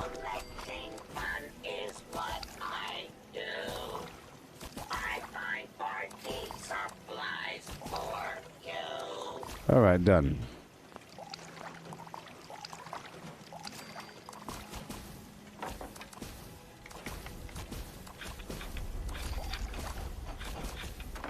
You just can't shake these nightmares. I'm not going to make too much, just enough. Right about there. Healing again. Healing salve. More of those healing salves for me.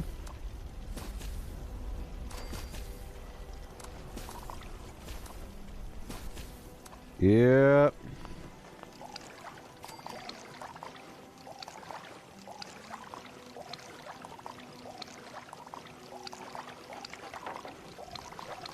All right. Back out over here. Check out my weapons as you repair them.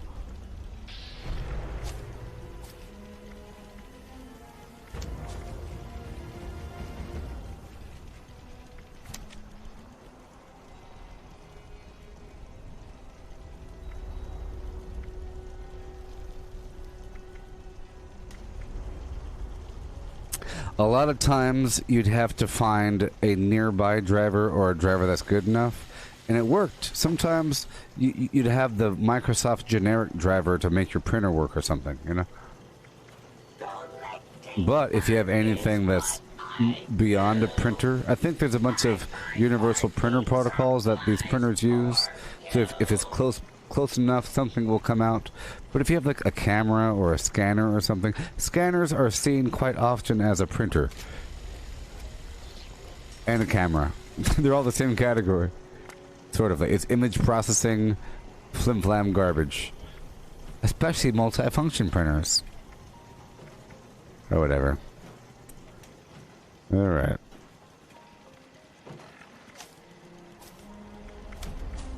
I'll fix my armor.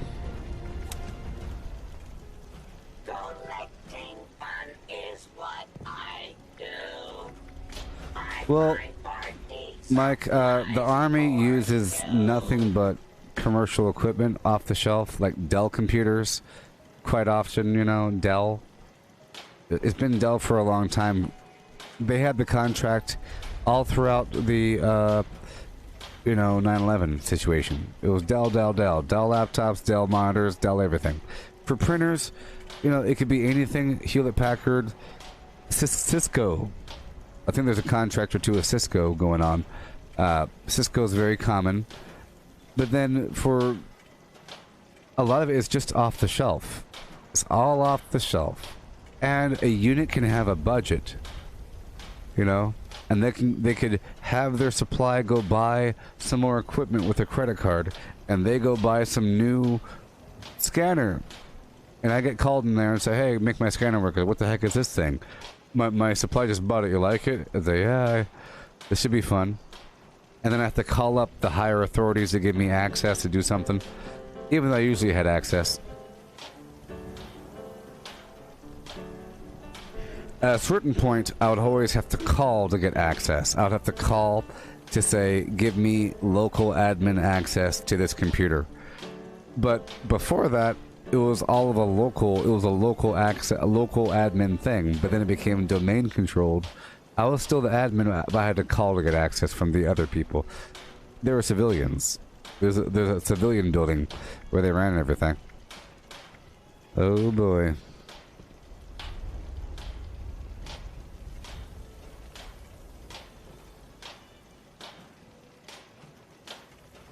Yes, and working on one overseas is terrible. That's what I'm saying, the whole generic printer thing. Hey, I got it working. Yeehaw! I just love songs. But here's the thing, there's always a way. Even if it means ordering a CD through the internet and having it show up a couple weeks later, there's a way to make it happen. You write the company and say, hi, do you have a way? Or something. Or they just say, hey, where'd you get that equipment from? Get that garbage off of my network. Poached angler. So I'm just gonna cook a couple things here.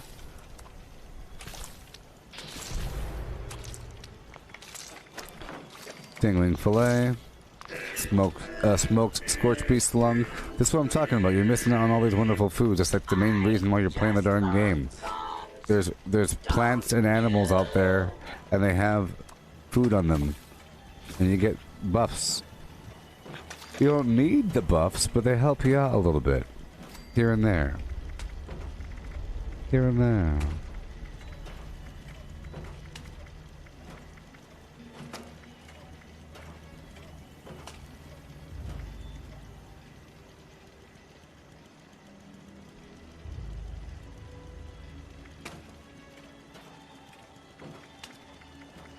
Ground mole rat, dog meat steak.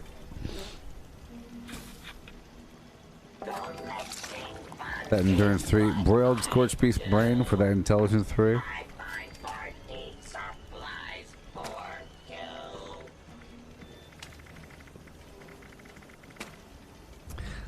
Kind of make any pepperoni rolls?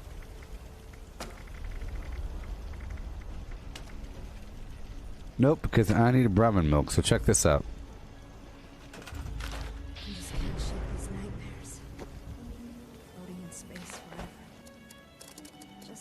Uh-huh. Brahmin milk to the rescue.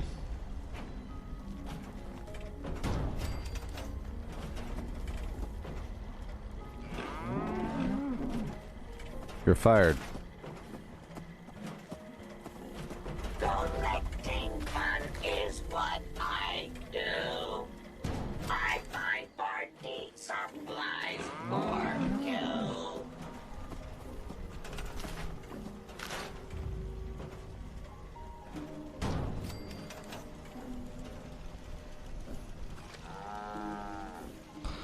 There we go. Third time's a charm.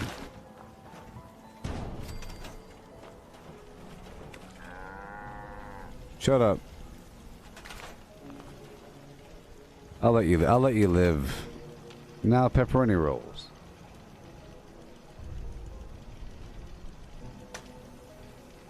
Cisco VoIP phone mic?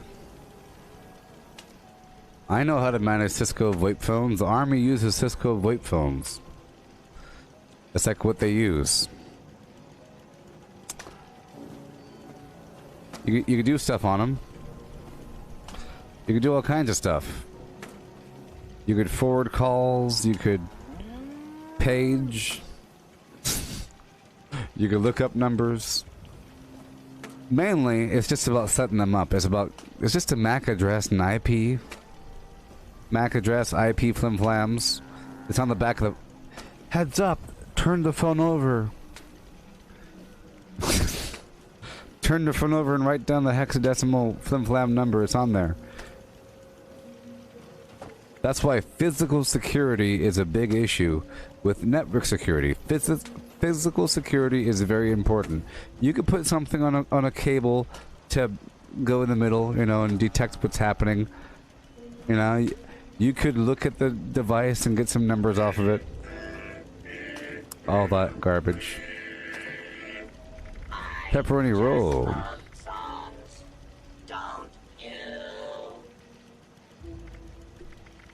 Yeah, Lexmark printers.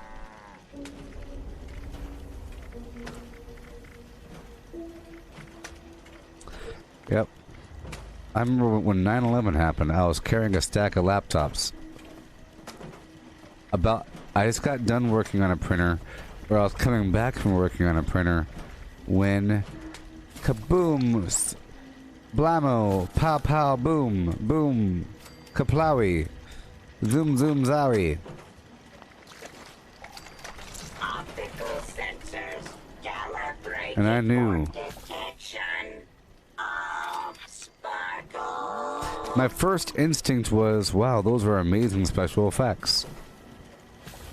What movie is this? And then I was like, oh, it's real. Was that an accident? No way. And then the second one hit, and I was like, no way, that's an accident. Oh, God, we're going to war. Oh, no, it's happening. Oh, no. There goes Easy Street Jones.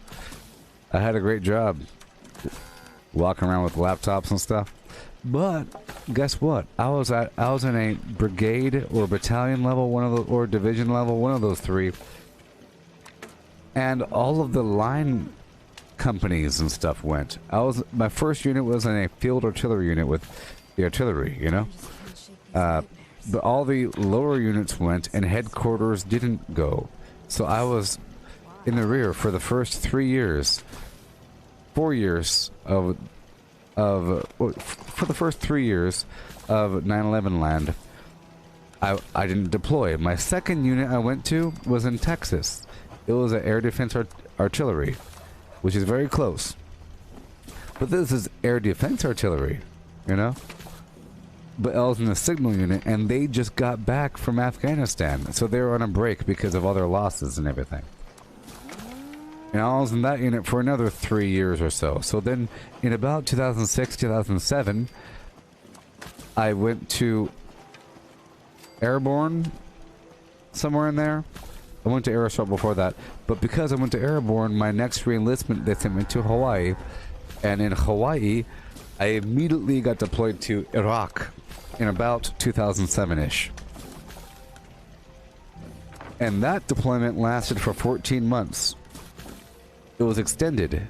You're supposed to come home and say, sorry, everybody, you gotta stay here for a bunch of more months, suckers. And then I was back in Hawaii for a while, and then I deployed again to the same spot. You know, but I lucked out for a big portion of it. But the whole time, basically, I did the same thing of being the computer guy. In that air defense artillery unit, I wasn't the computer guy, but I became the computer guy eventually. I got that job because at first, being a general commo person in a commo unit is terrible. Being a general commo person in a non-commo unit is wonderful. Communications. It means you fix everything and you're responsible for everything. But if you are... What's your job? To diagnose and troubleshoot signal equipment? And install, maintain, and troubleshoot?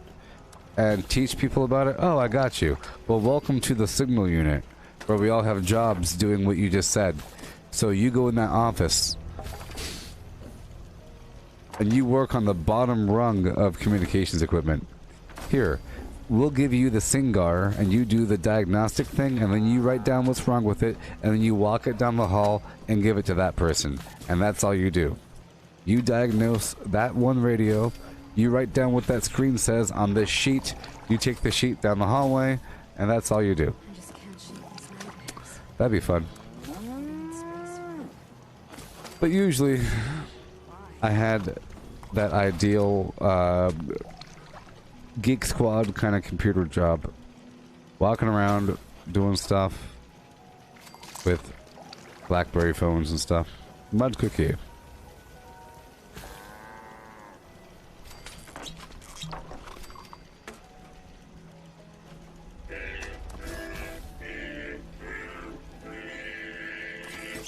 I just love songs. Don't you? Whoa, I have 23 royal jelly.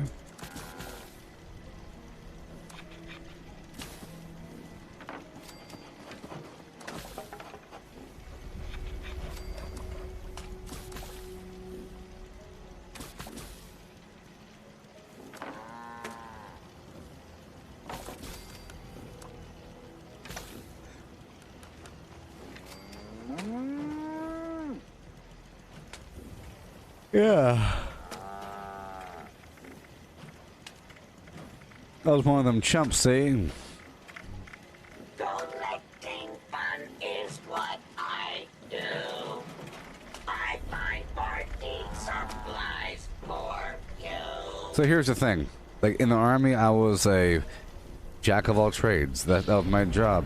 But in certain circumstances, being a jack of all trades is good. Do you know why? It's because your job is to understand the general principle governing all things. How do you figure out how to figure out something? The job was to figure out that technical thing, like read the manual, figure out how it works, install it, and then teach other people how to not mess it up. You know, and then make sure it works, and blah, blah, blah, blah, blah.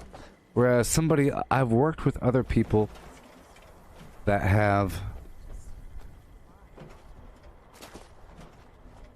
Optical sensors calibrated for like their job is to work on that same equipment that I'm currently working on, and that's their actual job.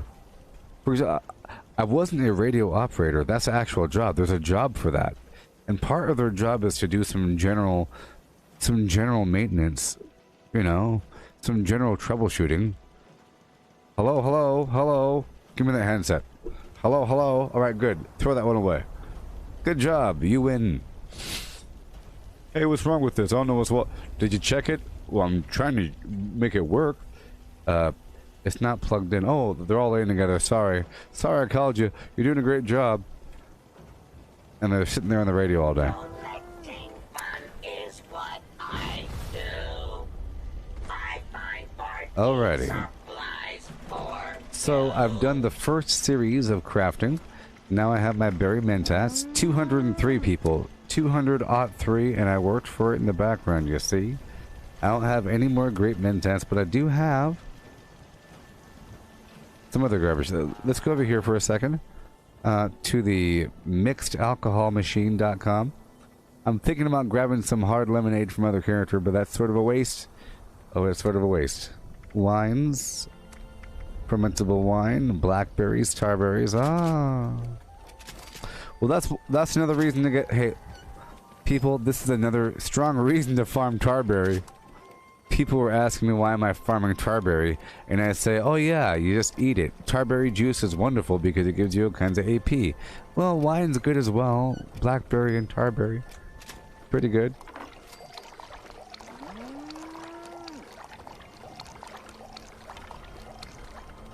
Alright.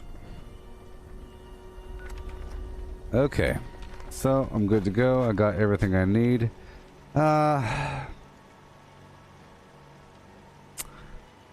I'll put some sugar over here for now.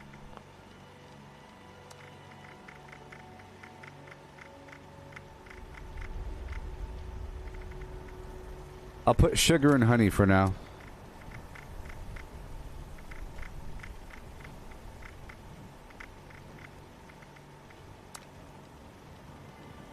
And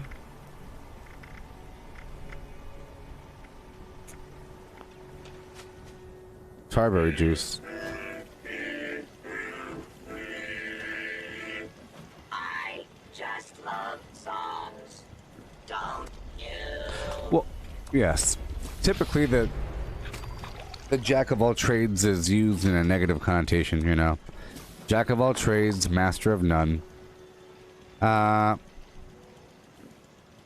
So, if a person is a jack of all trades of any category, let's say that you're it's not all trades, it's a very specific category of trade. People don't really see it. People are seeing it a little bit differently, okay? Let's say that you're a chef. A chef is a master of all things to be cooked. A sous chef is a master of all things to be cooked soup-like. Right? The master chef is a master of all. Not just one category. There's some people that only chop vegetables all day. I'm a sushi chef. Well, good job. Go bake a turkey. I don't know how. You see? But a chef has to be able to figure out how to do anything.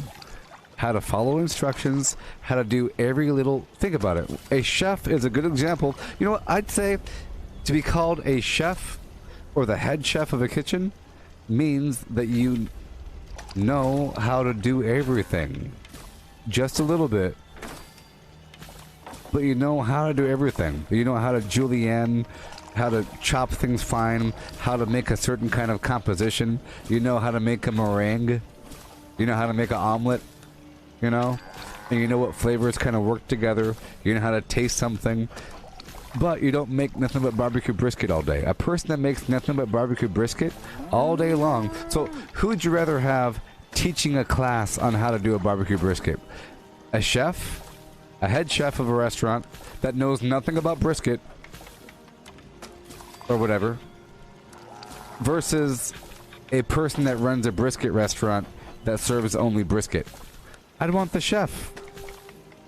Imagine the brisket chef. What you're gonna do here is get yourself a nice fine pig. Yeah, get yourself a pig. Get the barbecue sauce pretty nice and thick. Just eyeball it. Just eyeball it. It's okay. It's gonna be a bunch of him-haws and assumptions and a bunch of wishy-washy nothing comments. Nothing of substance. A bunch of you know. Just go ahead and do it. You know. A master baseball pitcher. They're only good at throwing baseballs. But a master baseball player, they know how to play every position to the point where they become the coach. Let's hope that the coach wasn't just a batter in his former days. Let's hope that he was a batter and a shortstop and everything. Everything to the point where you can judge other people in different categories. You could be a chocolatier and make only chocolate treats, or you can be a candy maker where you happen to also make chocolate. It's a tiered knowledge base. You could know. You could say I'm a jack of all trades in terms of knowing about animals. I know a little bit about every animal. Ask me a question about any animal, and I'll tell you just a little bit. Koalas are known for eating eucalyptus.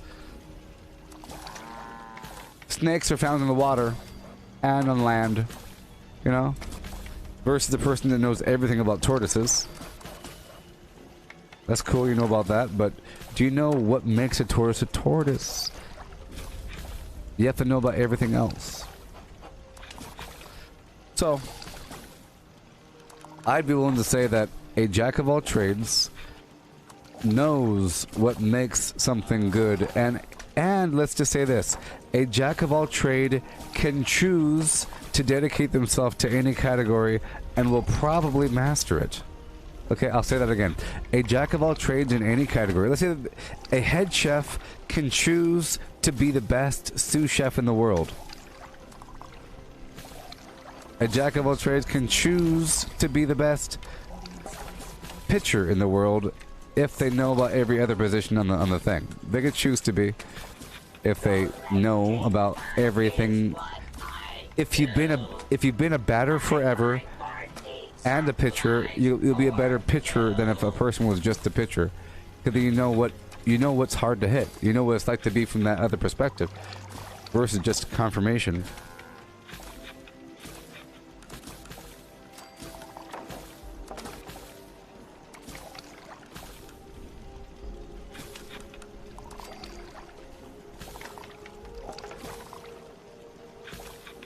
Yeah.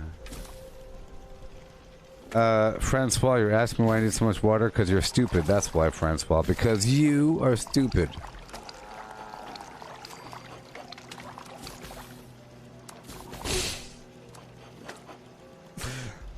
I'm sorry. I'm joking. Water is used as a... Look, boiled water is used as a component in other things, and I make a million other things.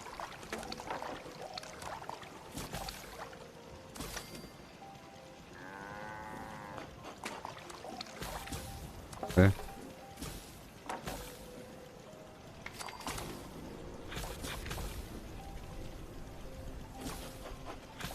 So with boiled water, I'm making tarberry juice, steeped fernflower tea, steeped fever blossom tea, a couple other juices. Plus, I'm turning the boiled water into razor grain flour.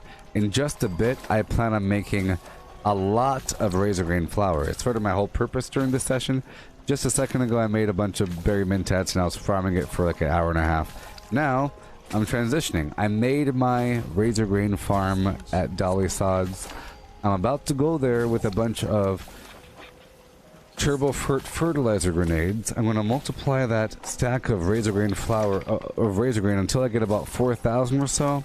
And then I have to obtain 1,000 boiled water, which means I have to collect 2,000 dirty water. So this isn't even enough. So I'll be getting more than that. Just know that the boiled water is used in everything. You know, it's used in a bunch of different stuff.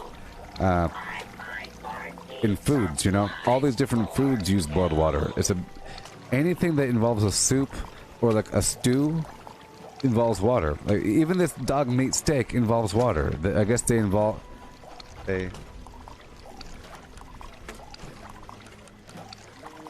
yeah. Well, I'm making specifically razor grain flour, okay, and I'm gonna make 1,000. It's gonna take 2,000 boiled water, 1,000 concrete, and 4,000 razor grain for AP. But I have all the stuff in the background, you know? Optical sensors calibrated for detection of sparkles.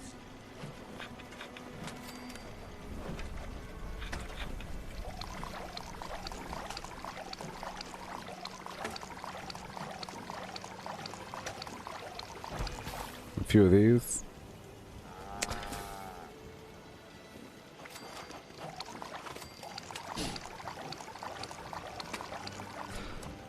Alright, mud cookie.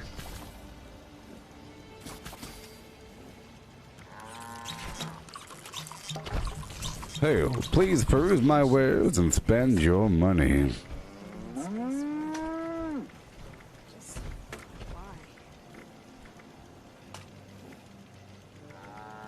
Brain fungus soup. Okay. Right now I have an excess amount of boiled water, but that's fine. I'll make a few more things. The rest of these charberries.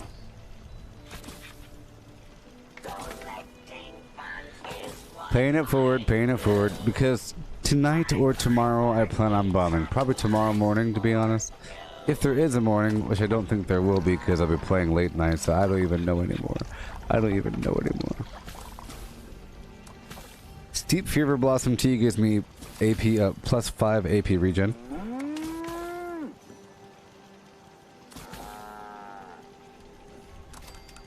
Steep Fernflower Tea gives me plus 2 strength. All this takes water, you say? And, yeah. But really, I want all that water for the charberry. Alright, so I have to get this disease out of me. I'm about to go multiply my flim flam right now.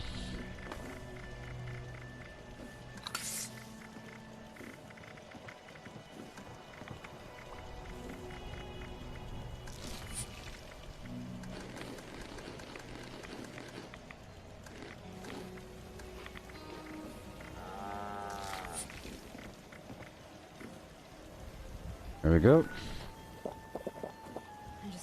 So I'm about to, let's say, use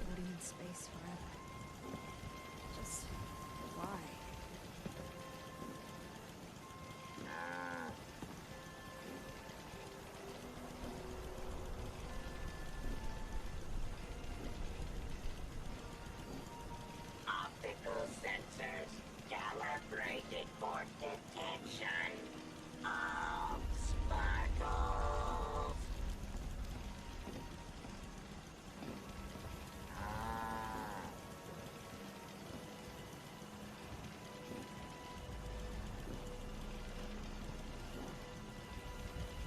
Okay, so I need 32 turbo fertilizer grenades.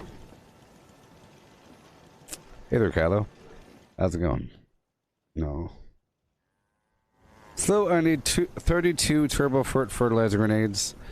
It's gonna be madness. Madness, people. Madness. You don't even know.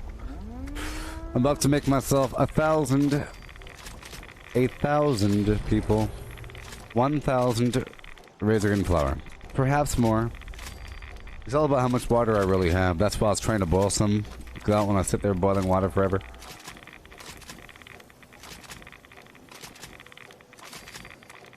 It's all about that razor green flour. And boom.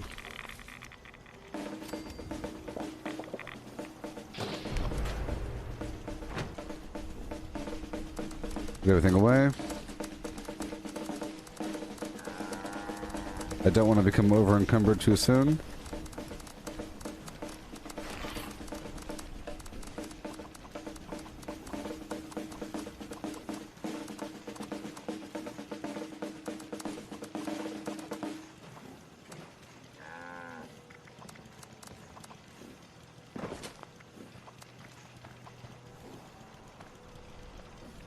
Hail.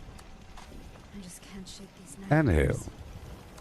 Floating in space. Please peruse my wares and spend your money. Spend your money.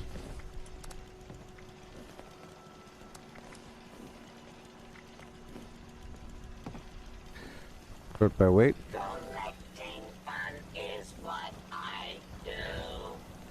I find party supplies for 7 legendary modules, all this garbage.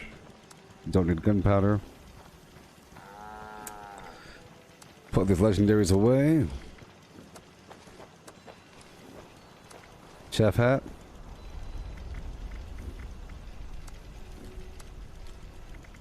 Grenades.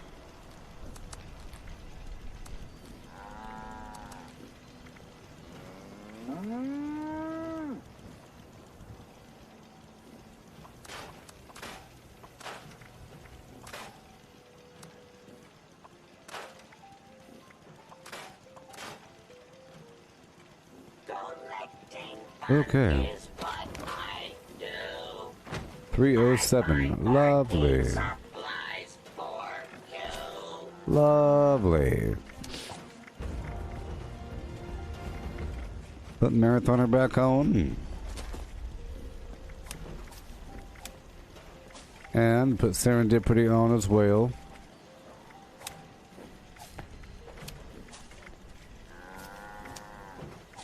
Put my high damaging flim flams on. And now I'm good to go. So now I'm ready in just a second. How much do I weigh? 307. I'm gonna get, oh, this is toxic water. Unfortunate. I'll get some water from the next spot. Oh boy. So here we are. We're about to do the razor grain harvesting session. Collecting fun is what I do. I find party supplies for you. Floating in space forever. Just why?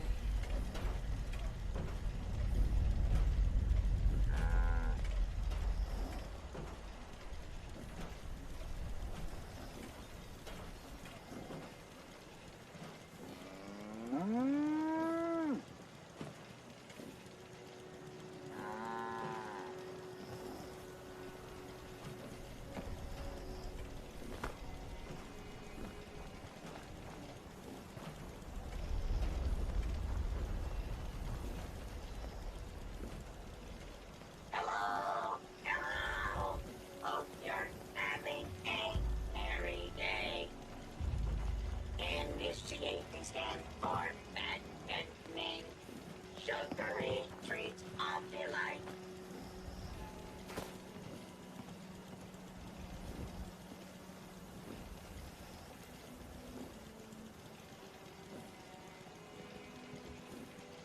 Yeah. Shazam. Alright, people. I'll be right back. Yeah. About to go to this farm. Enjoy yourselves. Here, I'll give you something to watch just for a second. I have to go check my front door for a second.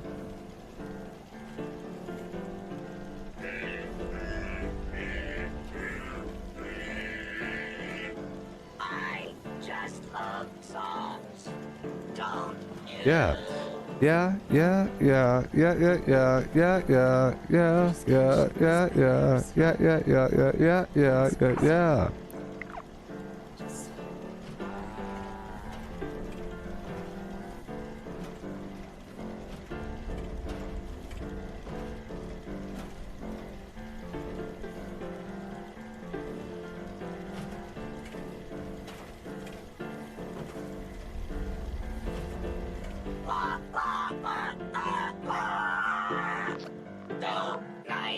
Alright, so here you go. I'll give you this little presentation of some VR gaming awesomeness, okay? Some VR gaming awesomeness. Alright. Here you go. Enjoy. Enjoy and enjoy. Okay? Be right back in just a second, dude. Solo game. Enjoy your teams. Enjoy your teams. They're all teaming. They're all teaming. Do you hear that? Do you hear that? They're all teaming. Do you get stuff? Oh. You can. I want to go right here. You're all a bunch of cowards. Hey, I'm in the woods.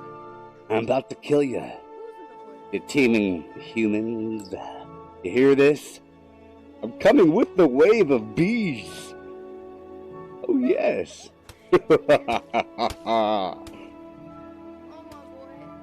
I'm coming for you. Coming for tick tock, tick tock.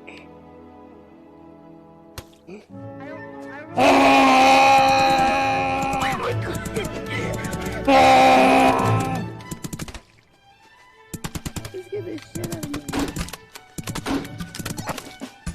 You know, it's fine. I abstracted him. Oh, good one, good one. High five. High five.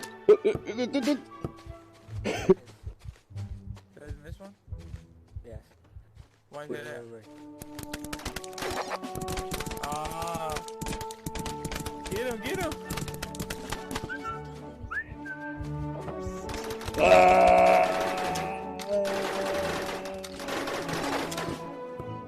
I'm so scared.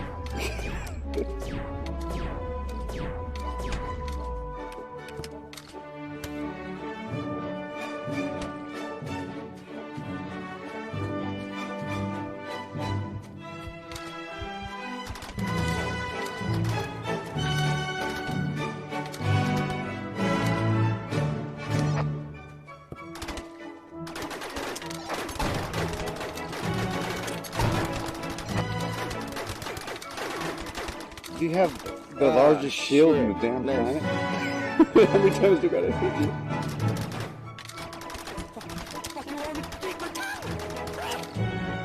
Good lord, you have a lot of life.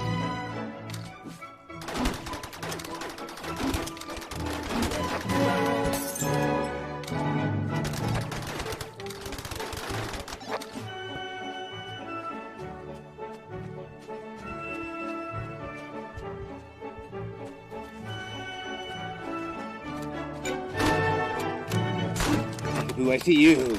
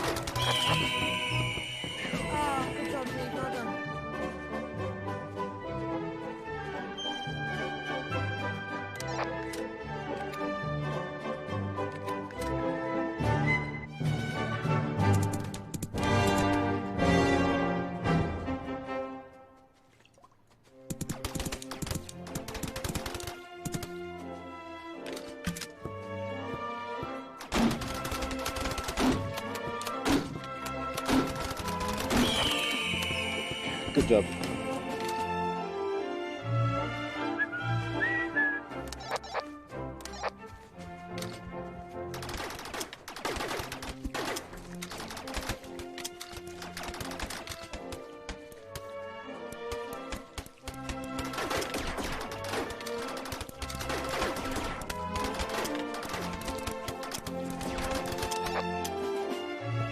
I'm just a man alone. Ooh, I'm just a man alone. Oh no, you got me right in the kidney. Right in the belly fat.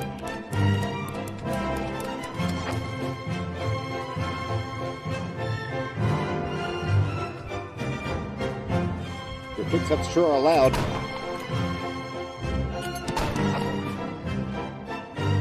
Sorry, sir.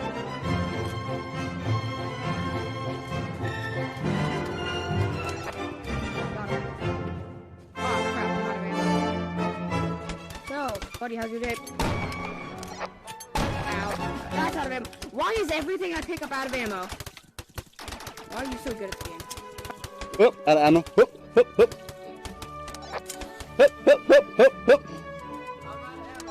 Good. You just want to not kill each other?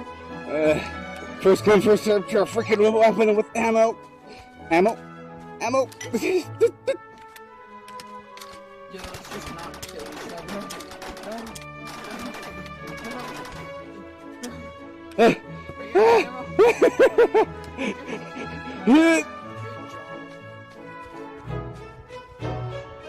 Where are all the boxes? Oh god, no. Do what you must. Oh, I'm gonna shoot you, human.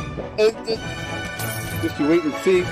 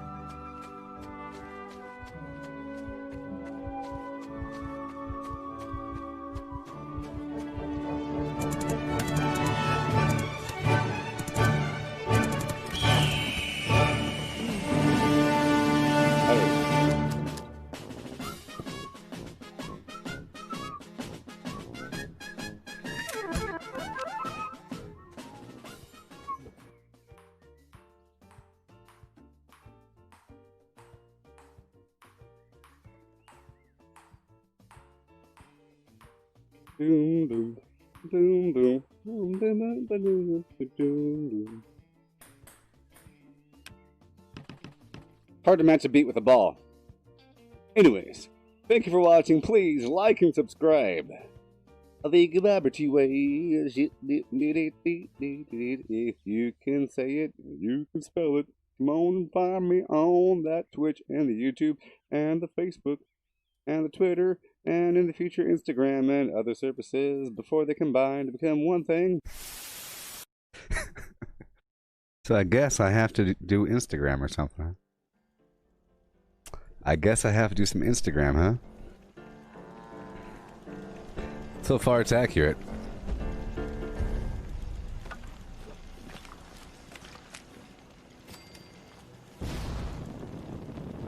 Alright, here we go. So, behold.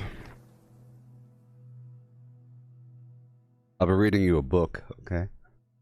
I have to read you a book. Because I have to harvest some materials.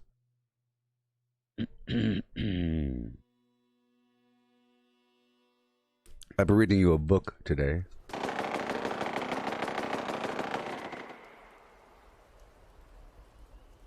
If you don't mind.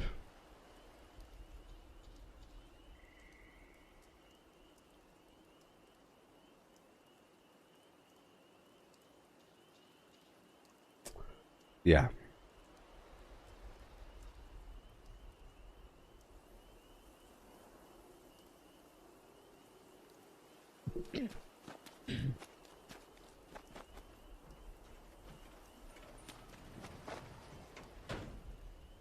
Okay, here we are.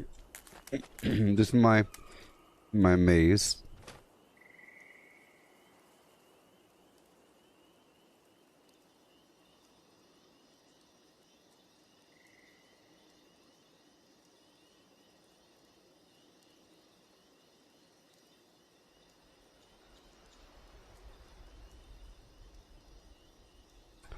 My little maze.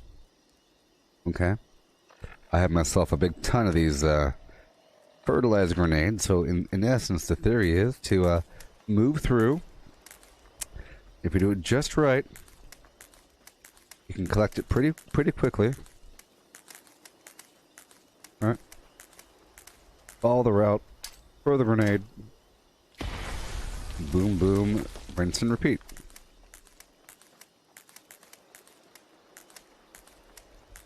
That is the principle. Okay. Boom, boom, right in the middle. It fills the whole area.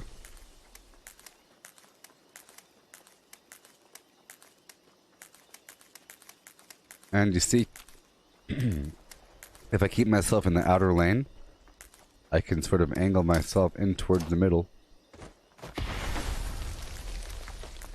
And get both.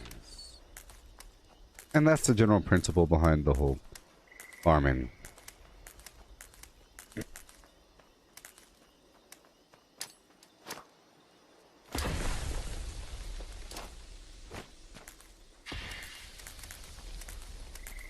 Yeah, sure.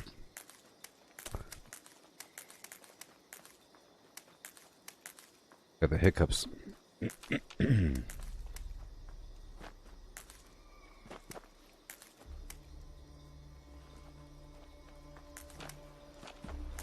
Cool.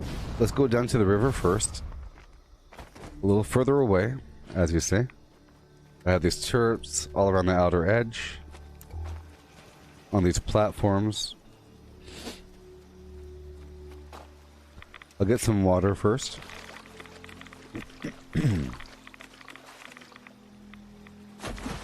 Made a bunch of water. So this is half of my collection. I'm gonna read a book to you. I'm reading a book to you, people. I'm gonna read to you the middle of a book, okay? The middle of a book.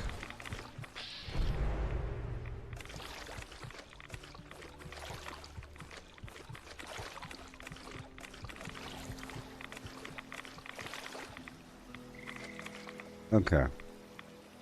So I was reading The War of the Worlds by H.G. Wells, but but I fast-forwarded to chapter 7 or something like that, right when the war began. So I'm going to fast-forward a couple more chapters, and I'll read that. Okay, this book is old enough to be read. It's an old thing. I tell you that much. The copyright is null and void. Old in old times, it's okay. How much do I have? 560. I need a lot more. So I need, of course, 2,000 dirty water to make 1,000 boiled water. So, well, I collect it relatively quickly, so it's not that big of a deal. H.G. Wells, Book 2, The Earth Under the Martians, Chapter 1, Underfoot.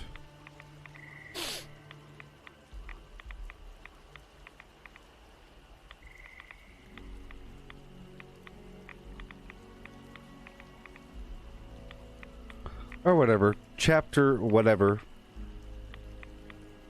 Whatever. Here we go. I don't even know where we are in the story. It doesn't really matter. All that matters is that I read it. The death of the curate. It was on the 6th day of our imprisonment that I peeped for the last time, and presently found myself alone. Instead of keeping close to me and trying to oust me from the slit, the curate had gone back into the scullery. I was struck by a sudden thought. I went back quickly and quietly into the scullery. In the darkness, I heard the curate drinking. I snatched in the darkness, and my fingers caught a bottle of Burgundy. For a few minutes, there was a tussle. The bottle struck the floor and broke, and I desisted and rose. We stood panting and threatening each other. In the end, I planted myself between him and the food and told him of my determination to begin a discipline. I divided the food in the pantry into rations to last us 10 days. I would not let him eat any more than that day. Okay. In the afternoon, he made a feeble effort to get at the food. He did. But I'd been dozing, and in an instant I woke. All day and all night we sat face to face, I weary but resolute, and he weeping and complaining of his immediate hunger. It was, I know, a night and day, but to me it seems now, an interminable length of time. Yes. Oh, yes.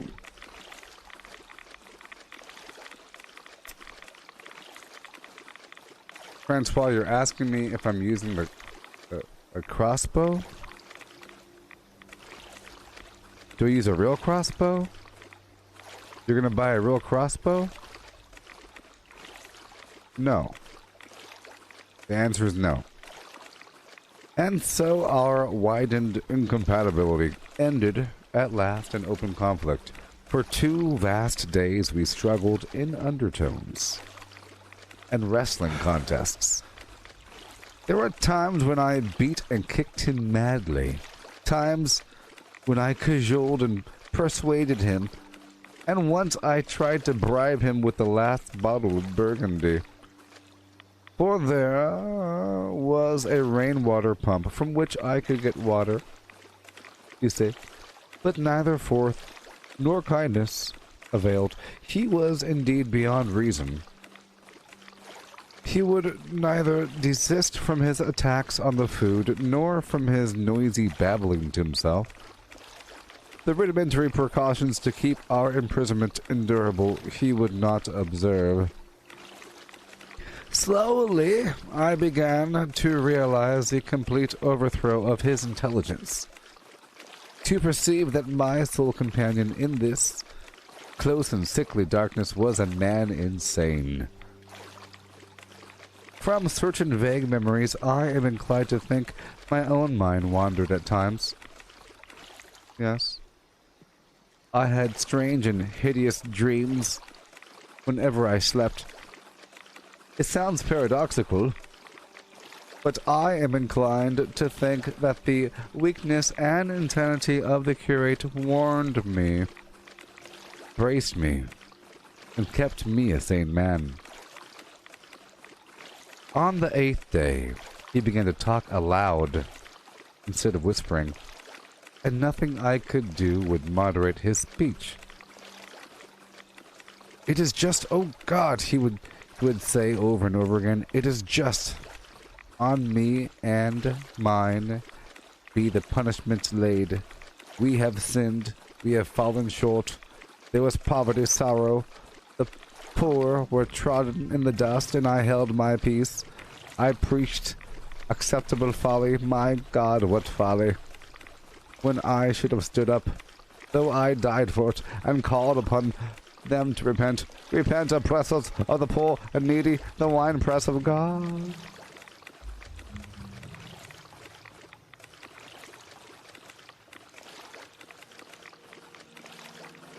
No, I don't use a real crossbow, but I do a lot of VR in the past involving a bow.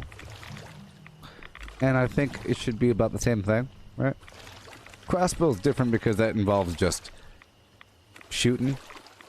It's basically a gun with a cranker thing that you firm.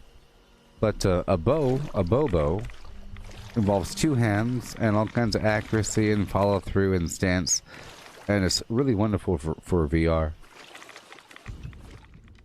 Oh, we're almost there, people.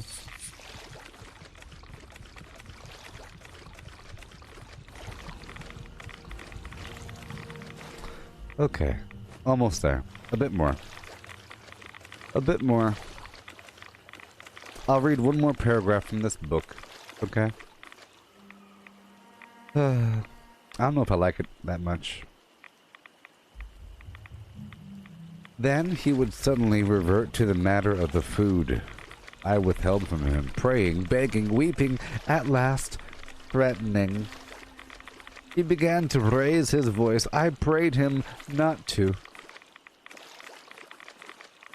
He perceived a hold on me. He threatened he would shout and bring the Martians upon us. For a time that scared me, you say, but any concession would have shortened our chance of escape beyond estimating. I defied him, although I felt no assurance that he might not do the same thing to me. But that day, at any rate, he did not. He talked with his voice rising slowly through the greater part of the 8th and 9th days, threats and treatises mingled with a torrent of half-sane and always frothy repentance for his vacant sham of God's service, such as made me pity him.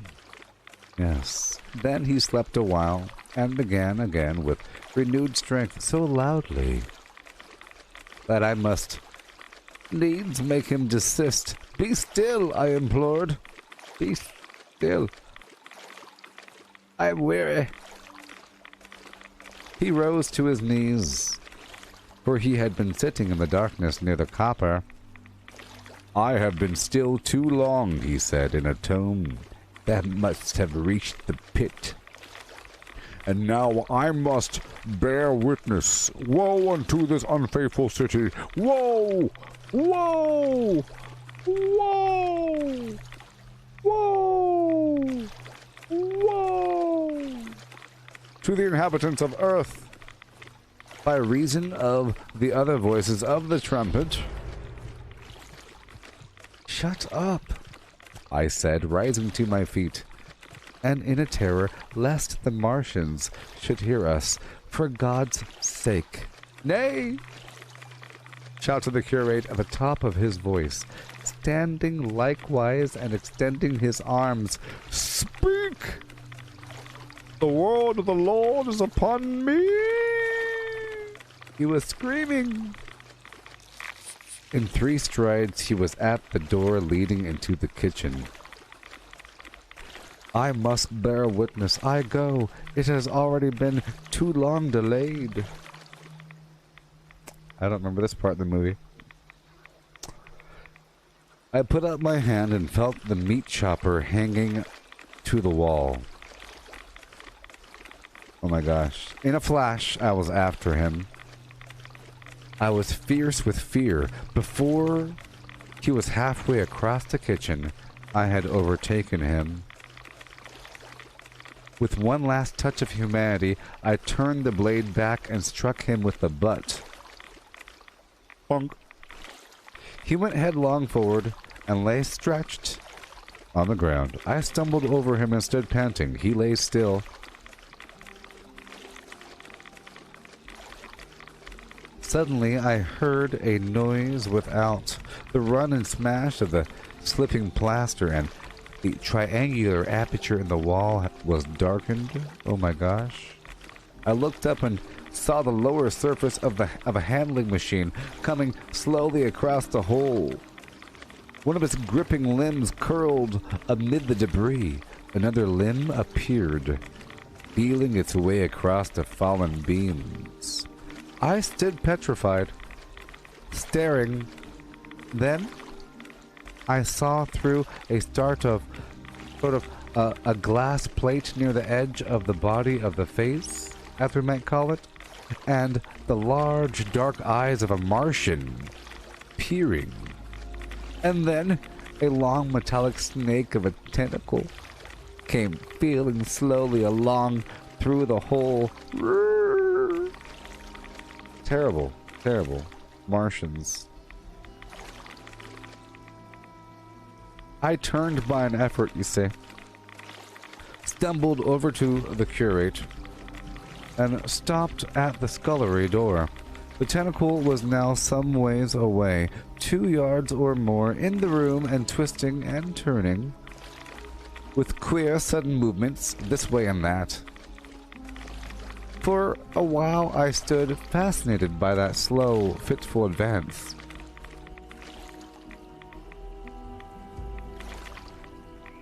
Then, with a faint hoarse cry, I forced myself across the scullery.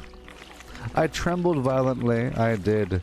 I could scarcely stand upright. I opened the door of the coal cellar and stood there in the darkness, staring at the faintly lit doorway into the kitchen and listening. Had the Martian seen me? What was it doing now? Alright, we're good now. Now I have 2,937 boiled water. Yeah? Yeah?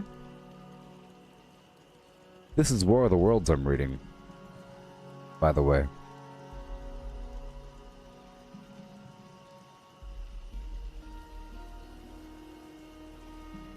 Oh man.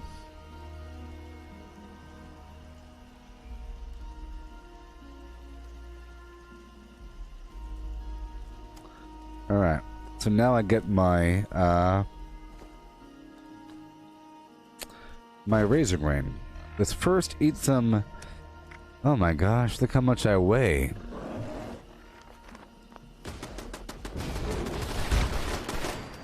It's sort of a problem, you know, when you start getting a bunch of water, because the water itself weighs a ton. So, now we're moving on towards razor grain flour collection. You can ask me any questions before I go back into the book. I'll give you a second. I'll pour some water for myself, and you can ask a question about the game, and I can answer it before I move on to collecting 4,000 razor grain flour.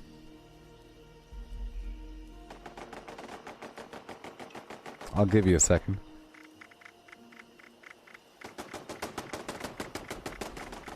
This is a live video after all. Oh boy.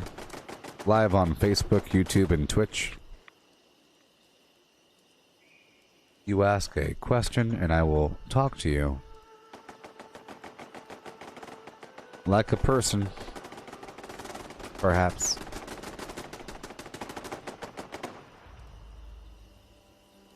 There we go. Ice cold water.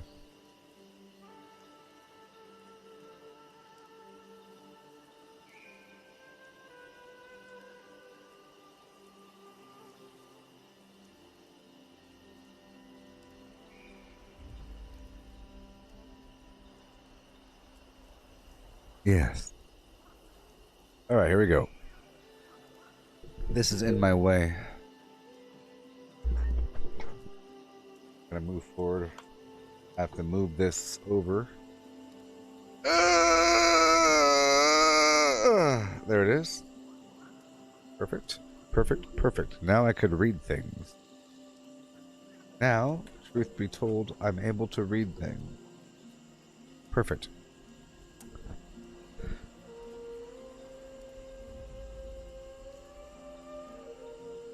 Alright, here we are. So we gather. And to make this more appropriate, I will be using Grenader to have a higher radius whenever I throw these grenades. So, boom. Much better. So here we go. I'll be going up and around, like so. You see I'm staying in the outer lane and I'm aiming at the inner lane. You stay in the outer and you aim at the inner. And I have this route like this. You see? Little route right here. So that you collect everything. You don't need a route, but I think it just helps to ensure that you got everything.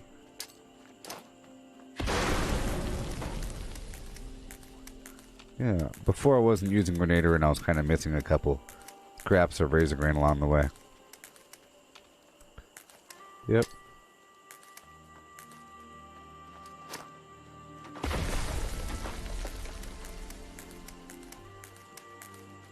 These are nicely organized rows of razor grain because I'm using the farmable tiles that you get from the settlers. Is that friendly reputation? I believe. Friendly or neighborly? Probably friendly. Neighborly, maybe. One of those two. For a portion of gold with wastelanders. And it's awesome. It means you're able to blueprint a crop and get it all nice and organized and then just lay down a bunch of that blueprint. So you can quickly lay down crops 4 times as fast. Right? Plus it snaps so it's even faster. You know? The fact that it's snapping these blocks. Right? And with this turbo fertilizer grenade, each grenade is able to instantly respawn crops when you throw it. And it's available at Allied Rank for I think 750 gold. Yeah, and the farmable tiles cost 500 gold. So it does cost a lot. A lot for the material. Or it's a lot of gold and a lot of reputation that you have to farm until you're even able to get it. So it's worth it. But as you see with this grenade, it brings everything back to life. You know, and the radius just happens to be 4x4. I measured it. I was throwing grenades to get the distance down, and it's 4 tiles by 4 tiles. And each of those tiles I could have 4 razor grain inside. So that's 4 by 4 by 4 times 2, because I'm using green thumb, so every time I pluck one, it's times 2. So that's 128 or 2 something. Big old number. But times 31, so 4 by 4 by 4 by 2 times 31 equals 4,000. So you can work your way backwards with that equation. Yeah, so 256 times 31. Just keep on going around until I run out of grenades, and that's how I know when I'm done. Because I currently have 40 of these grenades on me, so if I just keep on collecting razor grain until I run out of grenades, I'm fine. Sticking in the outer lane, working my way towards the inner lane.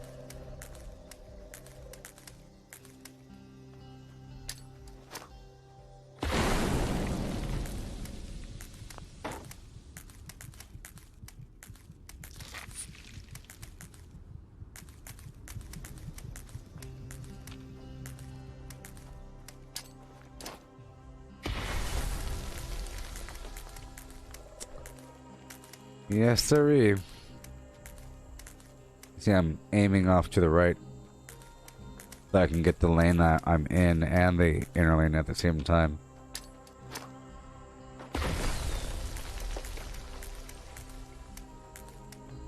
I can check on my status every so often. Now, you could take one grenade and that grenade will hit 3 floors worth. So you can have 3 floors of this situation. So you could essentially use less grenades. But it's faster if you stick to 1 floor. You don't have to worry about climbing upstairs and then jumping back down. You know? And typically the second and third and whatever secondary floors, they're harder to construct and have them snap properly. But this bottom floor is just fine. So doing this just is about the same speed. You know, there's no faster. It's just the other method. You could take just a couple turbo fertilizer grenades and craft a whole lot. Because then it'll be 4 by 4 by 4 by 4. Sorry, 4 by 4 by 4 by 3 by 2.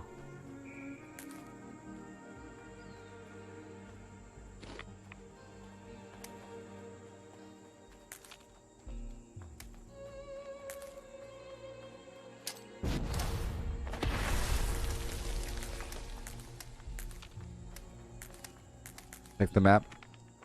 Good to go. I'll be checking in just a bit. A couple more rotations. It's currently 10:18 p.m. I know it's late for a lot of you mem simians out there. Yeah.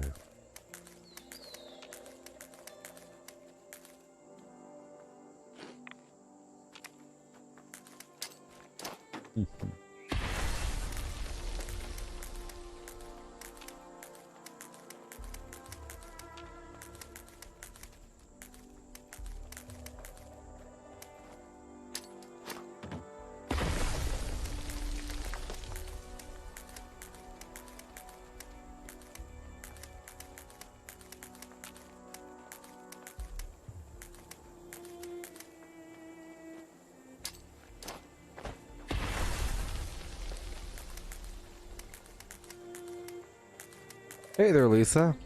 It's nice to see ya.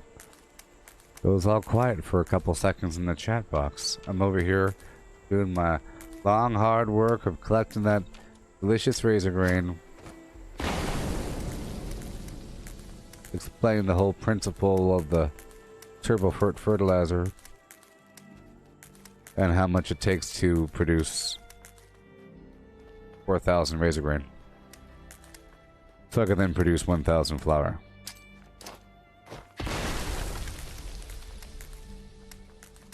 Yeah.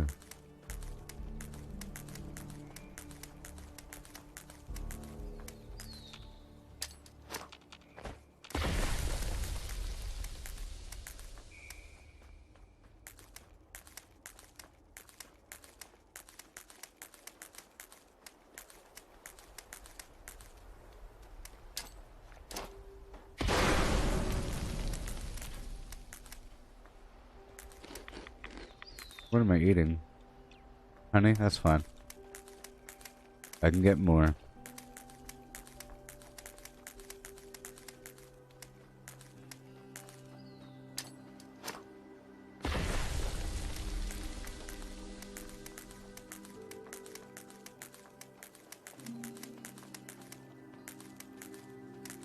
Yeehaw.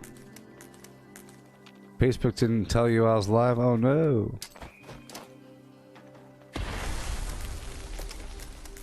You should follow me on Twitter so that you have a double tap. I try to tweet whenever I'm live as well. For those kind of occasions.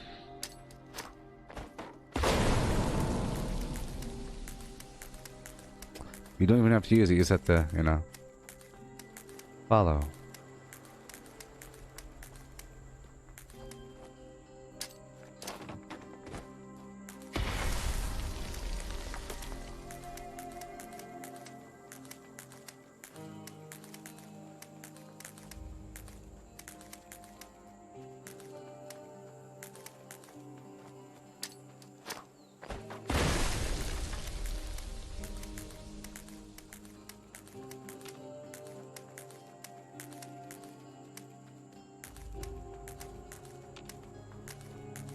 Yeah.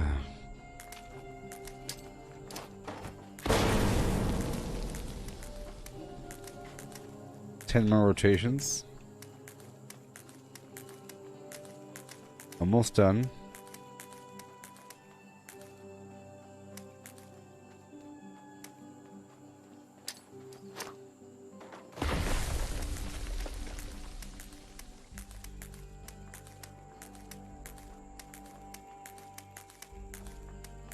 Yes, sir. You like my little Pac-Man grid?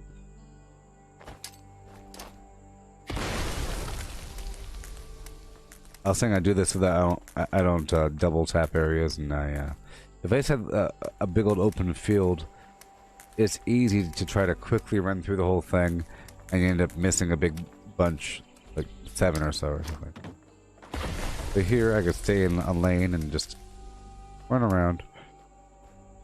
Plus, it's kind of cool.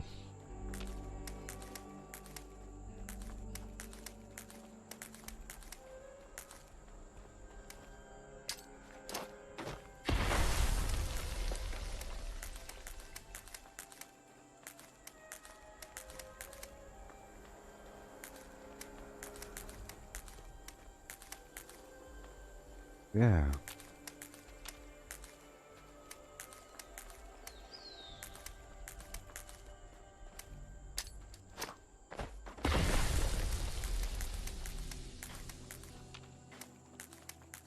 That's what I'm doing. I haven't produced berry mentats in a couple days, you know, or razor green flower, so I ran out. But I made 200 berry mentats a day. Yay! Earlier in the stream, went around and collected a bunch of flim-flam. I collected extra berry mentat, so extra brain fungus. I had a couple mentats laying around. Just 3 more laps after this. 3 more laps, almost done. Just imagine you were actually jogging, and this required physical effort.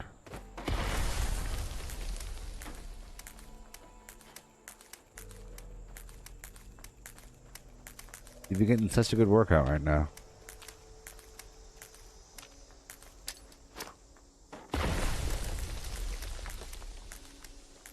One more.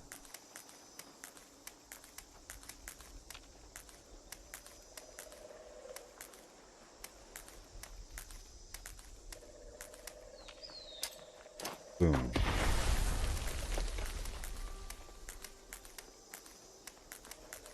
Anything exciting or new today? Well, not really. I think so. Maybe. Well, I learned about Facebook is making some VR glasses. It's pretty cool using holographic technology. Oh boy, it's gonna be amazing. Facebook is gonna be the future. Alright, I am now done what I had to do. Oh no. I need a few more grenades. I'm almost there. Can you imagine it? Almost being there? At 3,827. I have to be above 4,000. I thought I'd be above. I missed a couple. My calculations were slightly off.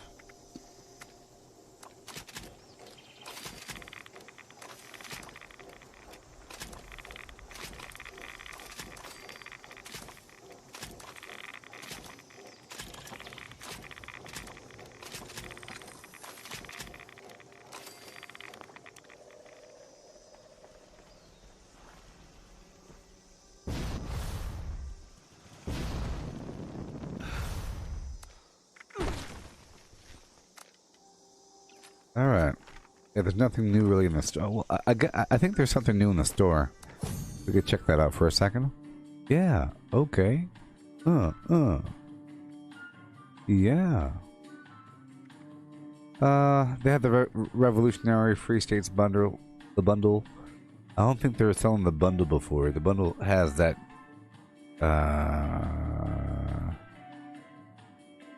That truck thing. And, they're probably selling something else new. Yeah.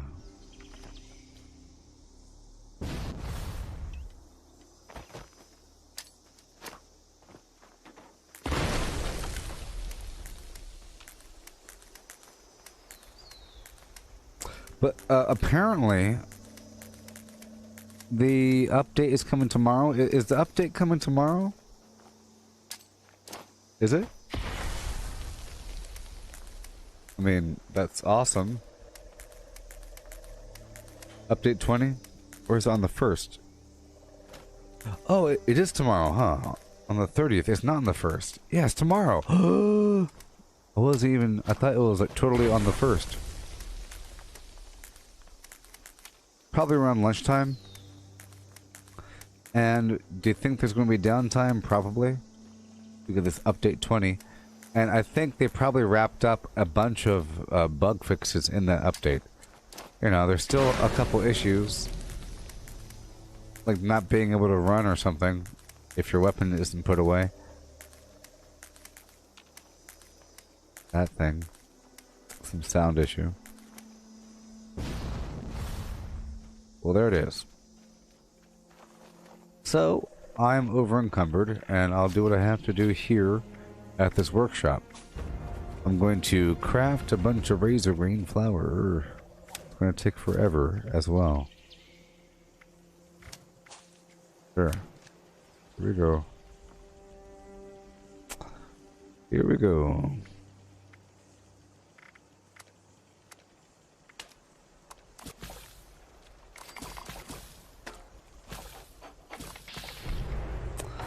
I'll try to find another book. Let's go find a different book, okay? How about a book by... let's say... How stable is the game? It's pretty stable. It's just, there's a couple issues like I was talking about. Sometimes when you're firing a weapon, and you're firing, everything's all smooth, you can't put the...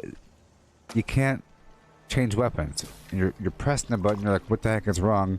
Why can't I change weapons?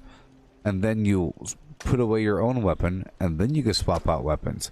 But then you do it again, and you can change weapons. It's fine. There's a couple weird issues with that every so often. The game does still crash, but it's far and few between. Hardly ever happens now. The game itself is pretty stable. Characters aren't frozen as much, but it still does happen. It's an online game, so I think that's to be vaguely expected, but for the most part it's pretty nice.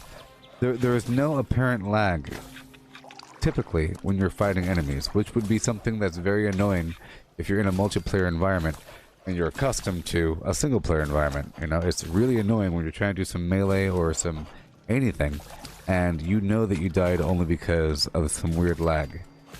The game does a good job of hiding it, at least. Sometimes it's sort of obvious that there is lag. Sometimes, but it's because in reality there is lag. How they do it?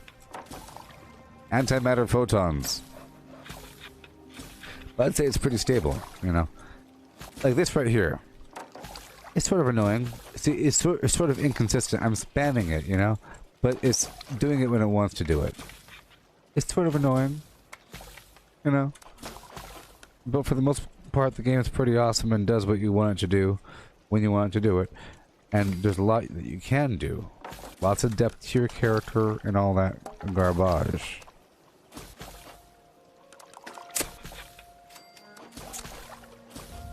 Like, right now my character's pretty good. Before, I would say, nah, I know how to get good, but I'm not good. Because my perks are kind of weird, and I got rid of my gear earlier, and now I'm down to this weapon, blah, blah, blah. You know, that sort of thing. But right now, I got a jetpack, you know, which is great.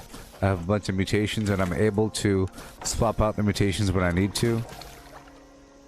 I have the Gauss shotgun plan, the Gauss minigun plan, so I can make new versions of the weapons I have. The weapons I have are nice, but they could be better, so there's still progression. I still like the sense of progression. I don't let you know that, well, I got the best weapon, so there's no point to play. There's still progression, and it involves me dedicating some time of crafting the same weapon over and over and over and over and over again. So there's lots of depth. It's just a long time, sort of. But I understand it takes a long time. There's many aspects to your character that are transparent that people can't see. Just because you're level 175 or something, you can't see from the outside in. You can't see how many plans do you know? How many recipes do you know? How many are you a part of the Brotherhood of Steel? Have you done the Mayor for a day? The access to the building? Do you have the key for this thing? All that garbage. All that really adds up, and there's really a million things. Some stuff you don't really get credit for, but just knowing how to do something is a big deal, or knowing how to navigate an area that might have seemed complex before. Because you have to return back to these locations time and time again, even when you bomb these situations. Hey Christina, I'm very excited for Season 1. I am excited.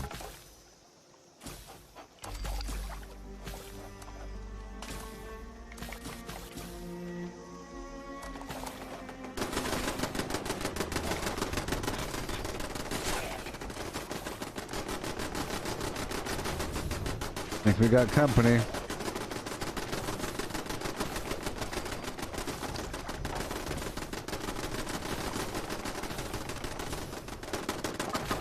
Season 1 gives you something to do. It's going to be a huge change to the game. So number 1, haha, number 1, haha.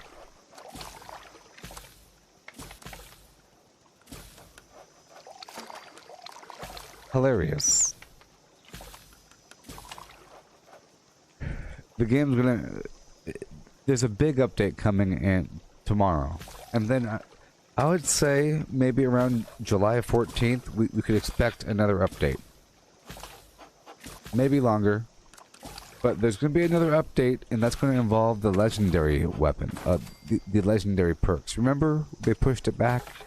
They pushed back the legendary perks until post-Season 1 release. So...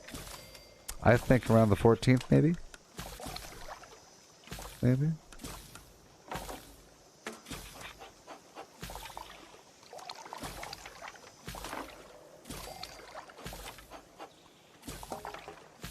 This water tastes pretty good.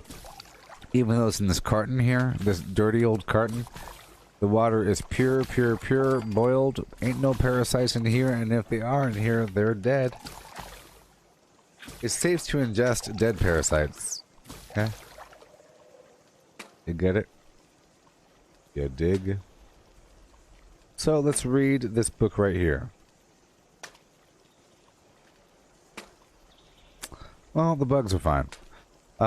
If you're on console, I recommend that you have the PS4 Pro or the Xbox One X if you want to have less problems. And make sure that you have a tethered connection. If your Xbox or PlayStation is on Wi-Fi, you're going to have a hard time, perhaps harder, maybe, I don't know. You might want to plug that bad boy in or play on a computer.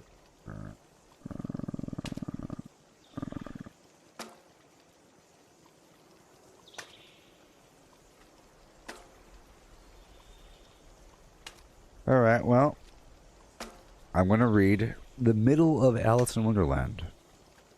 Yes.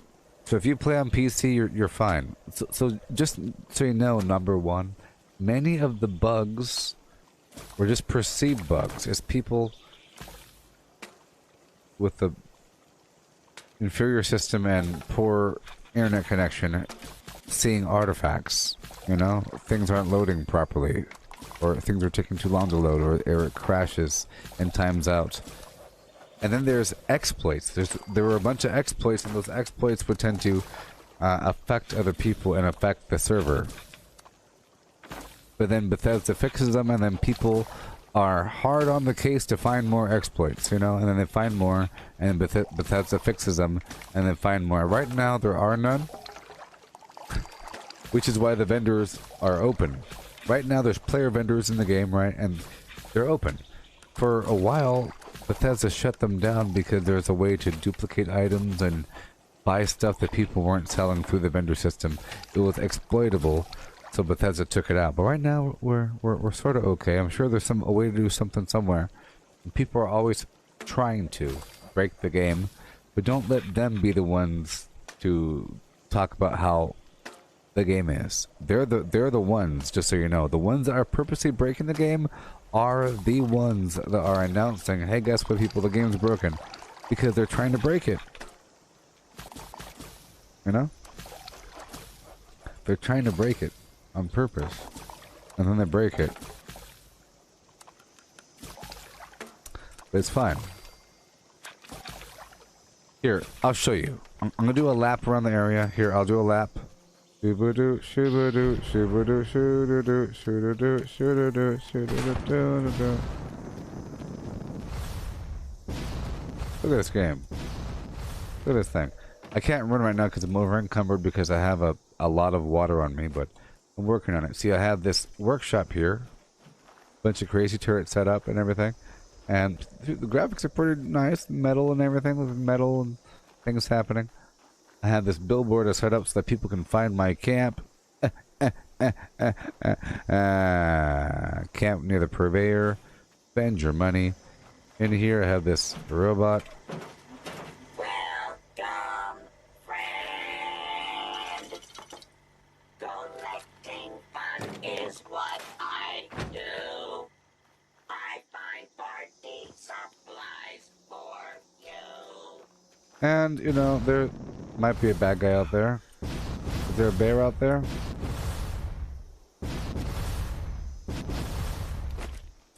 Nope. Right now we're pretty safe. You heard some zombies die a second ago. Here they are, piles of flesh. Piles of goo. A big old meat pile. Dead body. You know, I got my turrets up here while I'm working. What? First person, third person. Boom, boom, boom. Oh boy, you're asking the big questions there, number one. You're asking the big questions now. I'll explain it. Thank you for asking the big questions.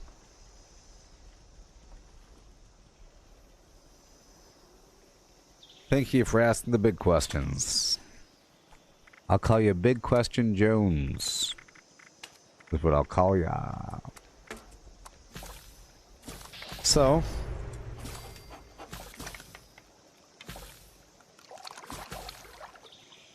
I'm currently at a workshop. There are 21 workshops scattered across the map.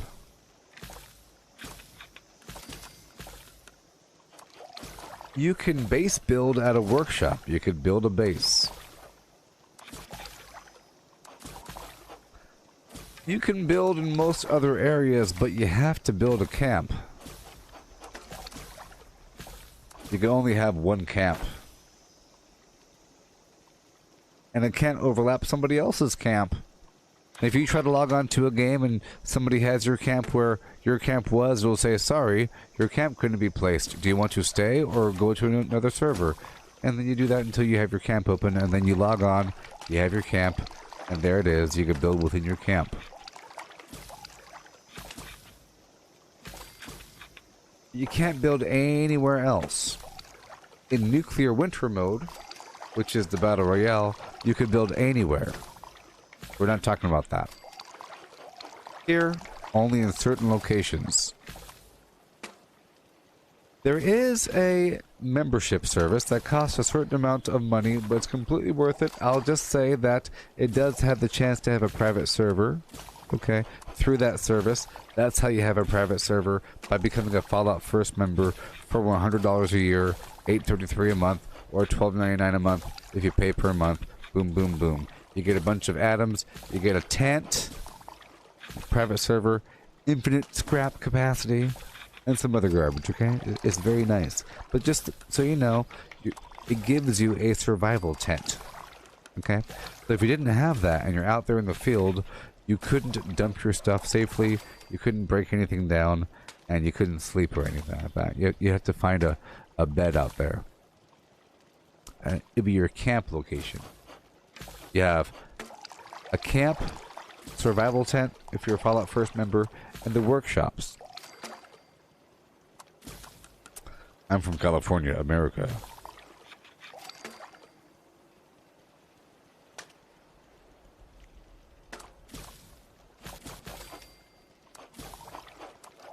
Big questions. There's so much to it, I'm trying to structure it. Now, there's PvP in this game, but it's really invite only, like you shoot me, I shoot you, boom, boom, boom, we fight, and then I die. Okay? Unless you're at a workshop. If you're at a workshop, a person could just kill you after they initiate it, and then you're dead. And there's 21 workshops across the map.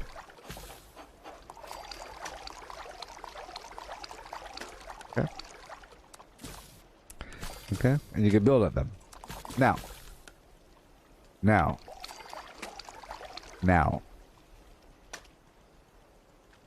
The way that they work, these workshops, you might be asking, why would you do it? But why? We haven't addressed the why. And I know it's frustrating, and it pisses you off. And you can't stand it right now.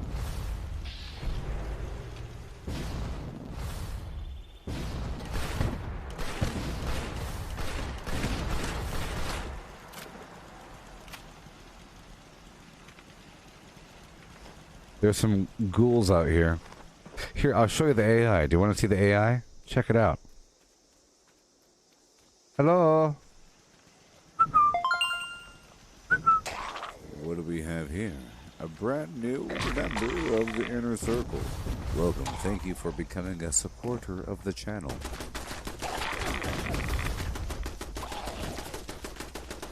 Look at that thing. Look at that thing. He's such a beastie. Ain't no glitches over here, Holmes. And now another wave comes, okay? So this is the workshop, okay? Look, it's a workshop. You can see the Jangles, the Moon Monkey racist there on the map. That's another workshop, unowned. Okay? How many players are on a server? See, I don't know. Isn't that weird? It's a lot, but not that many. I want to say under 20.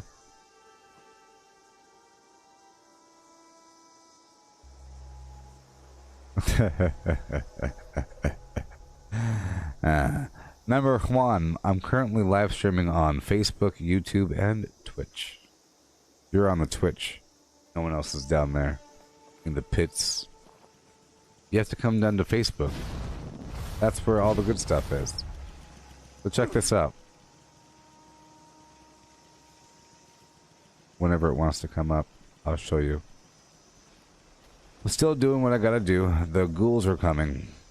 So, at a workshop, you have resources. You have resources, you see. Yeah, I think there's less than 20, but let's say 18, 16, 15, 20. Maybe right on 20. 24 players, Austin says. There it is. There it is.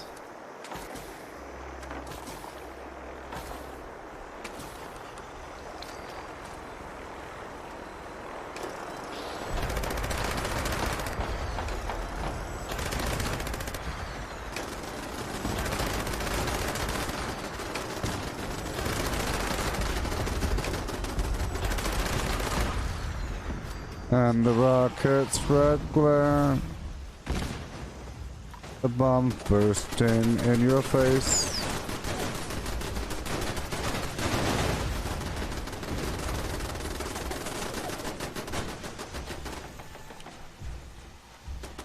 So right now there's ghouls hiding behind that sign because they're awesome. Look at that. Look at that. Look at that ghoulie. And they're so fast. Whoa! Yeah. So, at a workshop, as you see, it says it has lead, wood, gold.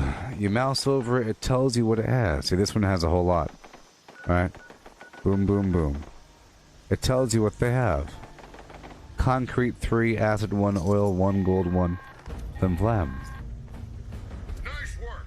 Sensors indicate the problem squatters have been They proved to the lie that our flag was silver. So, say, does that stars spangled banner yet wave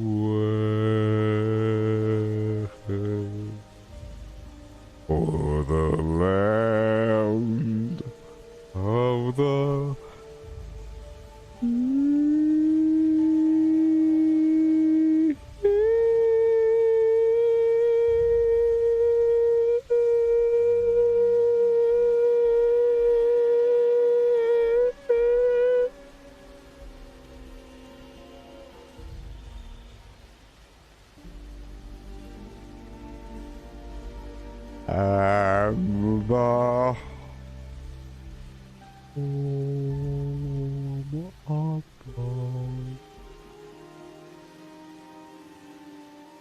You can't shame that song.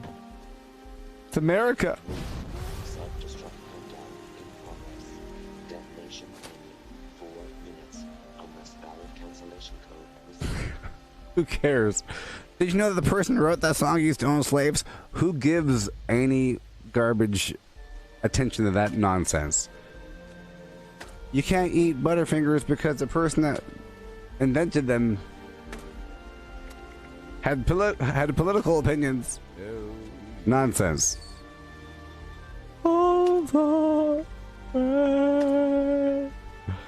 Play ball. Kick the ball down the field. Get him.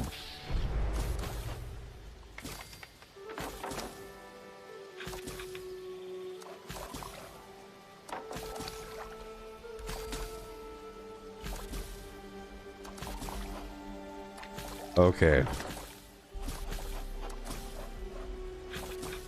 Okay, fine. I'll look up the lyrics of the song.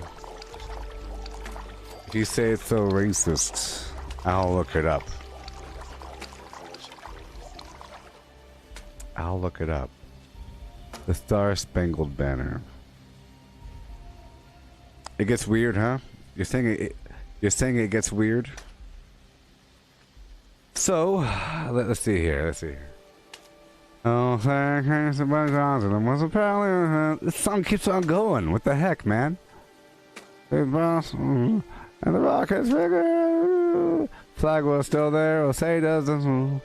Boom, and it keeps on going. Why does it keep on going? Okay, let's find the racism. Okay, on the shore, dimly seen through the mists of deep, where the foe's haughty host in the dread silence reposes. With the breeze and the conceals and discloses, yeah, catches the gleam of the first morning's beam, and the full glory reflected now shines in the stream. There we go. 'Tis the star-spangled banner, long may it wave over the land of the free and the home of the brave.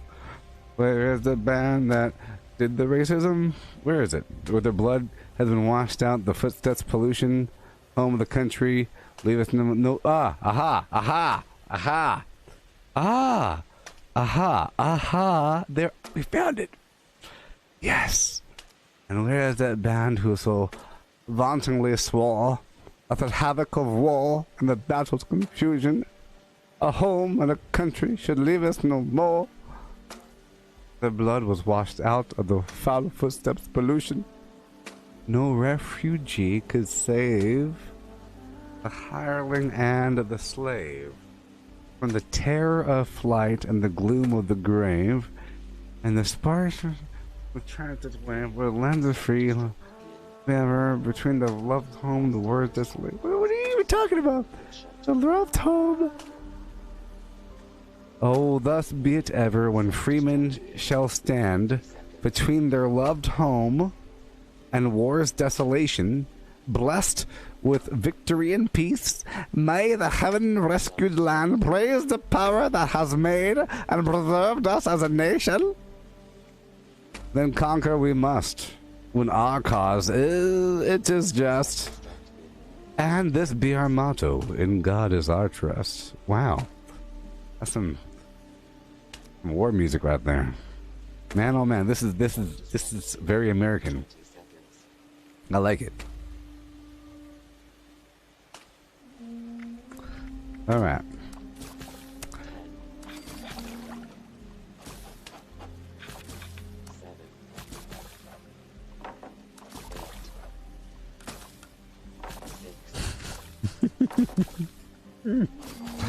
Well, I have to figure out what that means. You don't know what it means. No ref.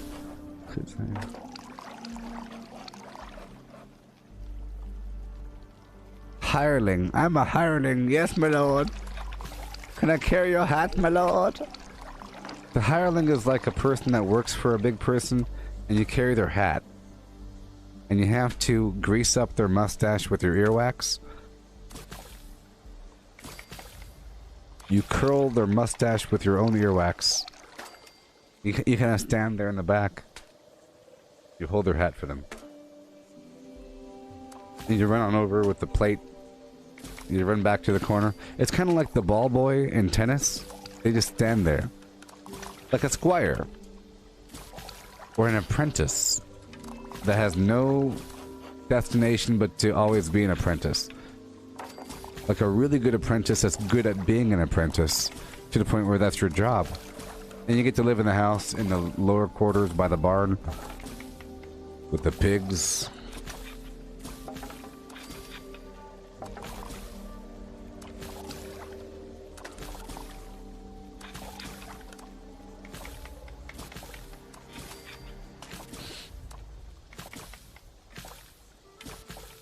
Oh, say.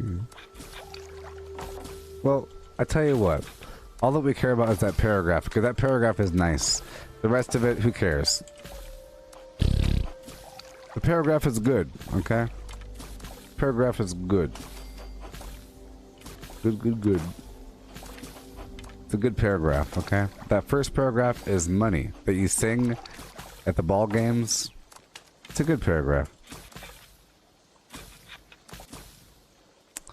But you really have to analyze the heck out of that song a little bit deeper than whatever the words say. Because it's a whole situation. You know what I mean? Because the song was meant to do something. It's meant to... I think it's meant to threaten others. To say we are a country full of fighters. You know, and God's on our side. And we've struggled. It's been rough.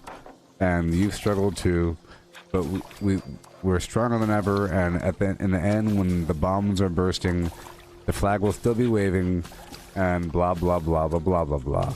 And whatever references it wants to use, that's the message of the song. That hey, guess what? We're strong fighters, and there's some free people in here. Free from the tyranny of a higher government system, of a weird, you know, enslavement system is what they're talking about. That version of free. You're free to own other humans. You're free to run a brothel. You know? You're free to run a brothel. On a boat. Offshore. You run jet skis back and forth.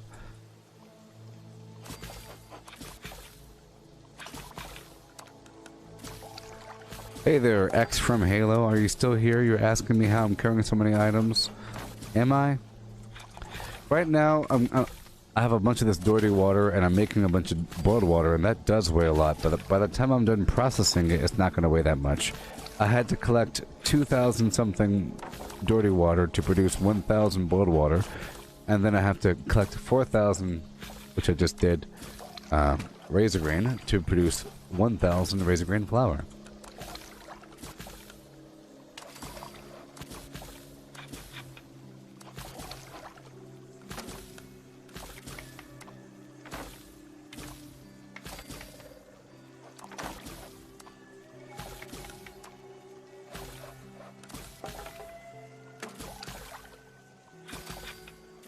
Yeah.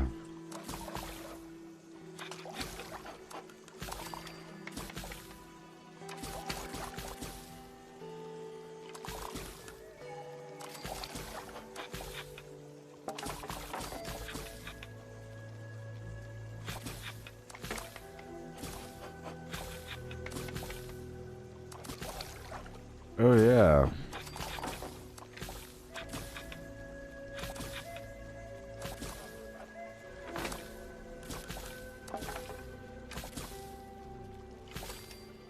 Imagine if some celebrity person got in trouble for singing "Oh Say Can You See" the Dawn's Early Light flag was still waving "Gabba Gabba Hee Hey," and instead of just backing the stance, you know, yeah, I was singing it. Shut up. They have to apologize for. Imagine having to apologize because this person said, "Hey, that's a racist song." And I said, "Is it? I guess it is." That paragraph isn't, though. The person that wrote the song was a racist slave owner? I don't care. Everybody was. This is how it was back then. You had a ton of them. It meant you're powerful and awesome. See, we call them servants now. Understand? We call them servants. It's just a different name. If you have a mansion, you have a bunch of people working for you, and they live in your house. They live in your house. And then they have children. Or something. There's different versions. There's different... It's a spectrum here. You see, if you have a mansion and you have a big old field with crops, you have people working those crops. That's just how it works. Anybody can work there. It's just, it's a lower paying job. To the point where it's nothing. But then, some places they actually enslave people. It's pretty bad. They buy them from the auction block. They say, you look like a strong sort. Can you carry some hay bales? Don't worry, I'm the best around. I'll treat you nice. I got a good place for you. I got a wife for you. I got this area. It's great. Recreation's the best property around. I'll take care of you. Don't worry, come on down. Don't you dare cross me. I got this whipping post in front where everybody gathers around. Because you're my property now. Don't forget now. You're no longer a person. But I'll treat you good. I'll give you food. We have this dance every so often. It's awesome. It's just a different dimension. A different state of existence. It's like a different planet. Imagine it's like Star Trek or something. Hey, Christina. I am making razor grain flour.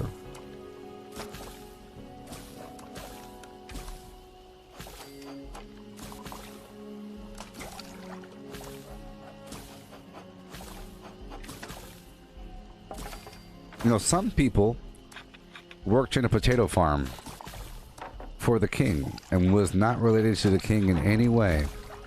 Some people happen to be the great nephew of the king. Now you get to be a duke, and now your children get to be duchesses and so forth, you know? And you get to own a couple islands, and that's just how it works. And then you eventually have a bunch of money, and then you end up buying a bunch of oil or something. And then eventually it dwindles down to the point where you're just a rich family. Not everybody gets to be in that situation. There's a bunch of people like living in the village, carrying buckets of water and stuff. It doesn't matter. They have no relation to that king. They're not getting any of that money. They just happen to live there. Some people, they're very lucky. You know, they happen to have a lot of money and they're sitting on it, and then you turn it into something. or because it's just how it works, you know? I think it's very cool that you're able to achieve any state of existence. You could become the king of the world through corporate or governmental means. It's interesting. You know, you can get everybody to do what you want through music or something. You write a good song like Bill and Ted, it'll change the whole world.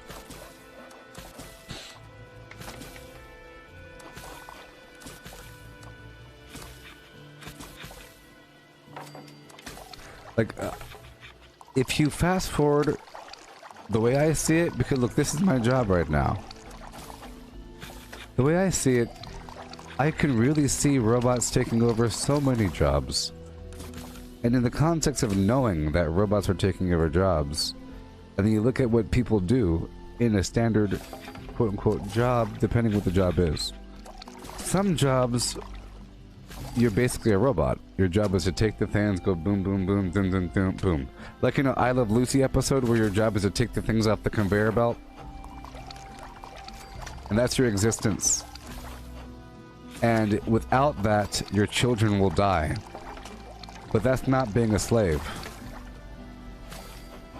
It's like open source slavery.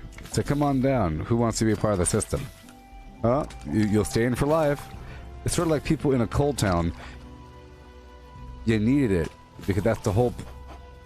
Everybody in that coal town was a slave to the coal miner operation. You know what I mean? Because they have to. You can't just.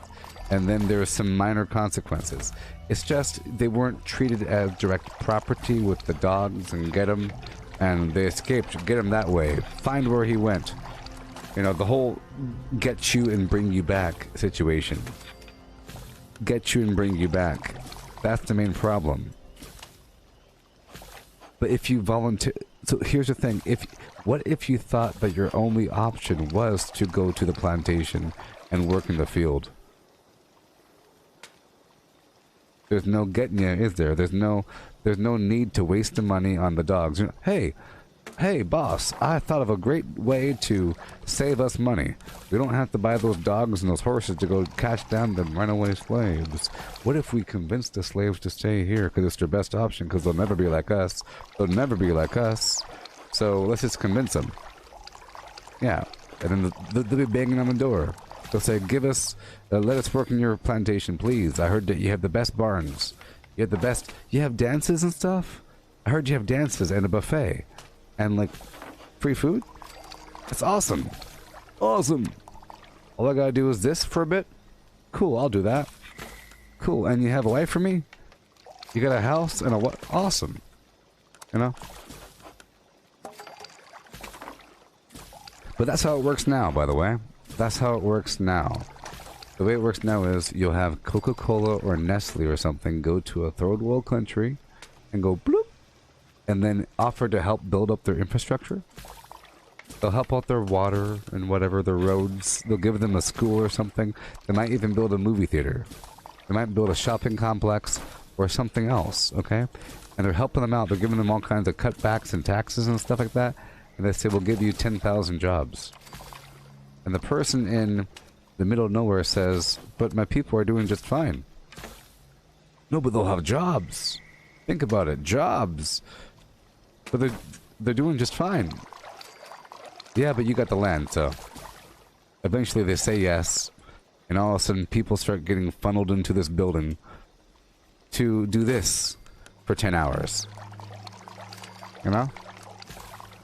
Otherwise their children die.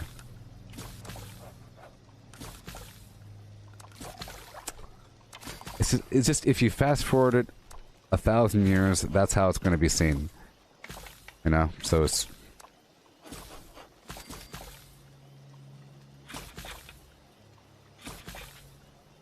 Sure, it's a whole lot of water.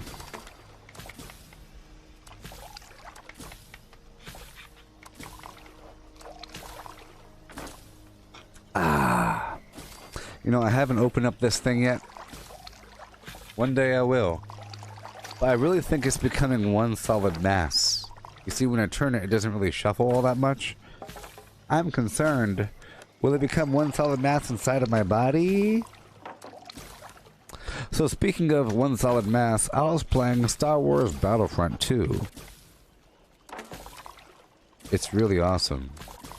I would say my favorite part about the new Rise of Skywalker, Star Wars Episode 9, was seeing the crew, the new crew, running through the hallways, jumping over dead bodies, shooting people with their little laser pistols. It was really cool. Like they're running as a crew. Music's playing and everything. That really felt like Star Wars to me. Even though it didn't really happen all that much in the past, it happened in little spurts here and there. But having that set to exciting music is top-notch Star Wars. But that's all that game is. Yeah.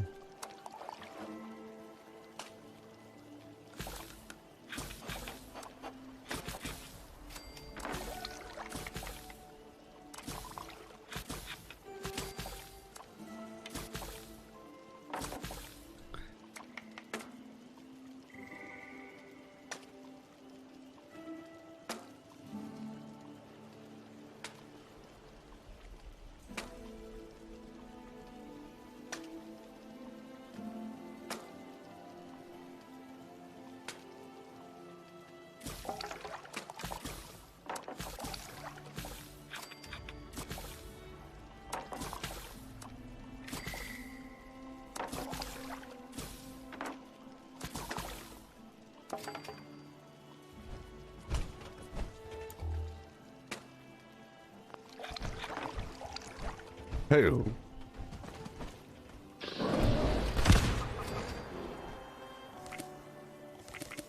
And who?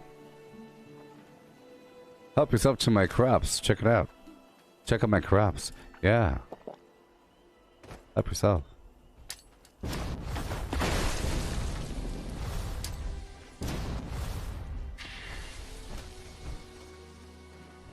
Turbo fertilizer grenades. Oh yeah.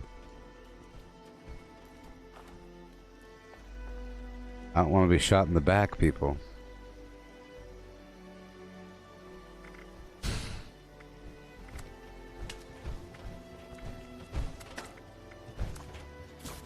This person could kill me. This person could kill me. I just want them to think that I can kill them. So I have to act like I don't care about their presence right now.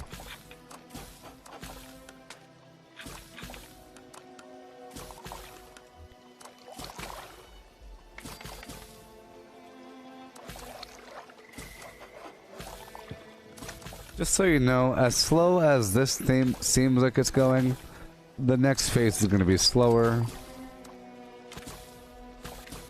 As slow as this, you know, appears, it's not as slow as the next part. But this is very important. What I'm doing right now is super duper duper important, I'm telling you. It's going to be so wonderful.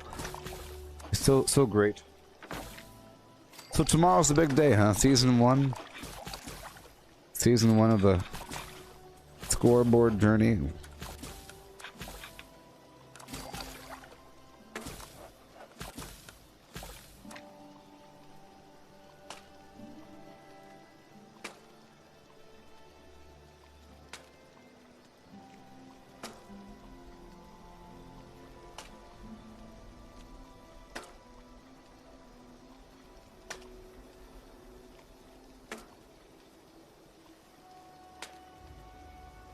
Oh yeah.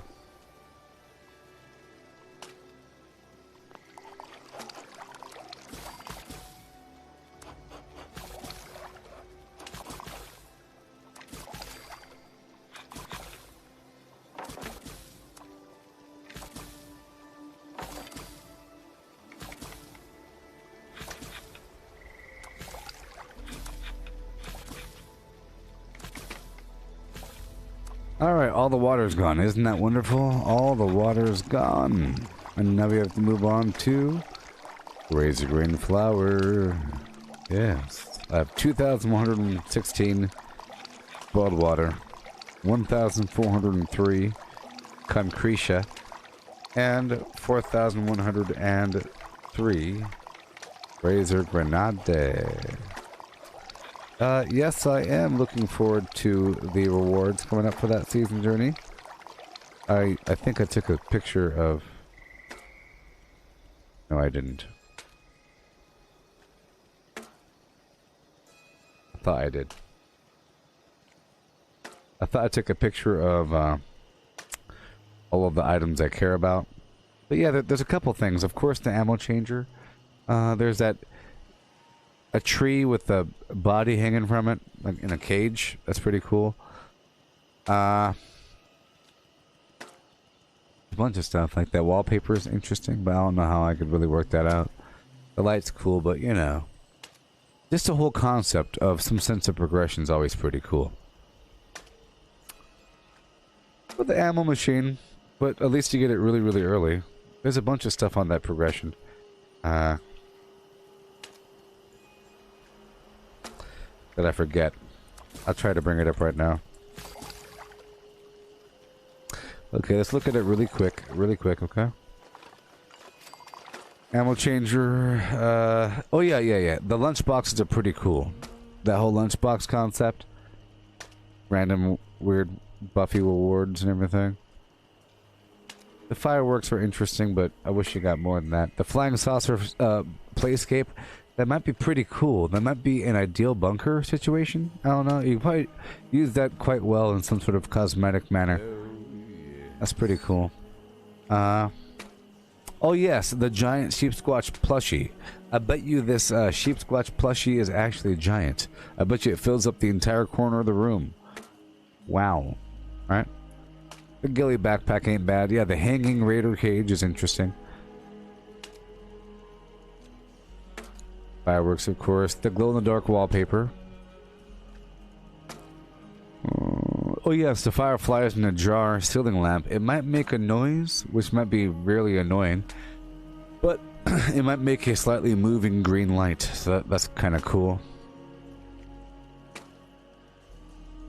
Ah, the chicken coop for fertilizer, plus it probably makes some noise. It's nice to have some ambiance.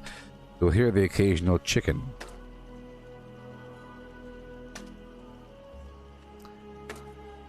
The Space Explorer Jangles backpack.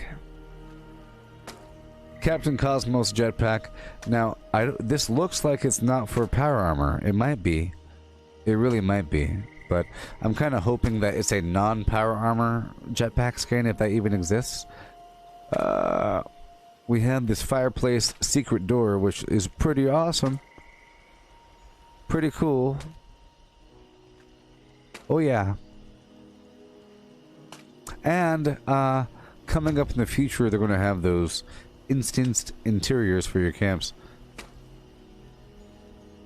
Captain oh, wait. I see it, everybody. I see it. The Captain Cosmos Dark Matter Power Armor skin. It has the same nublin here. Can't really see it, but here, I'll show it to you. Oh no. You see this edge right here? That's the edge of his jetpack. And that's the same thing as this right here. So this is a power armor jetpack. Sad. But still. Yeah. Okay, Flower Town.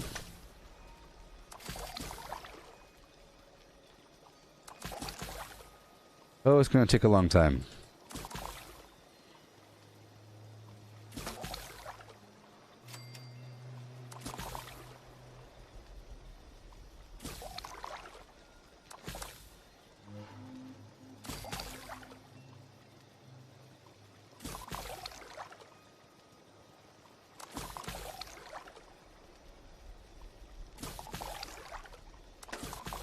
Oh, gosh.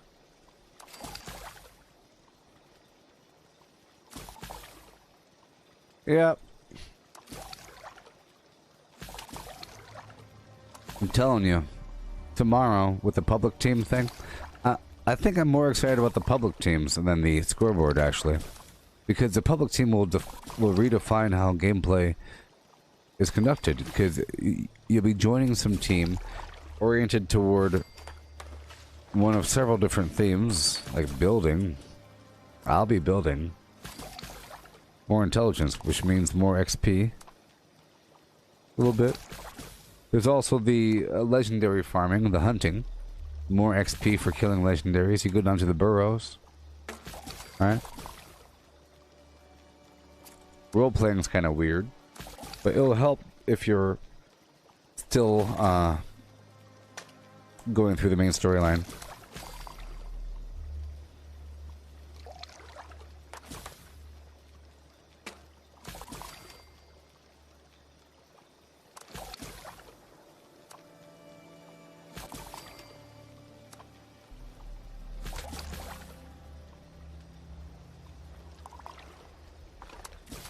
Oh, don't we all hate this with the ferocity? With the ferocity, people?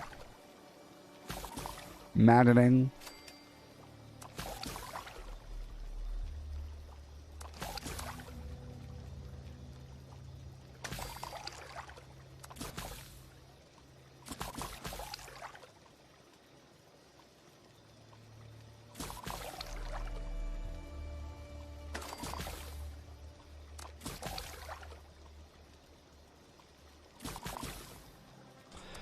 All right.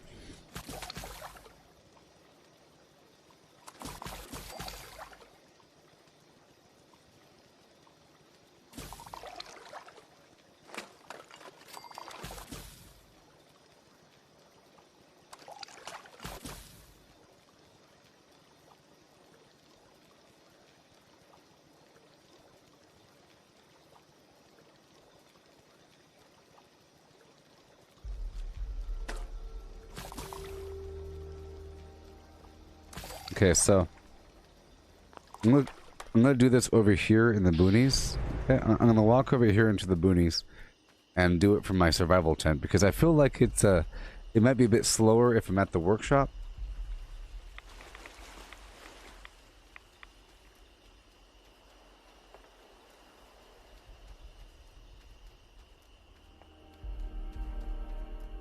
I'm trying one of the hot tamales I ordered from Amazon now.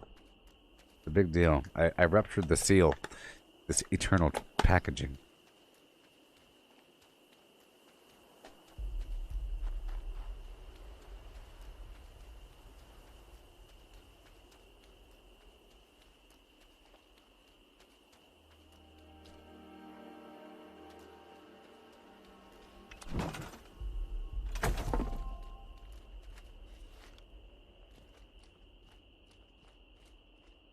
Area here.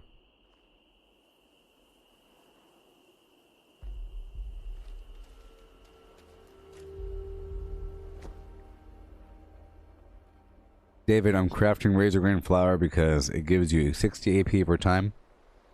The same AP bonus as honey or sugar.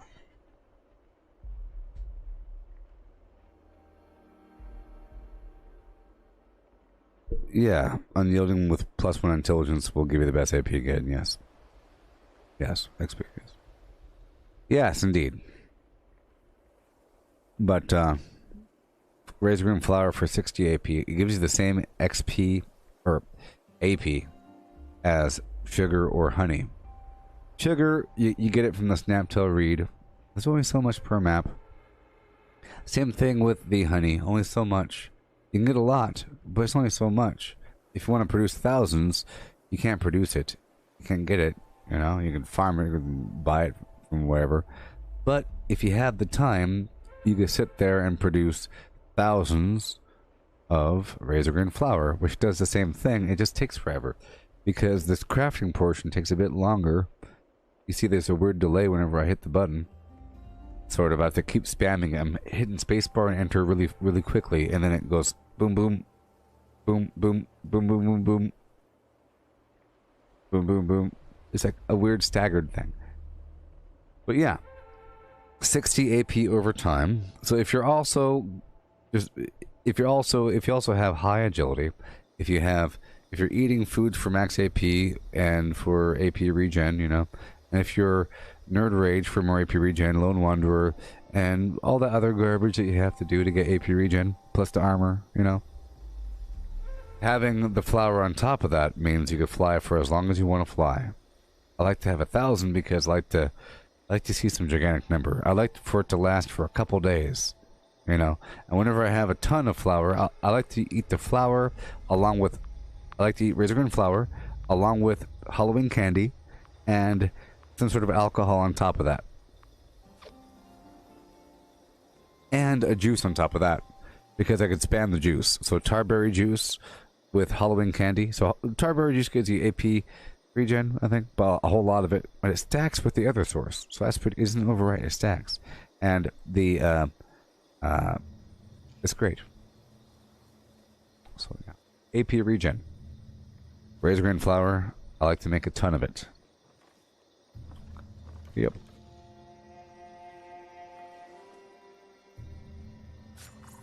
Yeah.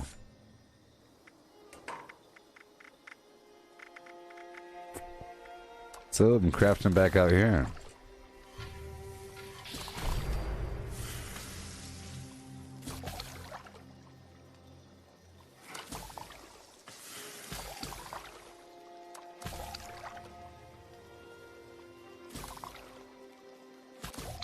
I just wanted to be able to make 1,000 razor grain flour. Sometimes a bottleneck might be the concrete, but once you get yourself some concrete, you're good to go. It doesn't take that long. You can buy it from a couple vendors across the map. You could find it here and there in the form of garden gnomes. You can get it from the abandoned Bogtown workshop and upstairs in the building. And a couple other workshops around the way. Dabney Homestead has a concrete node, Gorge Junkyard, Poseidon Power Plant. They all have concrete nodes. And the Sunshine Meadows Industrial Farm. They all have concrete. And you sometimes get concrete in the junk node as well. So over time you get yourself 1,300 after a day or two of casual farming, constant farming, and whatever. Yes, post angler, that's what I said there, buddy, Austin man. Or whatever. Yep. So, yeah, and that's what I go for as well. I go for post angler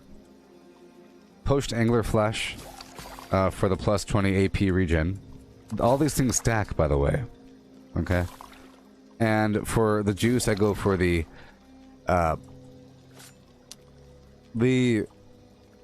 Fever Blossom or the Labrador Tea for the AP regen 5, or the Thistle Potato Salad Surprise or some garbage. I like to eat a lot of foods sometimes. Health regen, health, max health, and so forth.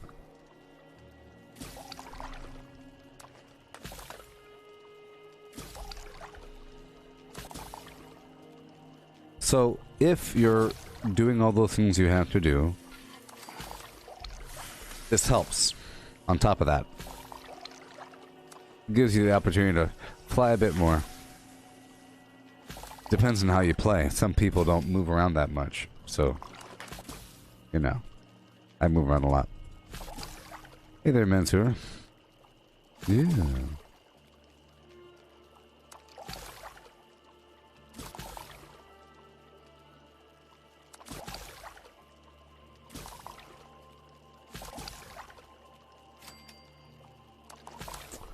Concrete.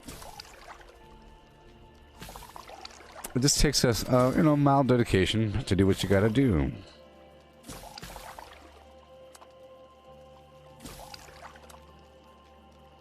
Ah.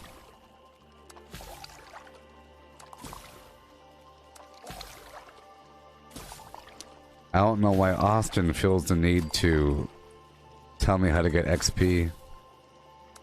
You do realize I'm at level 874, right?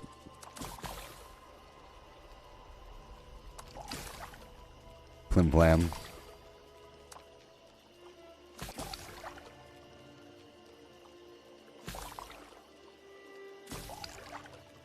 Yes, sir. Gonna be a big day coming up. Flim Flam Jones. Big day.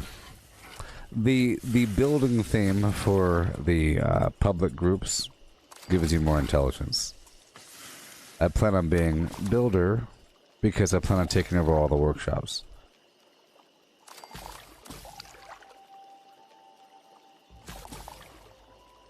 You get a ton of XP. Get plus 100%. Awesome. Plus those lunch boxes. Oh yeah.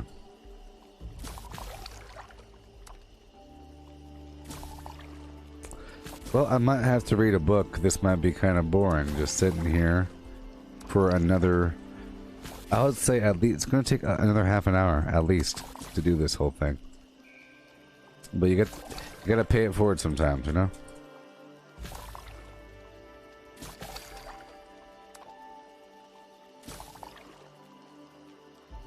So to be clear,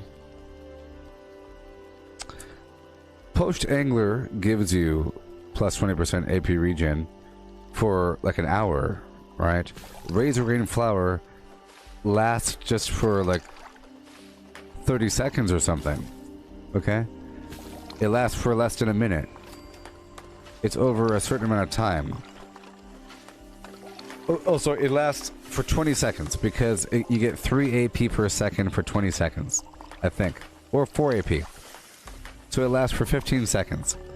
Yeah, it lasts for 15 seconds, you get 4 AP per second. But then if you use 2, you get 8 AP per second. If you spam with a mouse here, right?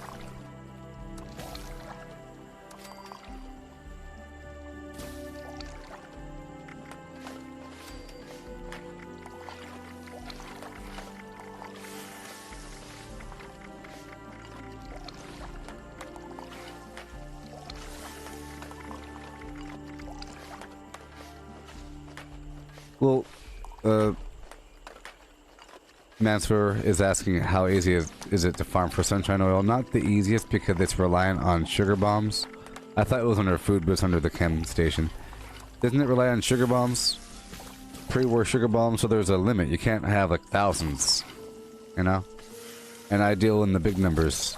I make them whenever I have them. So, and by the way, I have some sunshine oil on my other character. Like, so I have a big pile of Nuka-Colas, Nuka-Cherries, other stuff like that I have on the side, and every so often I rotate some stuff in. I have stacks of other alcohols that I'm not using, and I rotate it in. Whenever I don't want to rotate it in, I use a Razor Green Flower. You know? If I want to accelerate it, I'll just use a Nuka-Cherry, which is... See, a Nuka-Cherry with the Cola Nut perk gives you 75 AP over time, but it only lasts for a couple seconds, like 15 seconds. Right? So it gives you 75, this gives you 60. That's comparable, you know? And you can spam Nuka-Cherries in the same way as this. It's just, do you have the endurance to sacrifice to reserve for the Nuka-Cola perk, or for the Cola Nut perk? Oh. Yeah, so certain things are nice, and I make them over time because they may or may not spoil or whatever. But I only use them whenever I have a stack of 100, and then it's fun for a day or so while I use it, and then it's gone, and then I wait for another stack. But I don't use them in sets of 10 or whatever, you know? Even though these things last for a certain amount of time, I like to have a nice hearty stack before I use anything.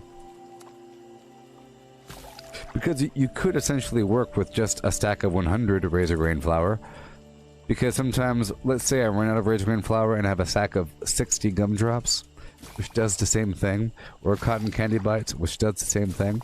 It's all 60 AP. And the sugar bombs, the post-war sugar bombs, which are not used in crafting Flim Flam. Do I have a Nuka-Cola cranberry flavor? I don't think so.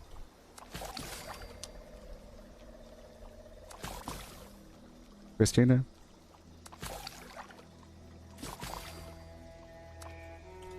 Not on me. Maybe I do. Top of my head, probably. I know it's new now, right? More XP.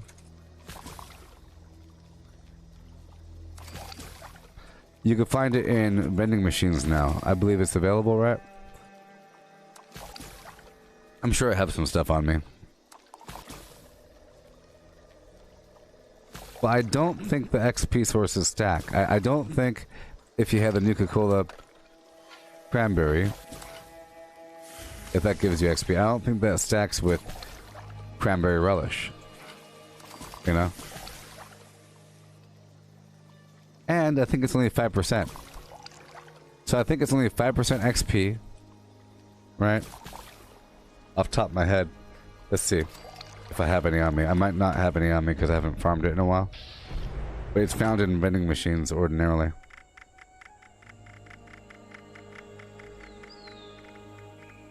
Yeah, I don't have any on me. But yeah, I think it's new now and it's found in a couple of vending machines around the area.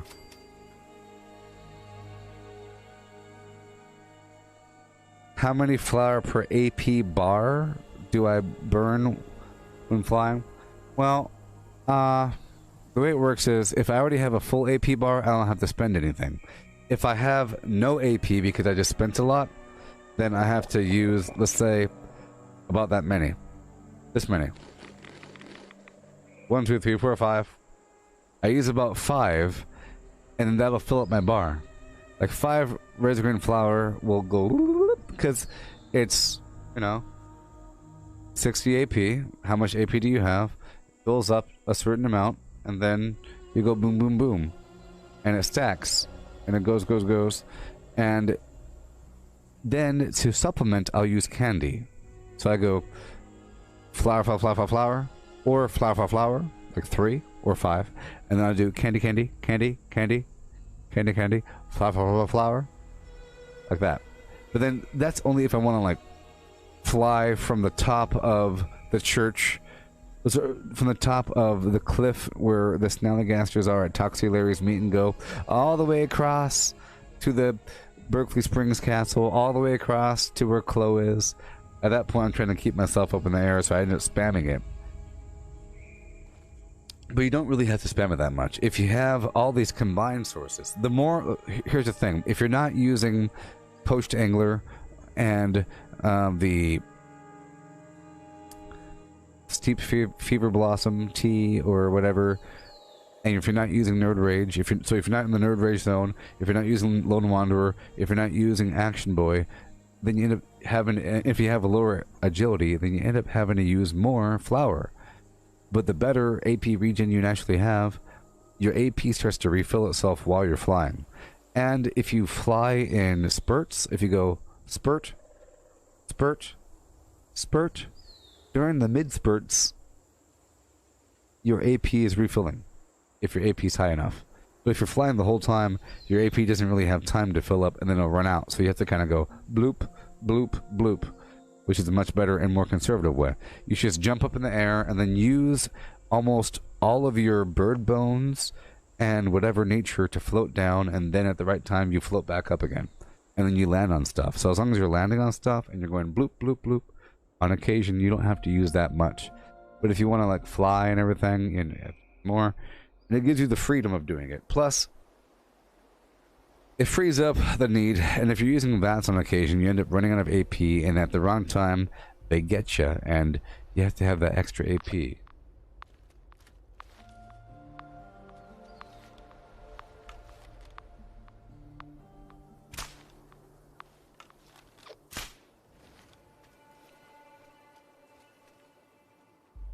Hello? Hey there, lazy cat. And I continue. Oh, it takes so long.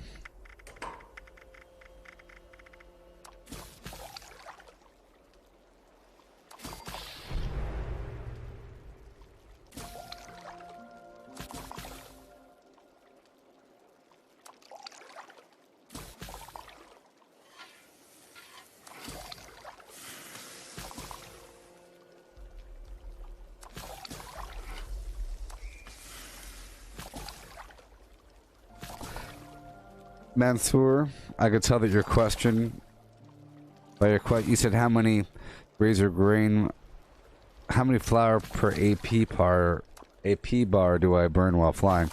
The question's flawed. Because that's a question implying that the razor green flower gives you immediate AP. If it was like a quantum, it takes one with, you know, it takes one quantum with the cola nut to fill up your bar. It takes two without razor green. Oh, sorry. It takes two without the cola nut to fill your bar up. You know, it's not meant to fill your bar up. You'd have to spam it quite a bit to fill your bar up, because you'd have to get your AP regen so high that it's accelerating past the point where it's even emptying out, and then you can spam it. But it's really about you're trying just to keep yourself in the air, and it doesn't take as much as you need to fill your whole bar up. So you're not trying to fill your bar up, you're just trying to make sure that you're not falling to the earth. And for safety's sake, you can spam a bit more until your bar is about that full down there. You know?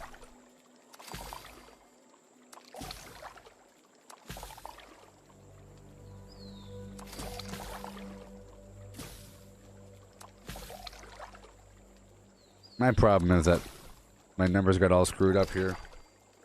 Working on these big numbers now. Small amounts don't pique my interest. I gotta have thousands. Or whatever. You know, like I have to have 200 berry mentats to make it worthwhile. Berry mentats are a lot different than something like flour. You use berry mentats once every 5 minutes while you're in combat. So not every once 5 minutes. Just when you're in the burrows, you use maybe three or four, maybe even three berry mentats for the entirety of the burrows, perhaps. You know, or you would use one berry mentats for the front of one berry mentats for the front and back of White Spring, and then another berry mentats for the just a certain amount, but not constant.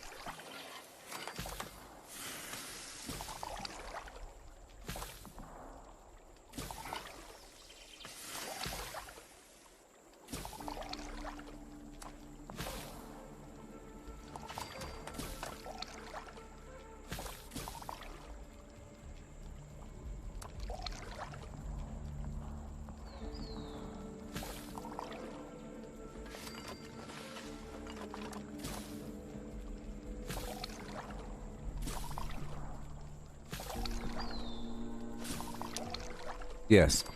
You're trying to beat the AP depletion.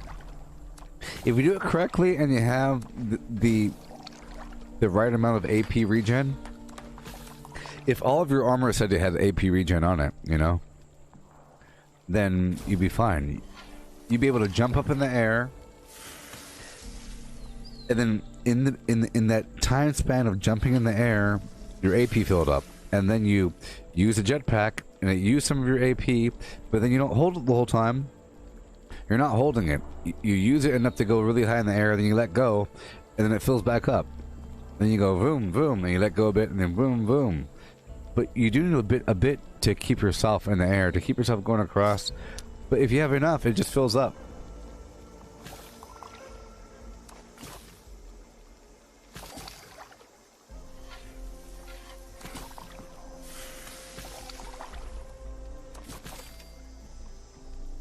We made it halfway through the razor grain. Soon enough, in about 60, 70 more iterations, we'll make it halfway through the razor grain.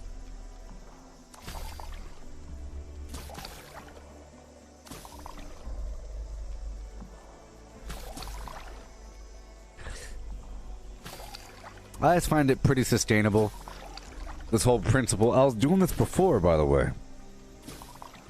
But then, when they had the farmable tiles and the turbo fertilizer grenade, then you have to do this. It's awesome, being able to instantly respawn your crop. Why else would you need... Do you need 9,000 corn for some reason? Nope. You know? Now here's the cool thing. Razor green flour doesn't sour. The flour doesn't sour. It doesn't go bad. If you got any other crop, mute fruit, potato, what can you do with 4,000 mute fruit? You can make some wine. That doesn't sour, so you could essentially use a turbo fertilizer grenade to multiply blackberry and mute fruit to produce wine.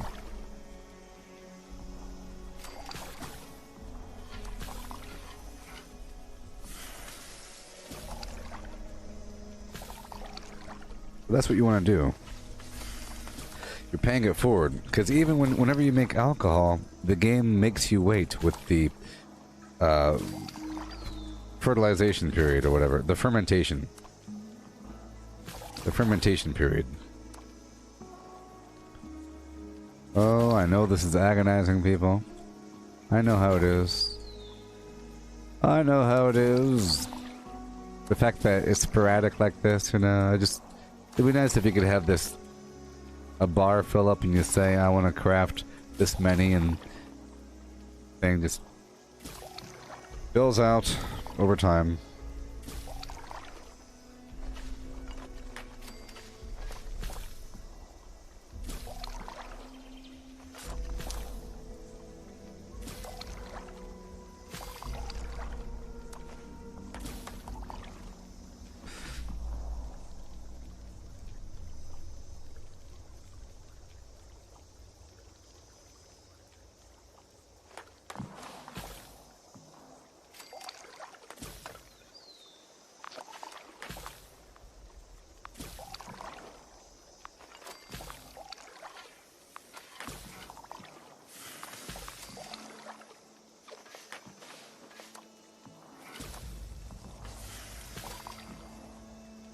My ear.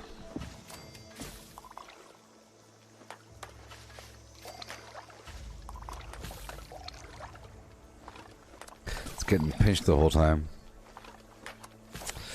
Yep.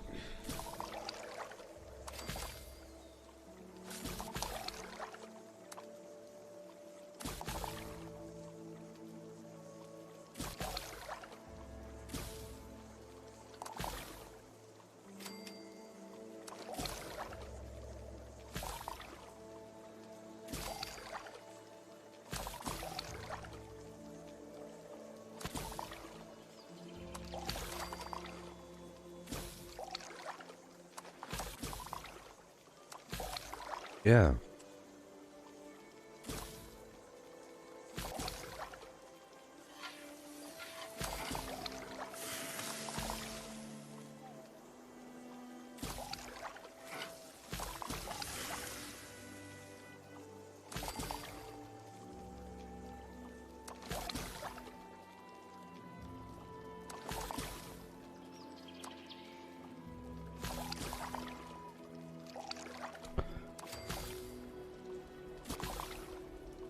Yep. Working our way deep into this mine. Deeper and deeper. Keeping on going on. Main problem is I did make too much boiled water. I made a bit too much. I was kind of thinking I was going to get a bit too much razor grain to compensate, but I made about the difference between the concrete and the boiled water. So about 700 or so. Too much boiled water. No big deal. I think if this was a bit faster, it would be exploitive, perhaps. The fact that this is taking so long, it's worth it. It makes it where if I could fly around willy-nilly in the future after doing this, I clearly earned it. And I have berry mint test. See, before, last couple of days, I didn't have berry mint test, like playing with Misty. I wasn't using berry mint test to locate the enemies, which is what you need, maybe, when you're at a workshop, trying to find them. Trying to find the enemy. Yeah. Hey, if you're watching me, all of you should totally follow me on Twitter. Follow me on Twitter.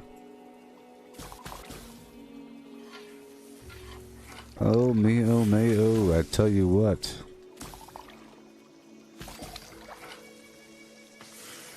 Francois, you're saying if I had a cat and a laser light, I could light the space bar. Get it! Eee! Put some catnip on my space bar.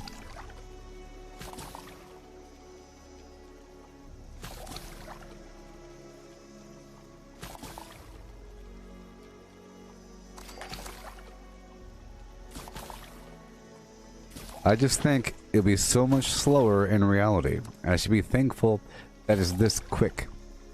This is relatively quick here. So I have to process a bunch more. Bunch more here. I'll have to dump the rest of that boiled water. I don't need it in a ways. Well, maybe I won't have to, but the boiled water does weigh a lot. In essence, when it's in my stash. I think it's 0.8 pounds each, but as you see here, the flour, it takes, so the flour is converting that boiled water, which weighs pretty much a pound each, into 0.03 pounds. It's using water in the process.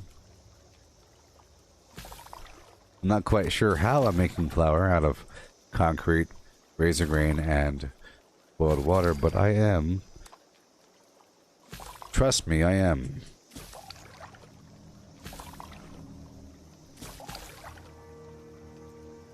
See, time is passing by. Believe it or not, time is actually insanely passing by. It's crazy because just imagine doing this for half an hour. Imagine doing this for an hour. Just clicking away, spacebar, enter button, making some razor green flour, people calling you a food build, and you're proving them right. Oh yeah, you know. The sweet ain't as sweet without the sour, as that one guy said one time in that one movie. Yeah. Vanilla Sky, my favorite movie, or one of my favorite movies.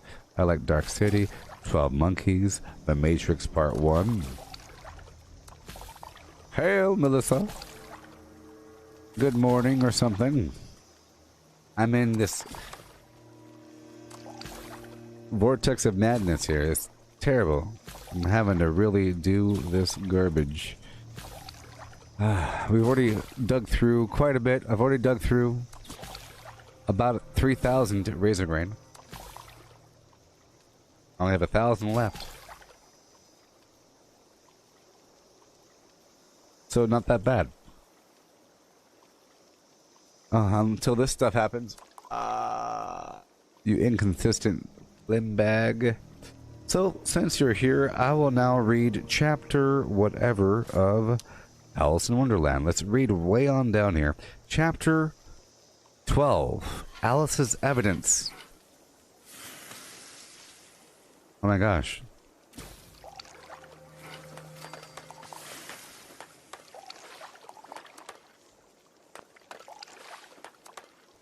Here, cried Alice, quite forgetting in the flurry of the moment how large she had grown in the last few minutes. And she jumped up in such a hurry that she tipped over the jury box with the edge of her skirt, upsetting all the jurymen onto the heads of the crowd below. And there they lay sprawling about, reminding her very much of a globe of goldfish she had accidentally upset the week before. Yes, I'm excited. I was talking about that earlier there, Melissa. Excited about the public builds, or public groups, you know. And the scoreboard, it's going to be so exciting. Oh boy. I can't wait. We might even get a different intro. I bet you we might even get different intro music. Different background, because it's supposed to be themed with, you know, the Captain Cosmos chasing after Captain Zoltan, whatever. Exciting. Oh, I beg your pardon, she exclaimed in a tone of great dismay, and began picking them up again as quickly as she could. For the accident of the goldfish kept running in her head, and she had a vague sort of idea that they must be collected at once and be put back into the jury box, or they would die. The trial cannot proceed, said the king, in a very grave voice, until all the jurymen are back in their proper places. All, he repeated with great emphasis, looking hard at Alice as he said so. Alice looked at the jury box and saw that, in her haste, she had put the lizard in head downwards. and the poor little thing was waving its tail about in a melancholy way, being quite unable to move.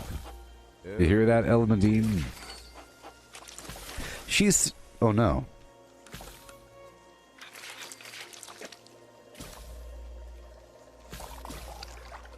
She soon got it out again and put it right. Not that it signifies much, she said to herself.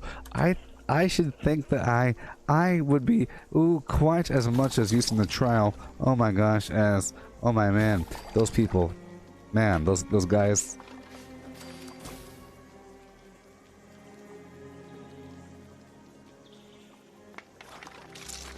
Poor lizard with his tail waving about in slow motion. As soon... come on, man.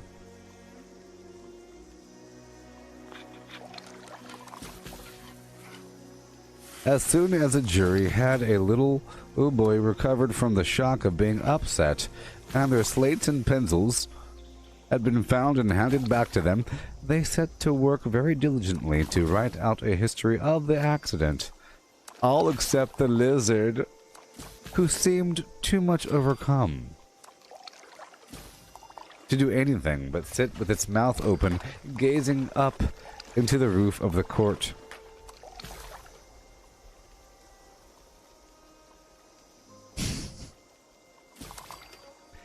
What do you know about this business? The king said to Alice. Nothing, said Alice. Nothing whatsoever, huh? Nothing. That is very important, said the king. Turning to the jury, they were just beginning to write this down on their slates when the White Rabbit interrupted. Unimportant, your majesty, means, of course. Yes, unimportant. Yes. Yes. This is terrible. A bunch of dialogue. It's all dialogue. The end. That was the end of the book. The last chapter. Bunch of garbage. We don't want that. We want...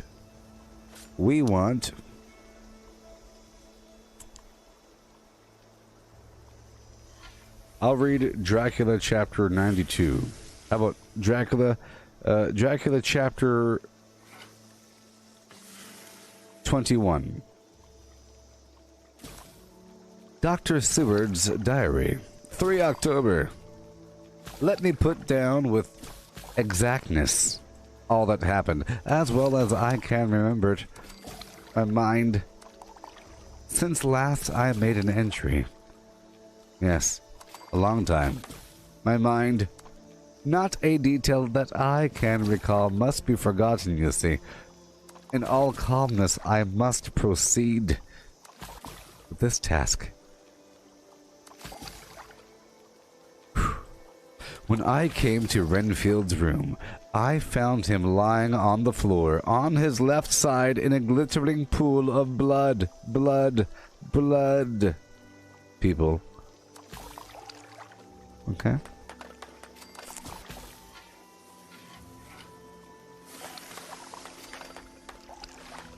When I went to move him, it became at once apparent that he had received some terrible injuries. There seemed none of that unity of purpose between the parts of the body which marks even lethargic sanity. What are you even talking about?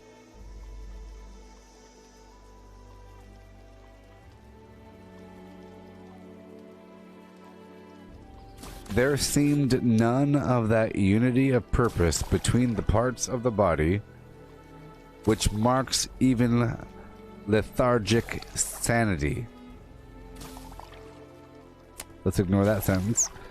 As the face was exposed, I could see that it was horribly bruised, as though it had been beaten against the floor. Indeed, it was from the face wounds that the pool of blood originated, you say. The attendant who was kneeling beside the body said to me as we turned him over, I think I think so. His back is broken, you see? Both his right arm and his leg and the whole side of his face are paralyzed. You see? How such a thing could have happened, oh my gosh. It puzzled the attendant beyond measure, my friends. He seemed quite bewildered. His brows were gathered in as he said, I can't understand the two things. He could mark his face like that by beating his own head on the floor. I saw a young woman do it once at the Eversfield Asylum before anyone could lay their hands on her. And I suppose he might have broke his neck by, oh, let's say, falling out of bed. Maybe if he got in an awkward kink. But for the life of me, I can't imagine how the two things occurred at the same time. You know? If his back was broke, he couldn't beat his head, and if his face was like that before the fall out of the bed, then clearly there would be marks on the bed with the blood and so forth. Come on. Come on. Aren't we suspecting seeing this body crumpled up in the ground it to be a suicide? It's clearly a suicide. He's in a pool of his own blood. His back is broken. He's paralyzed, right? Go to Dr. Van Helsing and ask him to kindly come here at once. Say it just like that. Would you kindly? He'll come. I want him without an instant's delay. The man ran off, and within a few minutes the professor, you see, in his dressing gown and slippers, appeared. When he saw Renfield on the ground, he looked keenly at him, yes, for a moment, and then he turned to me. I think he recognized my thought in his eyes, for he said very quietly, manifestly for the ears of the attendant, ah. A sad accident. He will need very careful watching, yes, and much attention. I shall stay with you myself, but I shall first dress myself. If you will, remain, I shall in a few minutes join you. Yeah. Hey, look, we're done. Excelsior. Well, well, well. I'm still massively over encumbered. Not really, though. Okay, let's teleport back up here. I need a bit more. I would like to run out of concrete before I'm done. So, I don't know if you saw any from whatever, but I played a bit of the Star Wars Battlefront 2 last night, this morning, you know. And I learned a whole lot more about how it works, and I leveled up quite a bit, and I discovered all kinds of fun gameplay modes or whatever that fully entertaining and very exciting. I got a whole lot better. I can say I got a whole lot better. I unlocked another weapon, I unlocked a couple mods for it, and I unlocked better perks and made those better, so now I'm kind of where I need to be, and it's great. So that's the kind of game that is really entertaining if you know what you're doing, you know.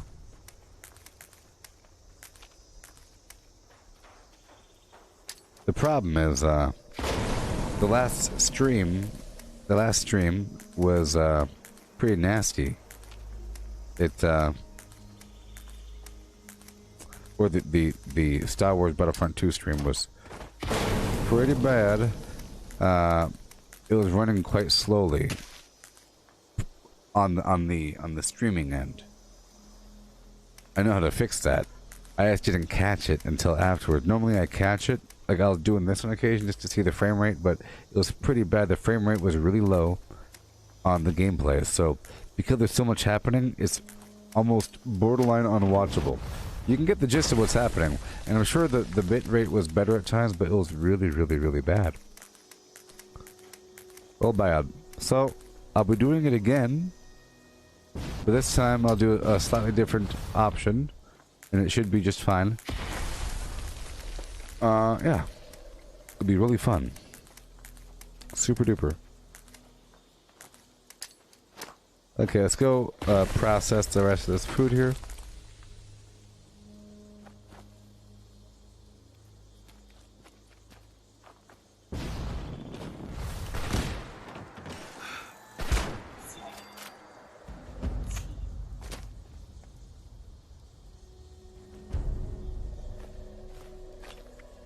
The audio was fine, but it's not like the same problem from before. It's a problem that occurs whenever too much of my resources are being used, because that game in particular takes up a lot of resources.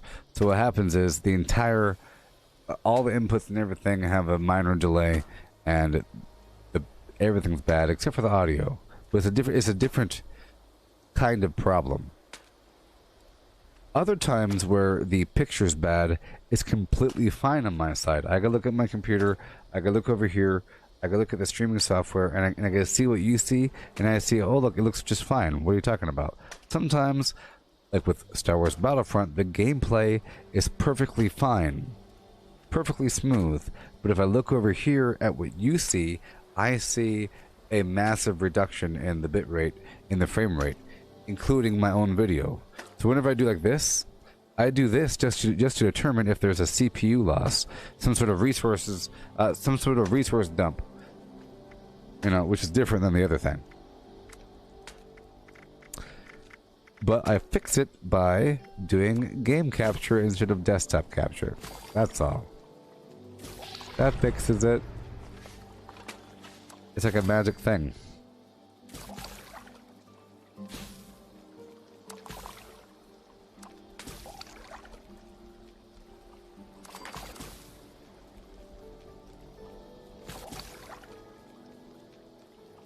Takes such a long time for this, you know?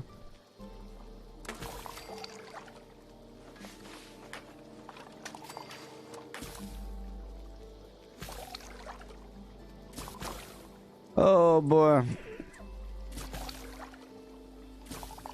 Yep, but now all my confusion's gone. I like to throw myself into a game and just figure it out and have some fun. But then, of course, dying a lot, it gets frustrating a little bit. I like to have fun with it, you know, failure is growth and all. But then I have to figure out how to fix that, and I fixed that problem. And now I know what to do. Yes. The main thing was the discovery of a multiplayer, of a PvP, of a player versus enemy. So it's PvE, but it's, you know, it's multiplayer. It's a co-op mode. It's 4 players versus a bunch of AI. Right? But the cool thing is that the game makes you do it. I don't like when it's voluntary, because then it feels like you're being a chump. But when the game makes you do it, yeah, bring it on, baby. I was looking at how to get different weapons, and it said to get the Echo 11 Delta assault rifle, I had to do a bunch of these. I had to get a bunch of kills in that mode with a certain class. I was like, okay, well that's how you do it. And then that's also how you level up, and that's also how you know how to darn play the game. At first, I thought I had to practice by doing this other mode. So I went to this heroes versus villains thing, or this hero challenge mode where you're Darth Maul and you have to go clear out this one room, and there's a timer, and every time you kill the enemy, the timer goes up. You know? That sort of thing. But this, with the co-op thing, it's 4 players in a map that's just like multiplayer. Just like multiplayer, with a million bad guys, and you're moving through this long map, phase by phase, like a tug of war, and it's great. Oh, you want more Dracula? Fine. Fine, let's read more Dracula. Fine. The blood, the blood. the blood.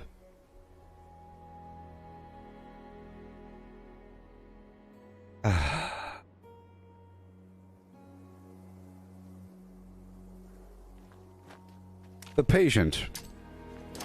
patient was now breathing stertorously, and it was easy to see that he had suffered some terrible injury. Van Helsing returned with extraordinary clarity. Celerity? Bearing with him a surgical case, you say? Yes. He had evidently been thinking and had made his mind up. For almost before he looked at the patient, he whispered to me. Now listen carefully. Listen carefully. Send the attendant away. We must be alone with him when he becomes conscious after the operation. So I said, I think that will do now, Simmons. We've done all that we can at the present. You had better go your round, and Dr. Van Helsing will operate. Let me know instantly if there be anything unusual anywhere. The man withdrew and went into a strict examination of the patient. The wounds of the face were superficial, yes. The real injury was a depressed fracture of the skull, extending right up through the motor area. The professor had thought a moment and said, we must reduce the pressure and get back to normal conditions as far as can be. The rapidity of the suffusion shows the terrible nature of his injury. The whole motor area seems affected. The suffusion of the brain will increase quickly, so we must trephine at once or it may be too late. You see? As he was speaking, the trick of truth, there was a soft tapping, rapping, napping at the Gabahay door. I went over and opened it and found in the corridor without Arthur and Quincy in pajamas and slippers. And they spoke. Now listen carefully. I heard you and your man call up Dr. Van Helsing and tell him of an accident. So I woke Quincy, or rather called for him, as he was not asleep, you say? Things are moving too quickly and strangely for sound sleep for any of us during these times. I've been thinking that tomorrow night we'll not see things as they have been. We'll look back, my friend, and forward a little bit more than we have before. Now, can I come in, please? Please? I nodded and held the door open until they had entered. Then I closed it again. When Quincy saw the attitude and state of the patient and noted the horrible pool of blood on the floor, he said softly, "My God, what has happened to him? Look at him. Poor devil, poor devil. Oh my goodness gracious." He was panicking, frothing at the mouth, seizuring. I told him briefly and added, my friend, that we expected that he would recover. Concussionless after the operation. Says who? Nonsense. Garbage. For a short time, at all events, you see. He went at once and sat down at the edge of the bed with Goldolman beside him, and we all waited. They plan on relieving pressure to the guy's head because he has a big dent, and the guy's like, "Oh, I'm a doctor. That part of the brain is where the motor portion works. That's why you're paralyzed. I know. If I just remove that part of your skull and replace it with some plastic, You'll be fine. Just fine. The pressure will go away, and you can walk again. That's all you gotta do.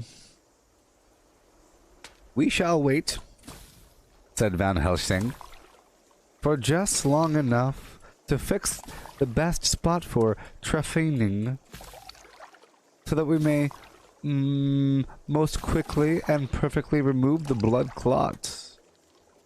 For it is evident that the hemorrhage is increasing. Ah, there's a hemorrhage. Get rid of it. Gotcha. Yeah. The minutes during which we waited passed with fearful slowness. I had a horrible sinking in my heart, and from Van Helsing's face I gathered that he might have felt some fear or maybe apprehension as to what was to come. I dreaded the words that Renfield might speak, and I was positively afraid to think. But the conviction of what was coming was on me. The trick of truth? As I have read of men who have heard the death watch, the poor man's breathing came in uncertain gasps. Each instant he seemed as though he would open his eyes and speak, but then would follow a prolonged, stertorous breath, and he would relapse into a more fixed insensibility. You see?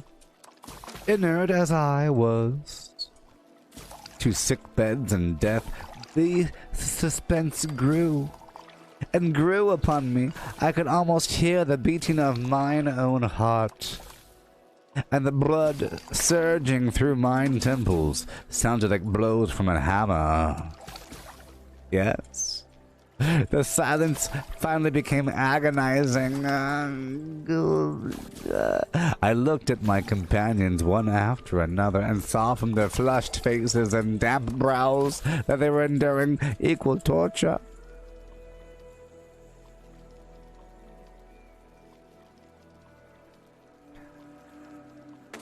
There was a nervous suspense over us all, as though overhead some dread bell would peal out powerfully when we should at least expect it with a ding-dong.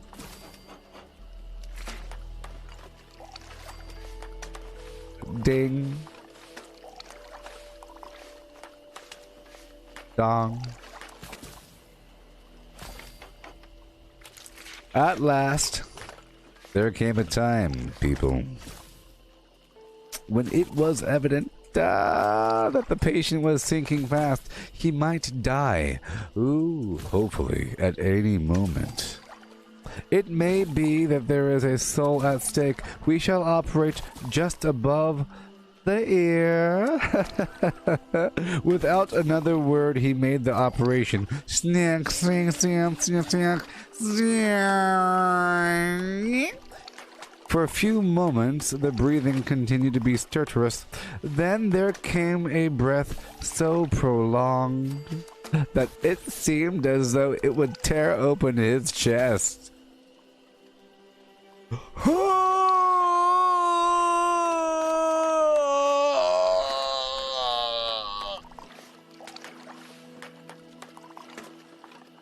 Suddenly, his eyes opened and became fixed in a wild, helpless stare. This continued on for a few moments, then it softened. Yes, it softened into a glad surprise. Oh. And from the lips came a sigh of relief. He moved convulsively, and as he did so said, "Hey, doctor." "I'll be quiet, doctor." "Hey, tell them to go take off my waistcoat, huh?" "Ooh, yeah. Ooh, I've had a terrible dream, doctor. And it has left me so weak that I can't move. Ooh, hey, what's wrong with my face, doctor? It feels all, swollen, and it sure does smart dreadfully, doctor. What's wrong with my face, doc? Help me. My arms are broken. My back is backwards. Oh gosh, doc, why are my intestines laying on the floor back there, doctor? Oh. Am I a zombie? He tried to turn his head, but even with the effort, his eyes seemed to grow glassy again. So I gently put it back. Then Van Helsing said in a quiet, grave tone, "Tell us your dream, Mr. Renfield. Tell us your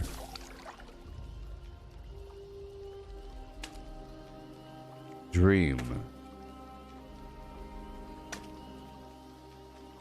As he heard the voice, his face brightened. Through its mutilation,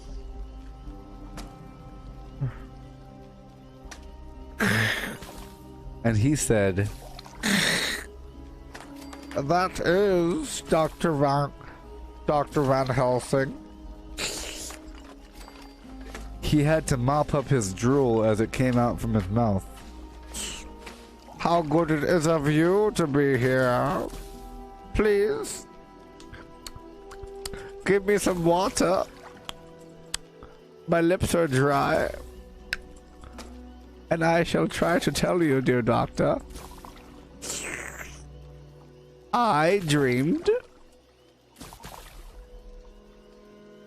He stopped and seemed fainting. I called quietly to Quincy. "Quincy, the brandy. Get the brandy, quick. It's in my study for some reason." He flew and returned with a glass, a decanter of brandy, and a carafe of water. Yes. We moistened his parched lips.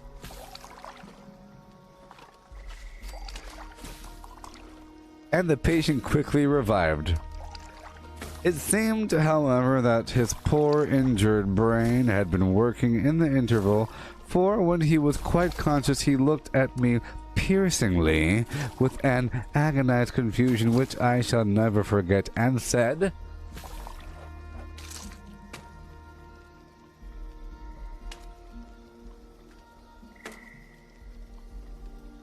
"I must not deceive myself. It was no dream, but all a grim reality." Then his eyes roved around the room. "Hey, we're done."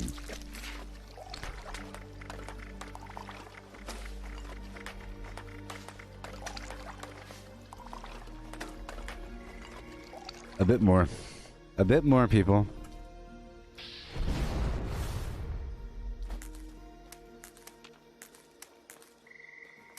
This is it. This is it.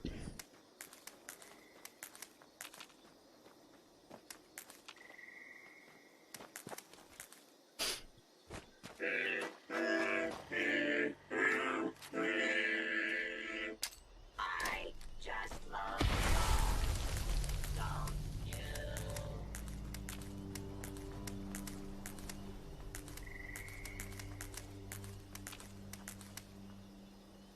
It's a pretty good book. This is a pretty good book, I have to say. This is Bram Stoker's Dracula. It's by Mary Shelley. A woman, believe it or not. Who would have thought? Oh, who would have thought?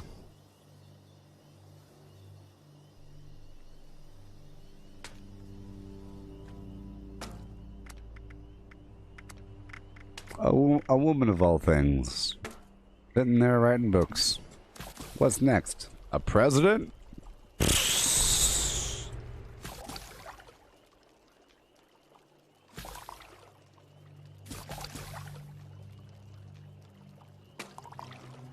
Wait a minute. Bram Stoker.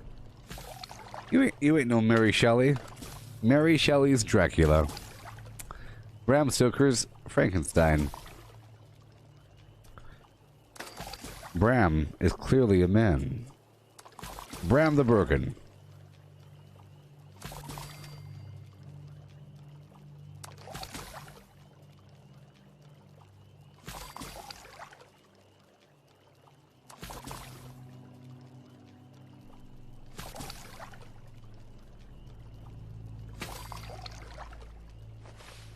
Yeah, all done.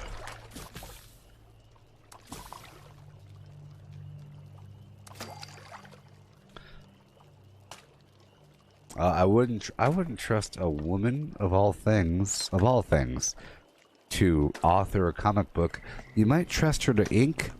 I wouldn't trust her to do the pencil work, but then maybe under heavy supervision, you could tell them how to do the ink work, but I wouldn't trust them. Not to write the thing, nope.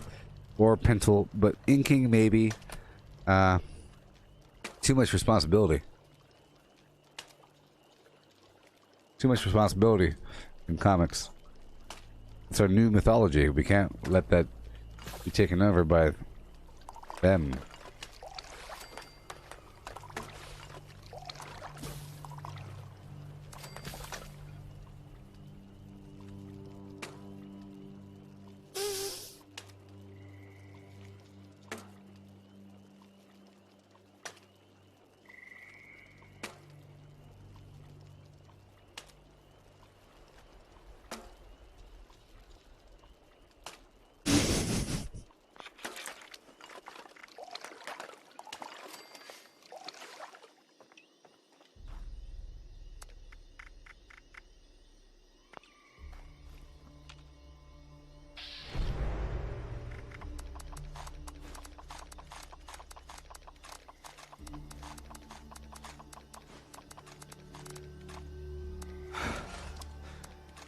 So right now, I'm trying to even things out a bit.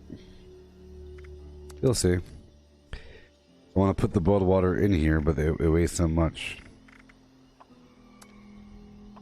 $7.91.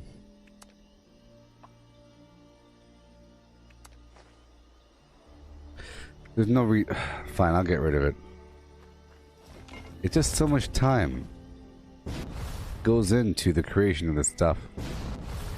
But I have to dump it. I have to dump a lot of this boiled water. Oh well. Goodbye, boiled water. Bam.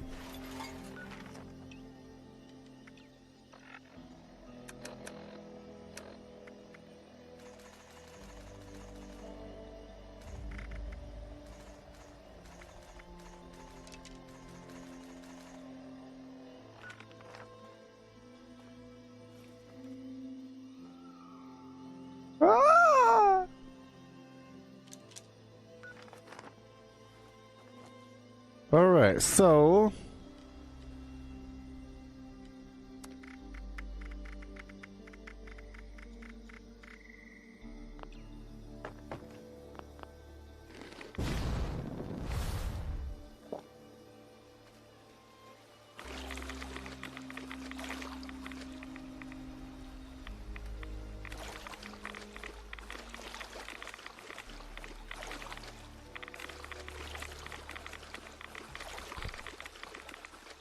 oh, cookbook? Then yes, absolutely yes.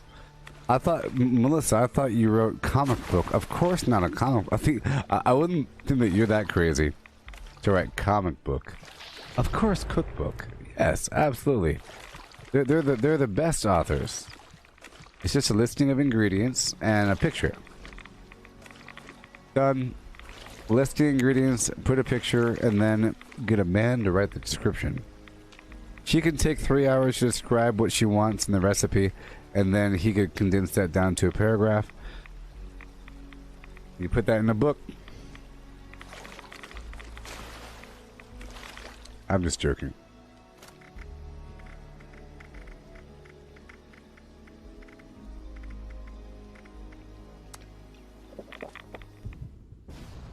Alright, so here we are.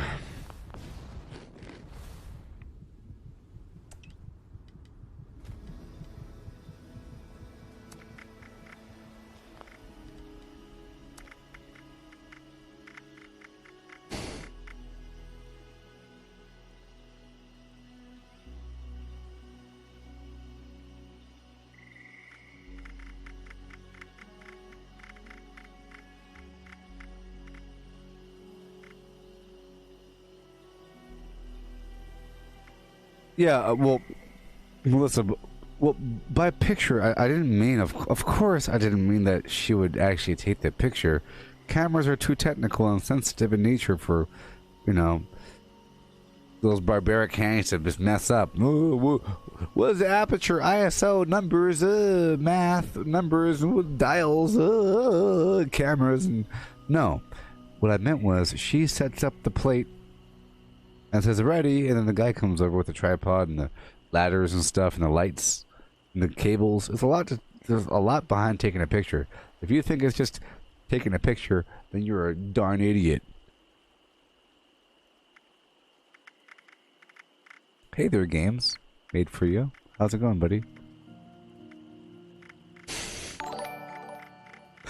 I'm just joshing, people. I'm just joshing. But congratulations to me. I have 1,705 razor grain flour.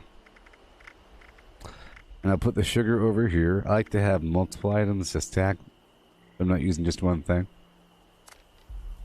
And if I had some Thai flour, I'd probably use it. And I need some alcohol in my life. Hey, Lazy Cat, the update ain't here yet. It'll be here eventually. They say it'll come here soon. But who am I to judge what they think? Tarberry juice? There we go. Now I'm all geared up and ready to go. Fly like an eagle. And I say, fly with a hero. With a hero. I find 14 supplies for you. Oh, there's a solution.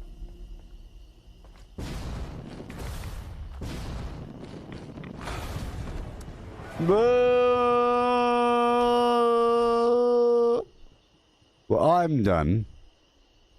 I accomplished my goals, people. I accomplished mine goals. That's right. And I'm done with the stream. My goals have been accomplished. I made my garbage. There's nothing else to really do here.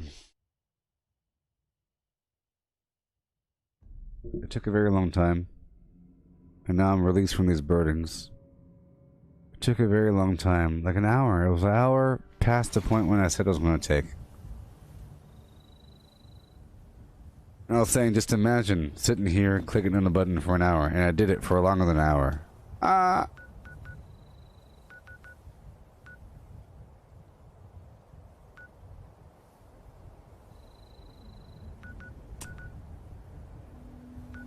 Well, goodbye, everybody. I'll be back with Star Wars Battlefront 2. I'll be back with Star Wars Battlefront 2. I'm having fun messing around for a bit.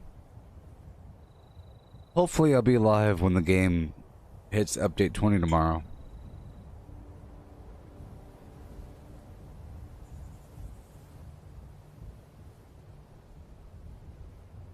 You gotta wonder, what is the temperature difference between this water and the ice inside the water?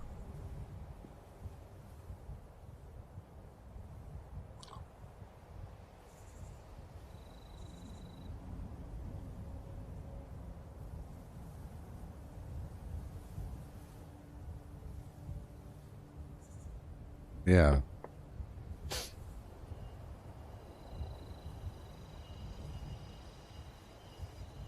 I'll be back with some Star Wars Battlefront 2.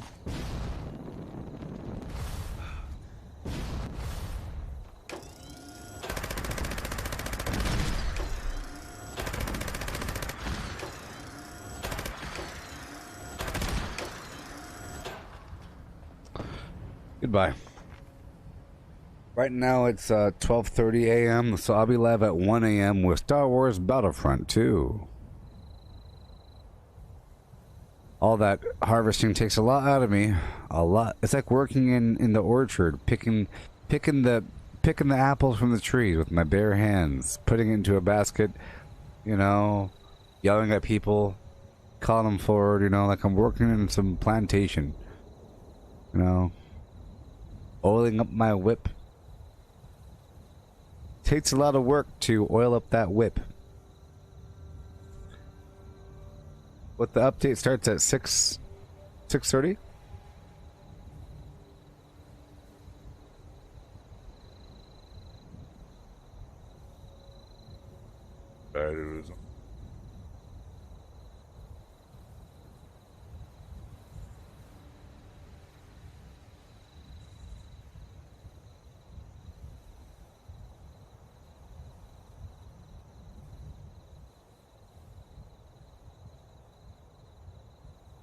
Alright, goodbye, everybody.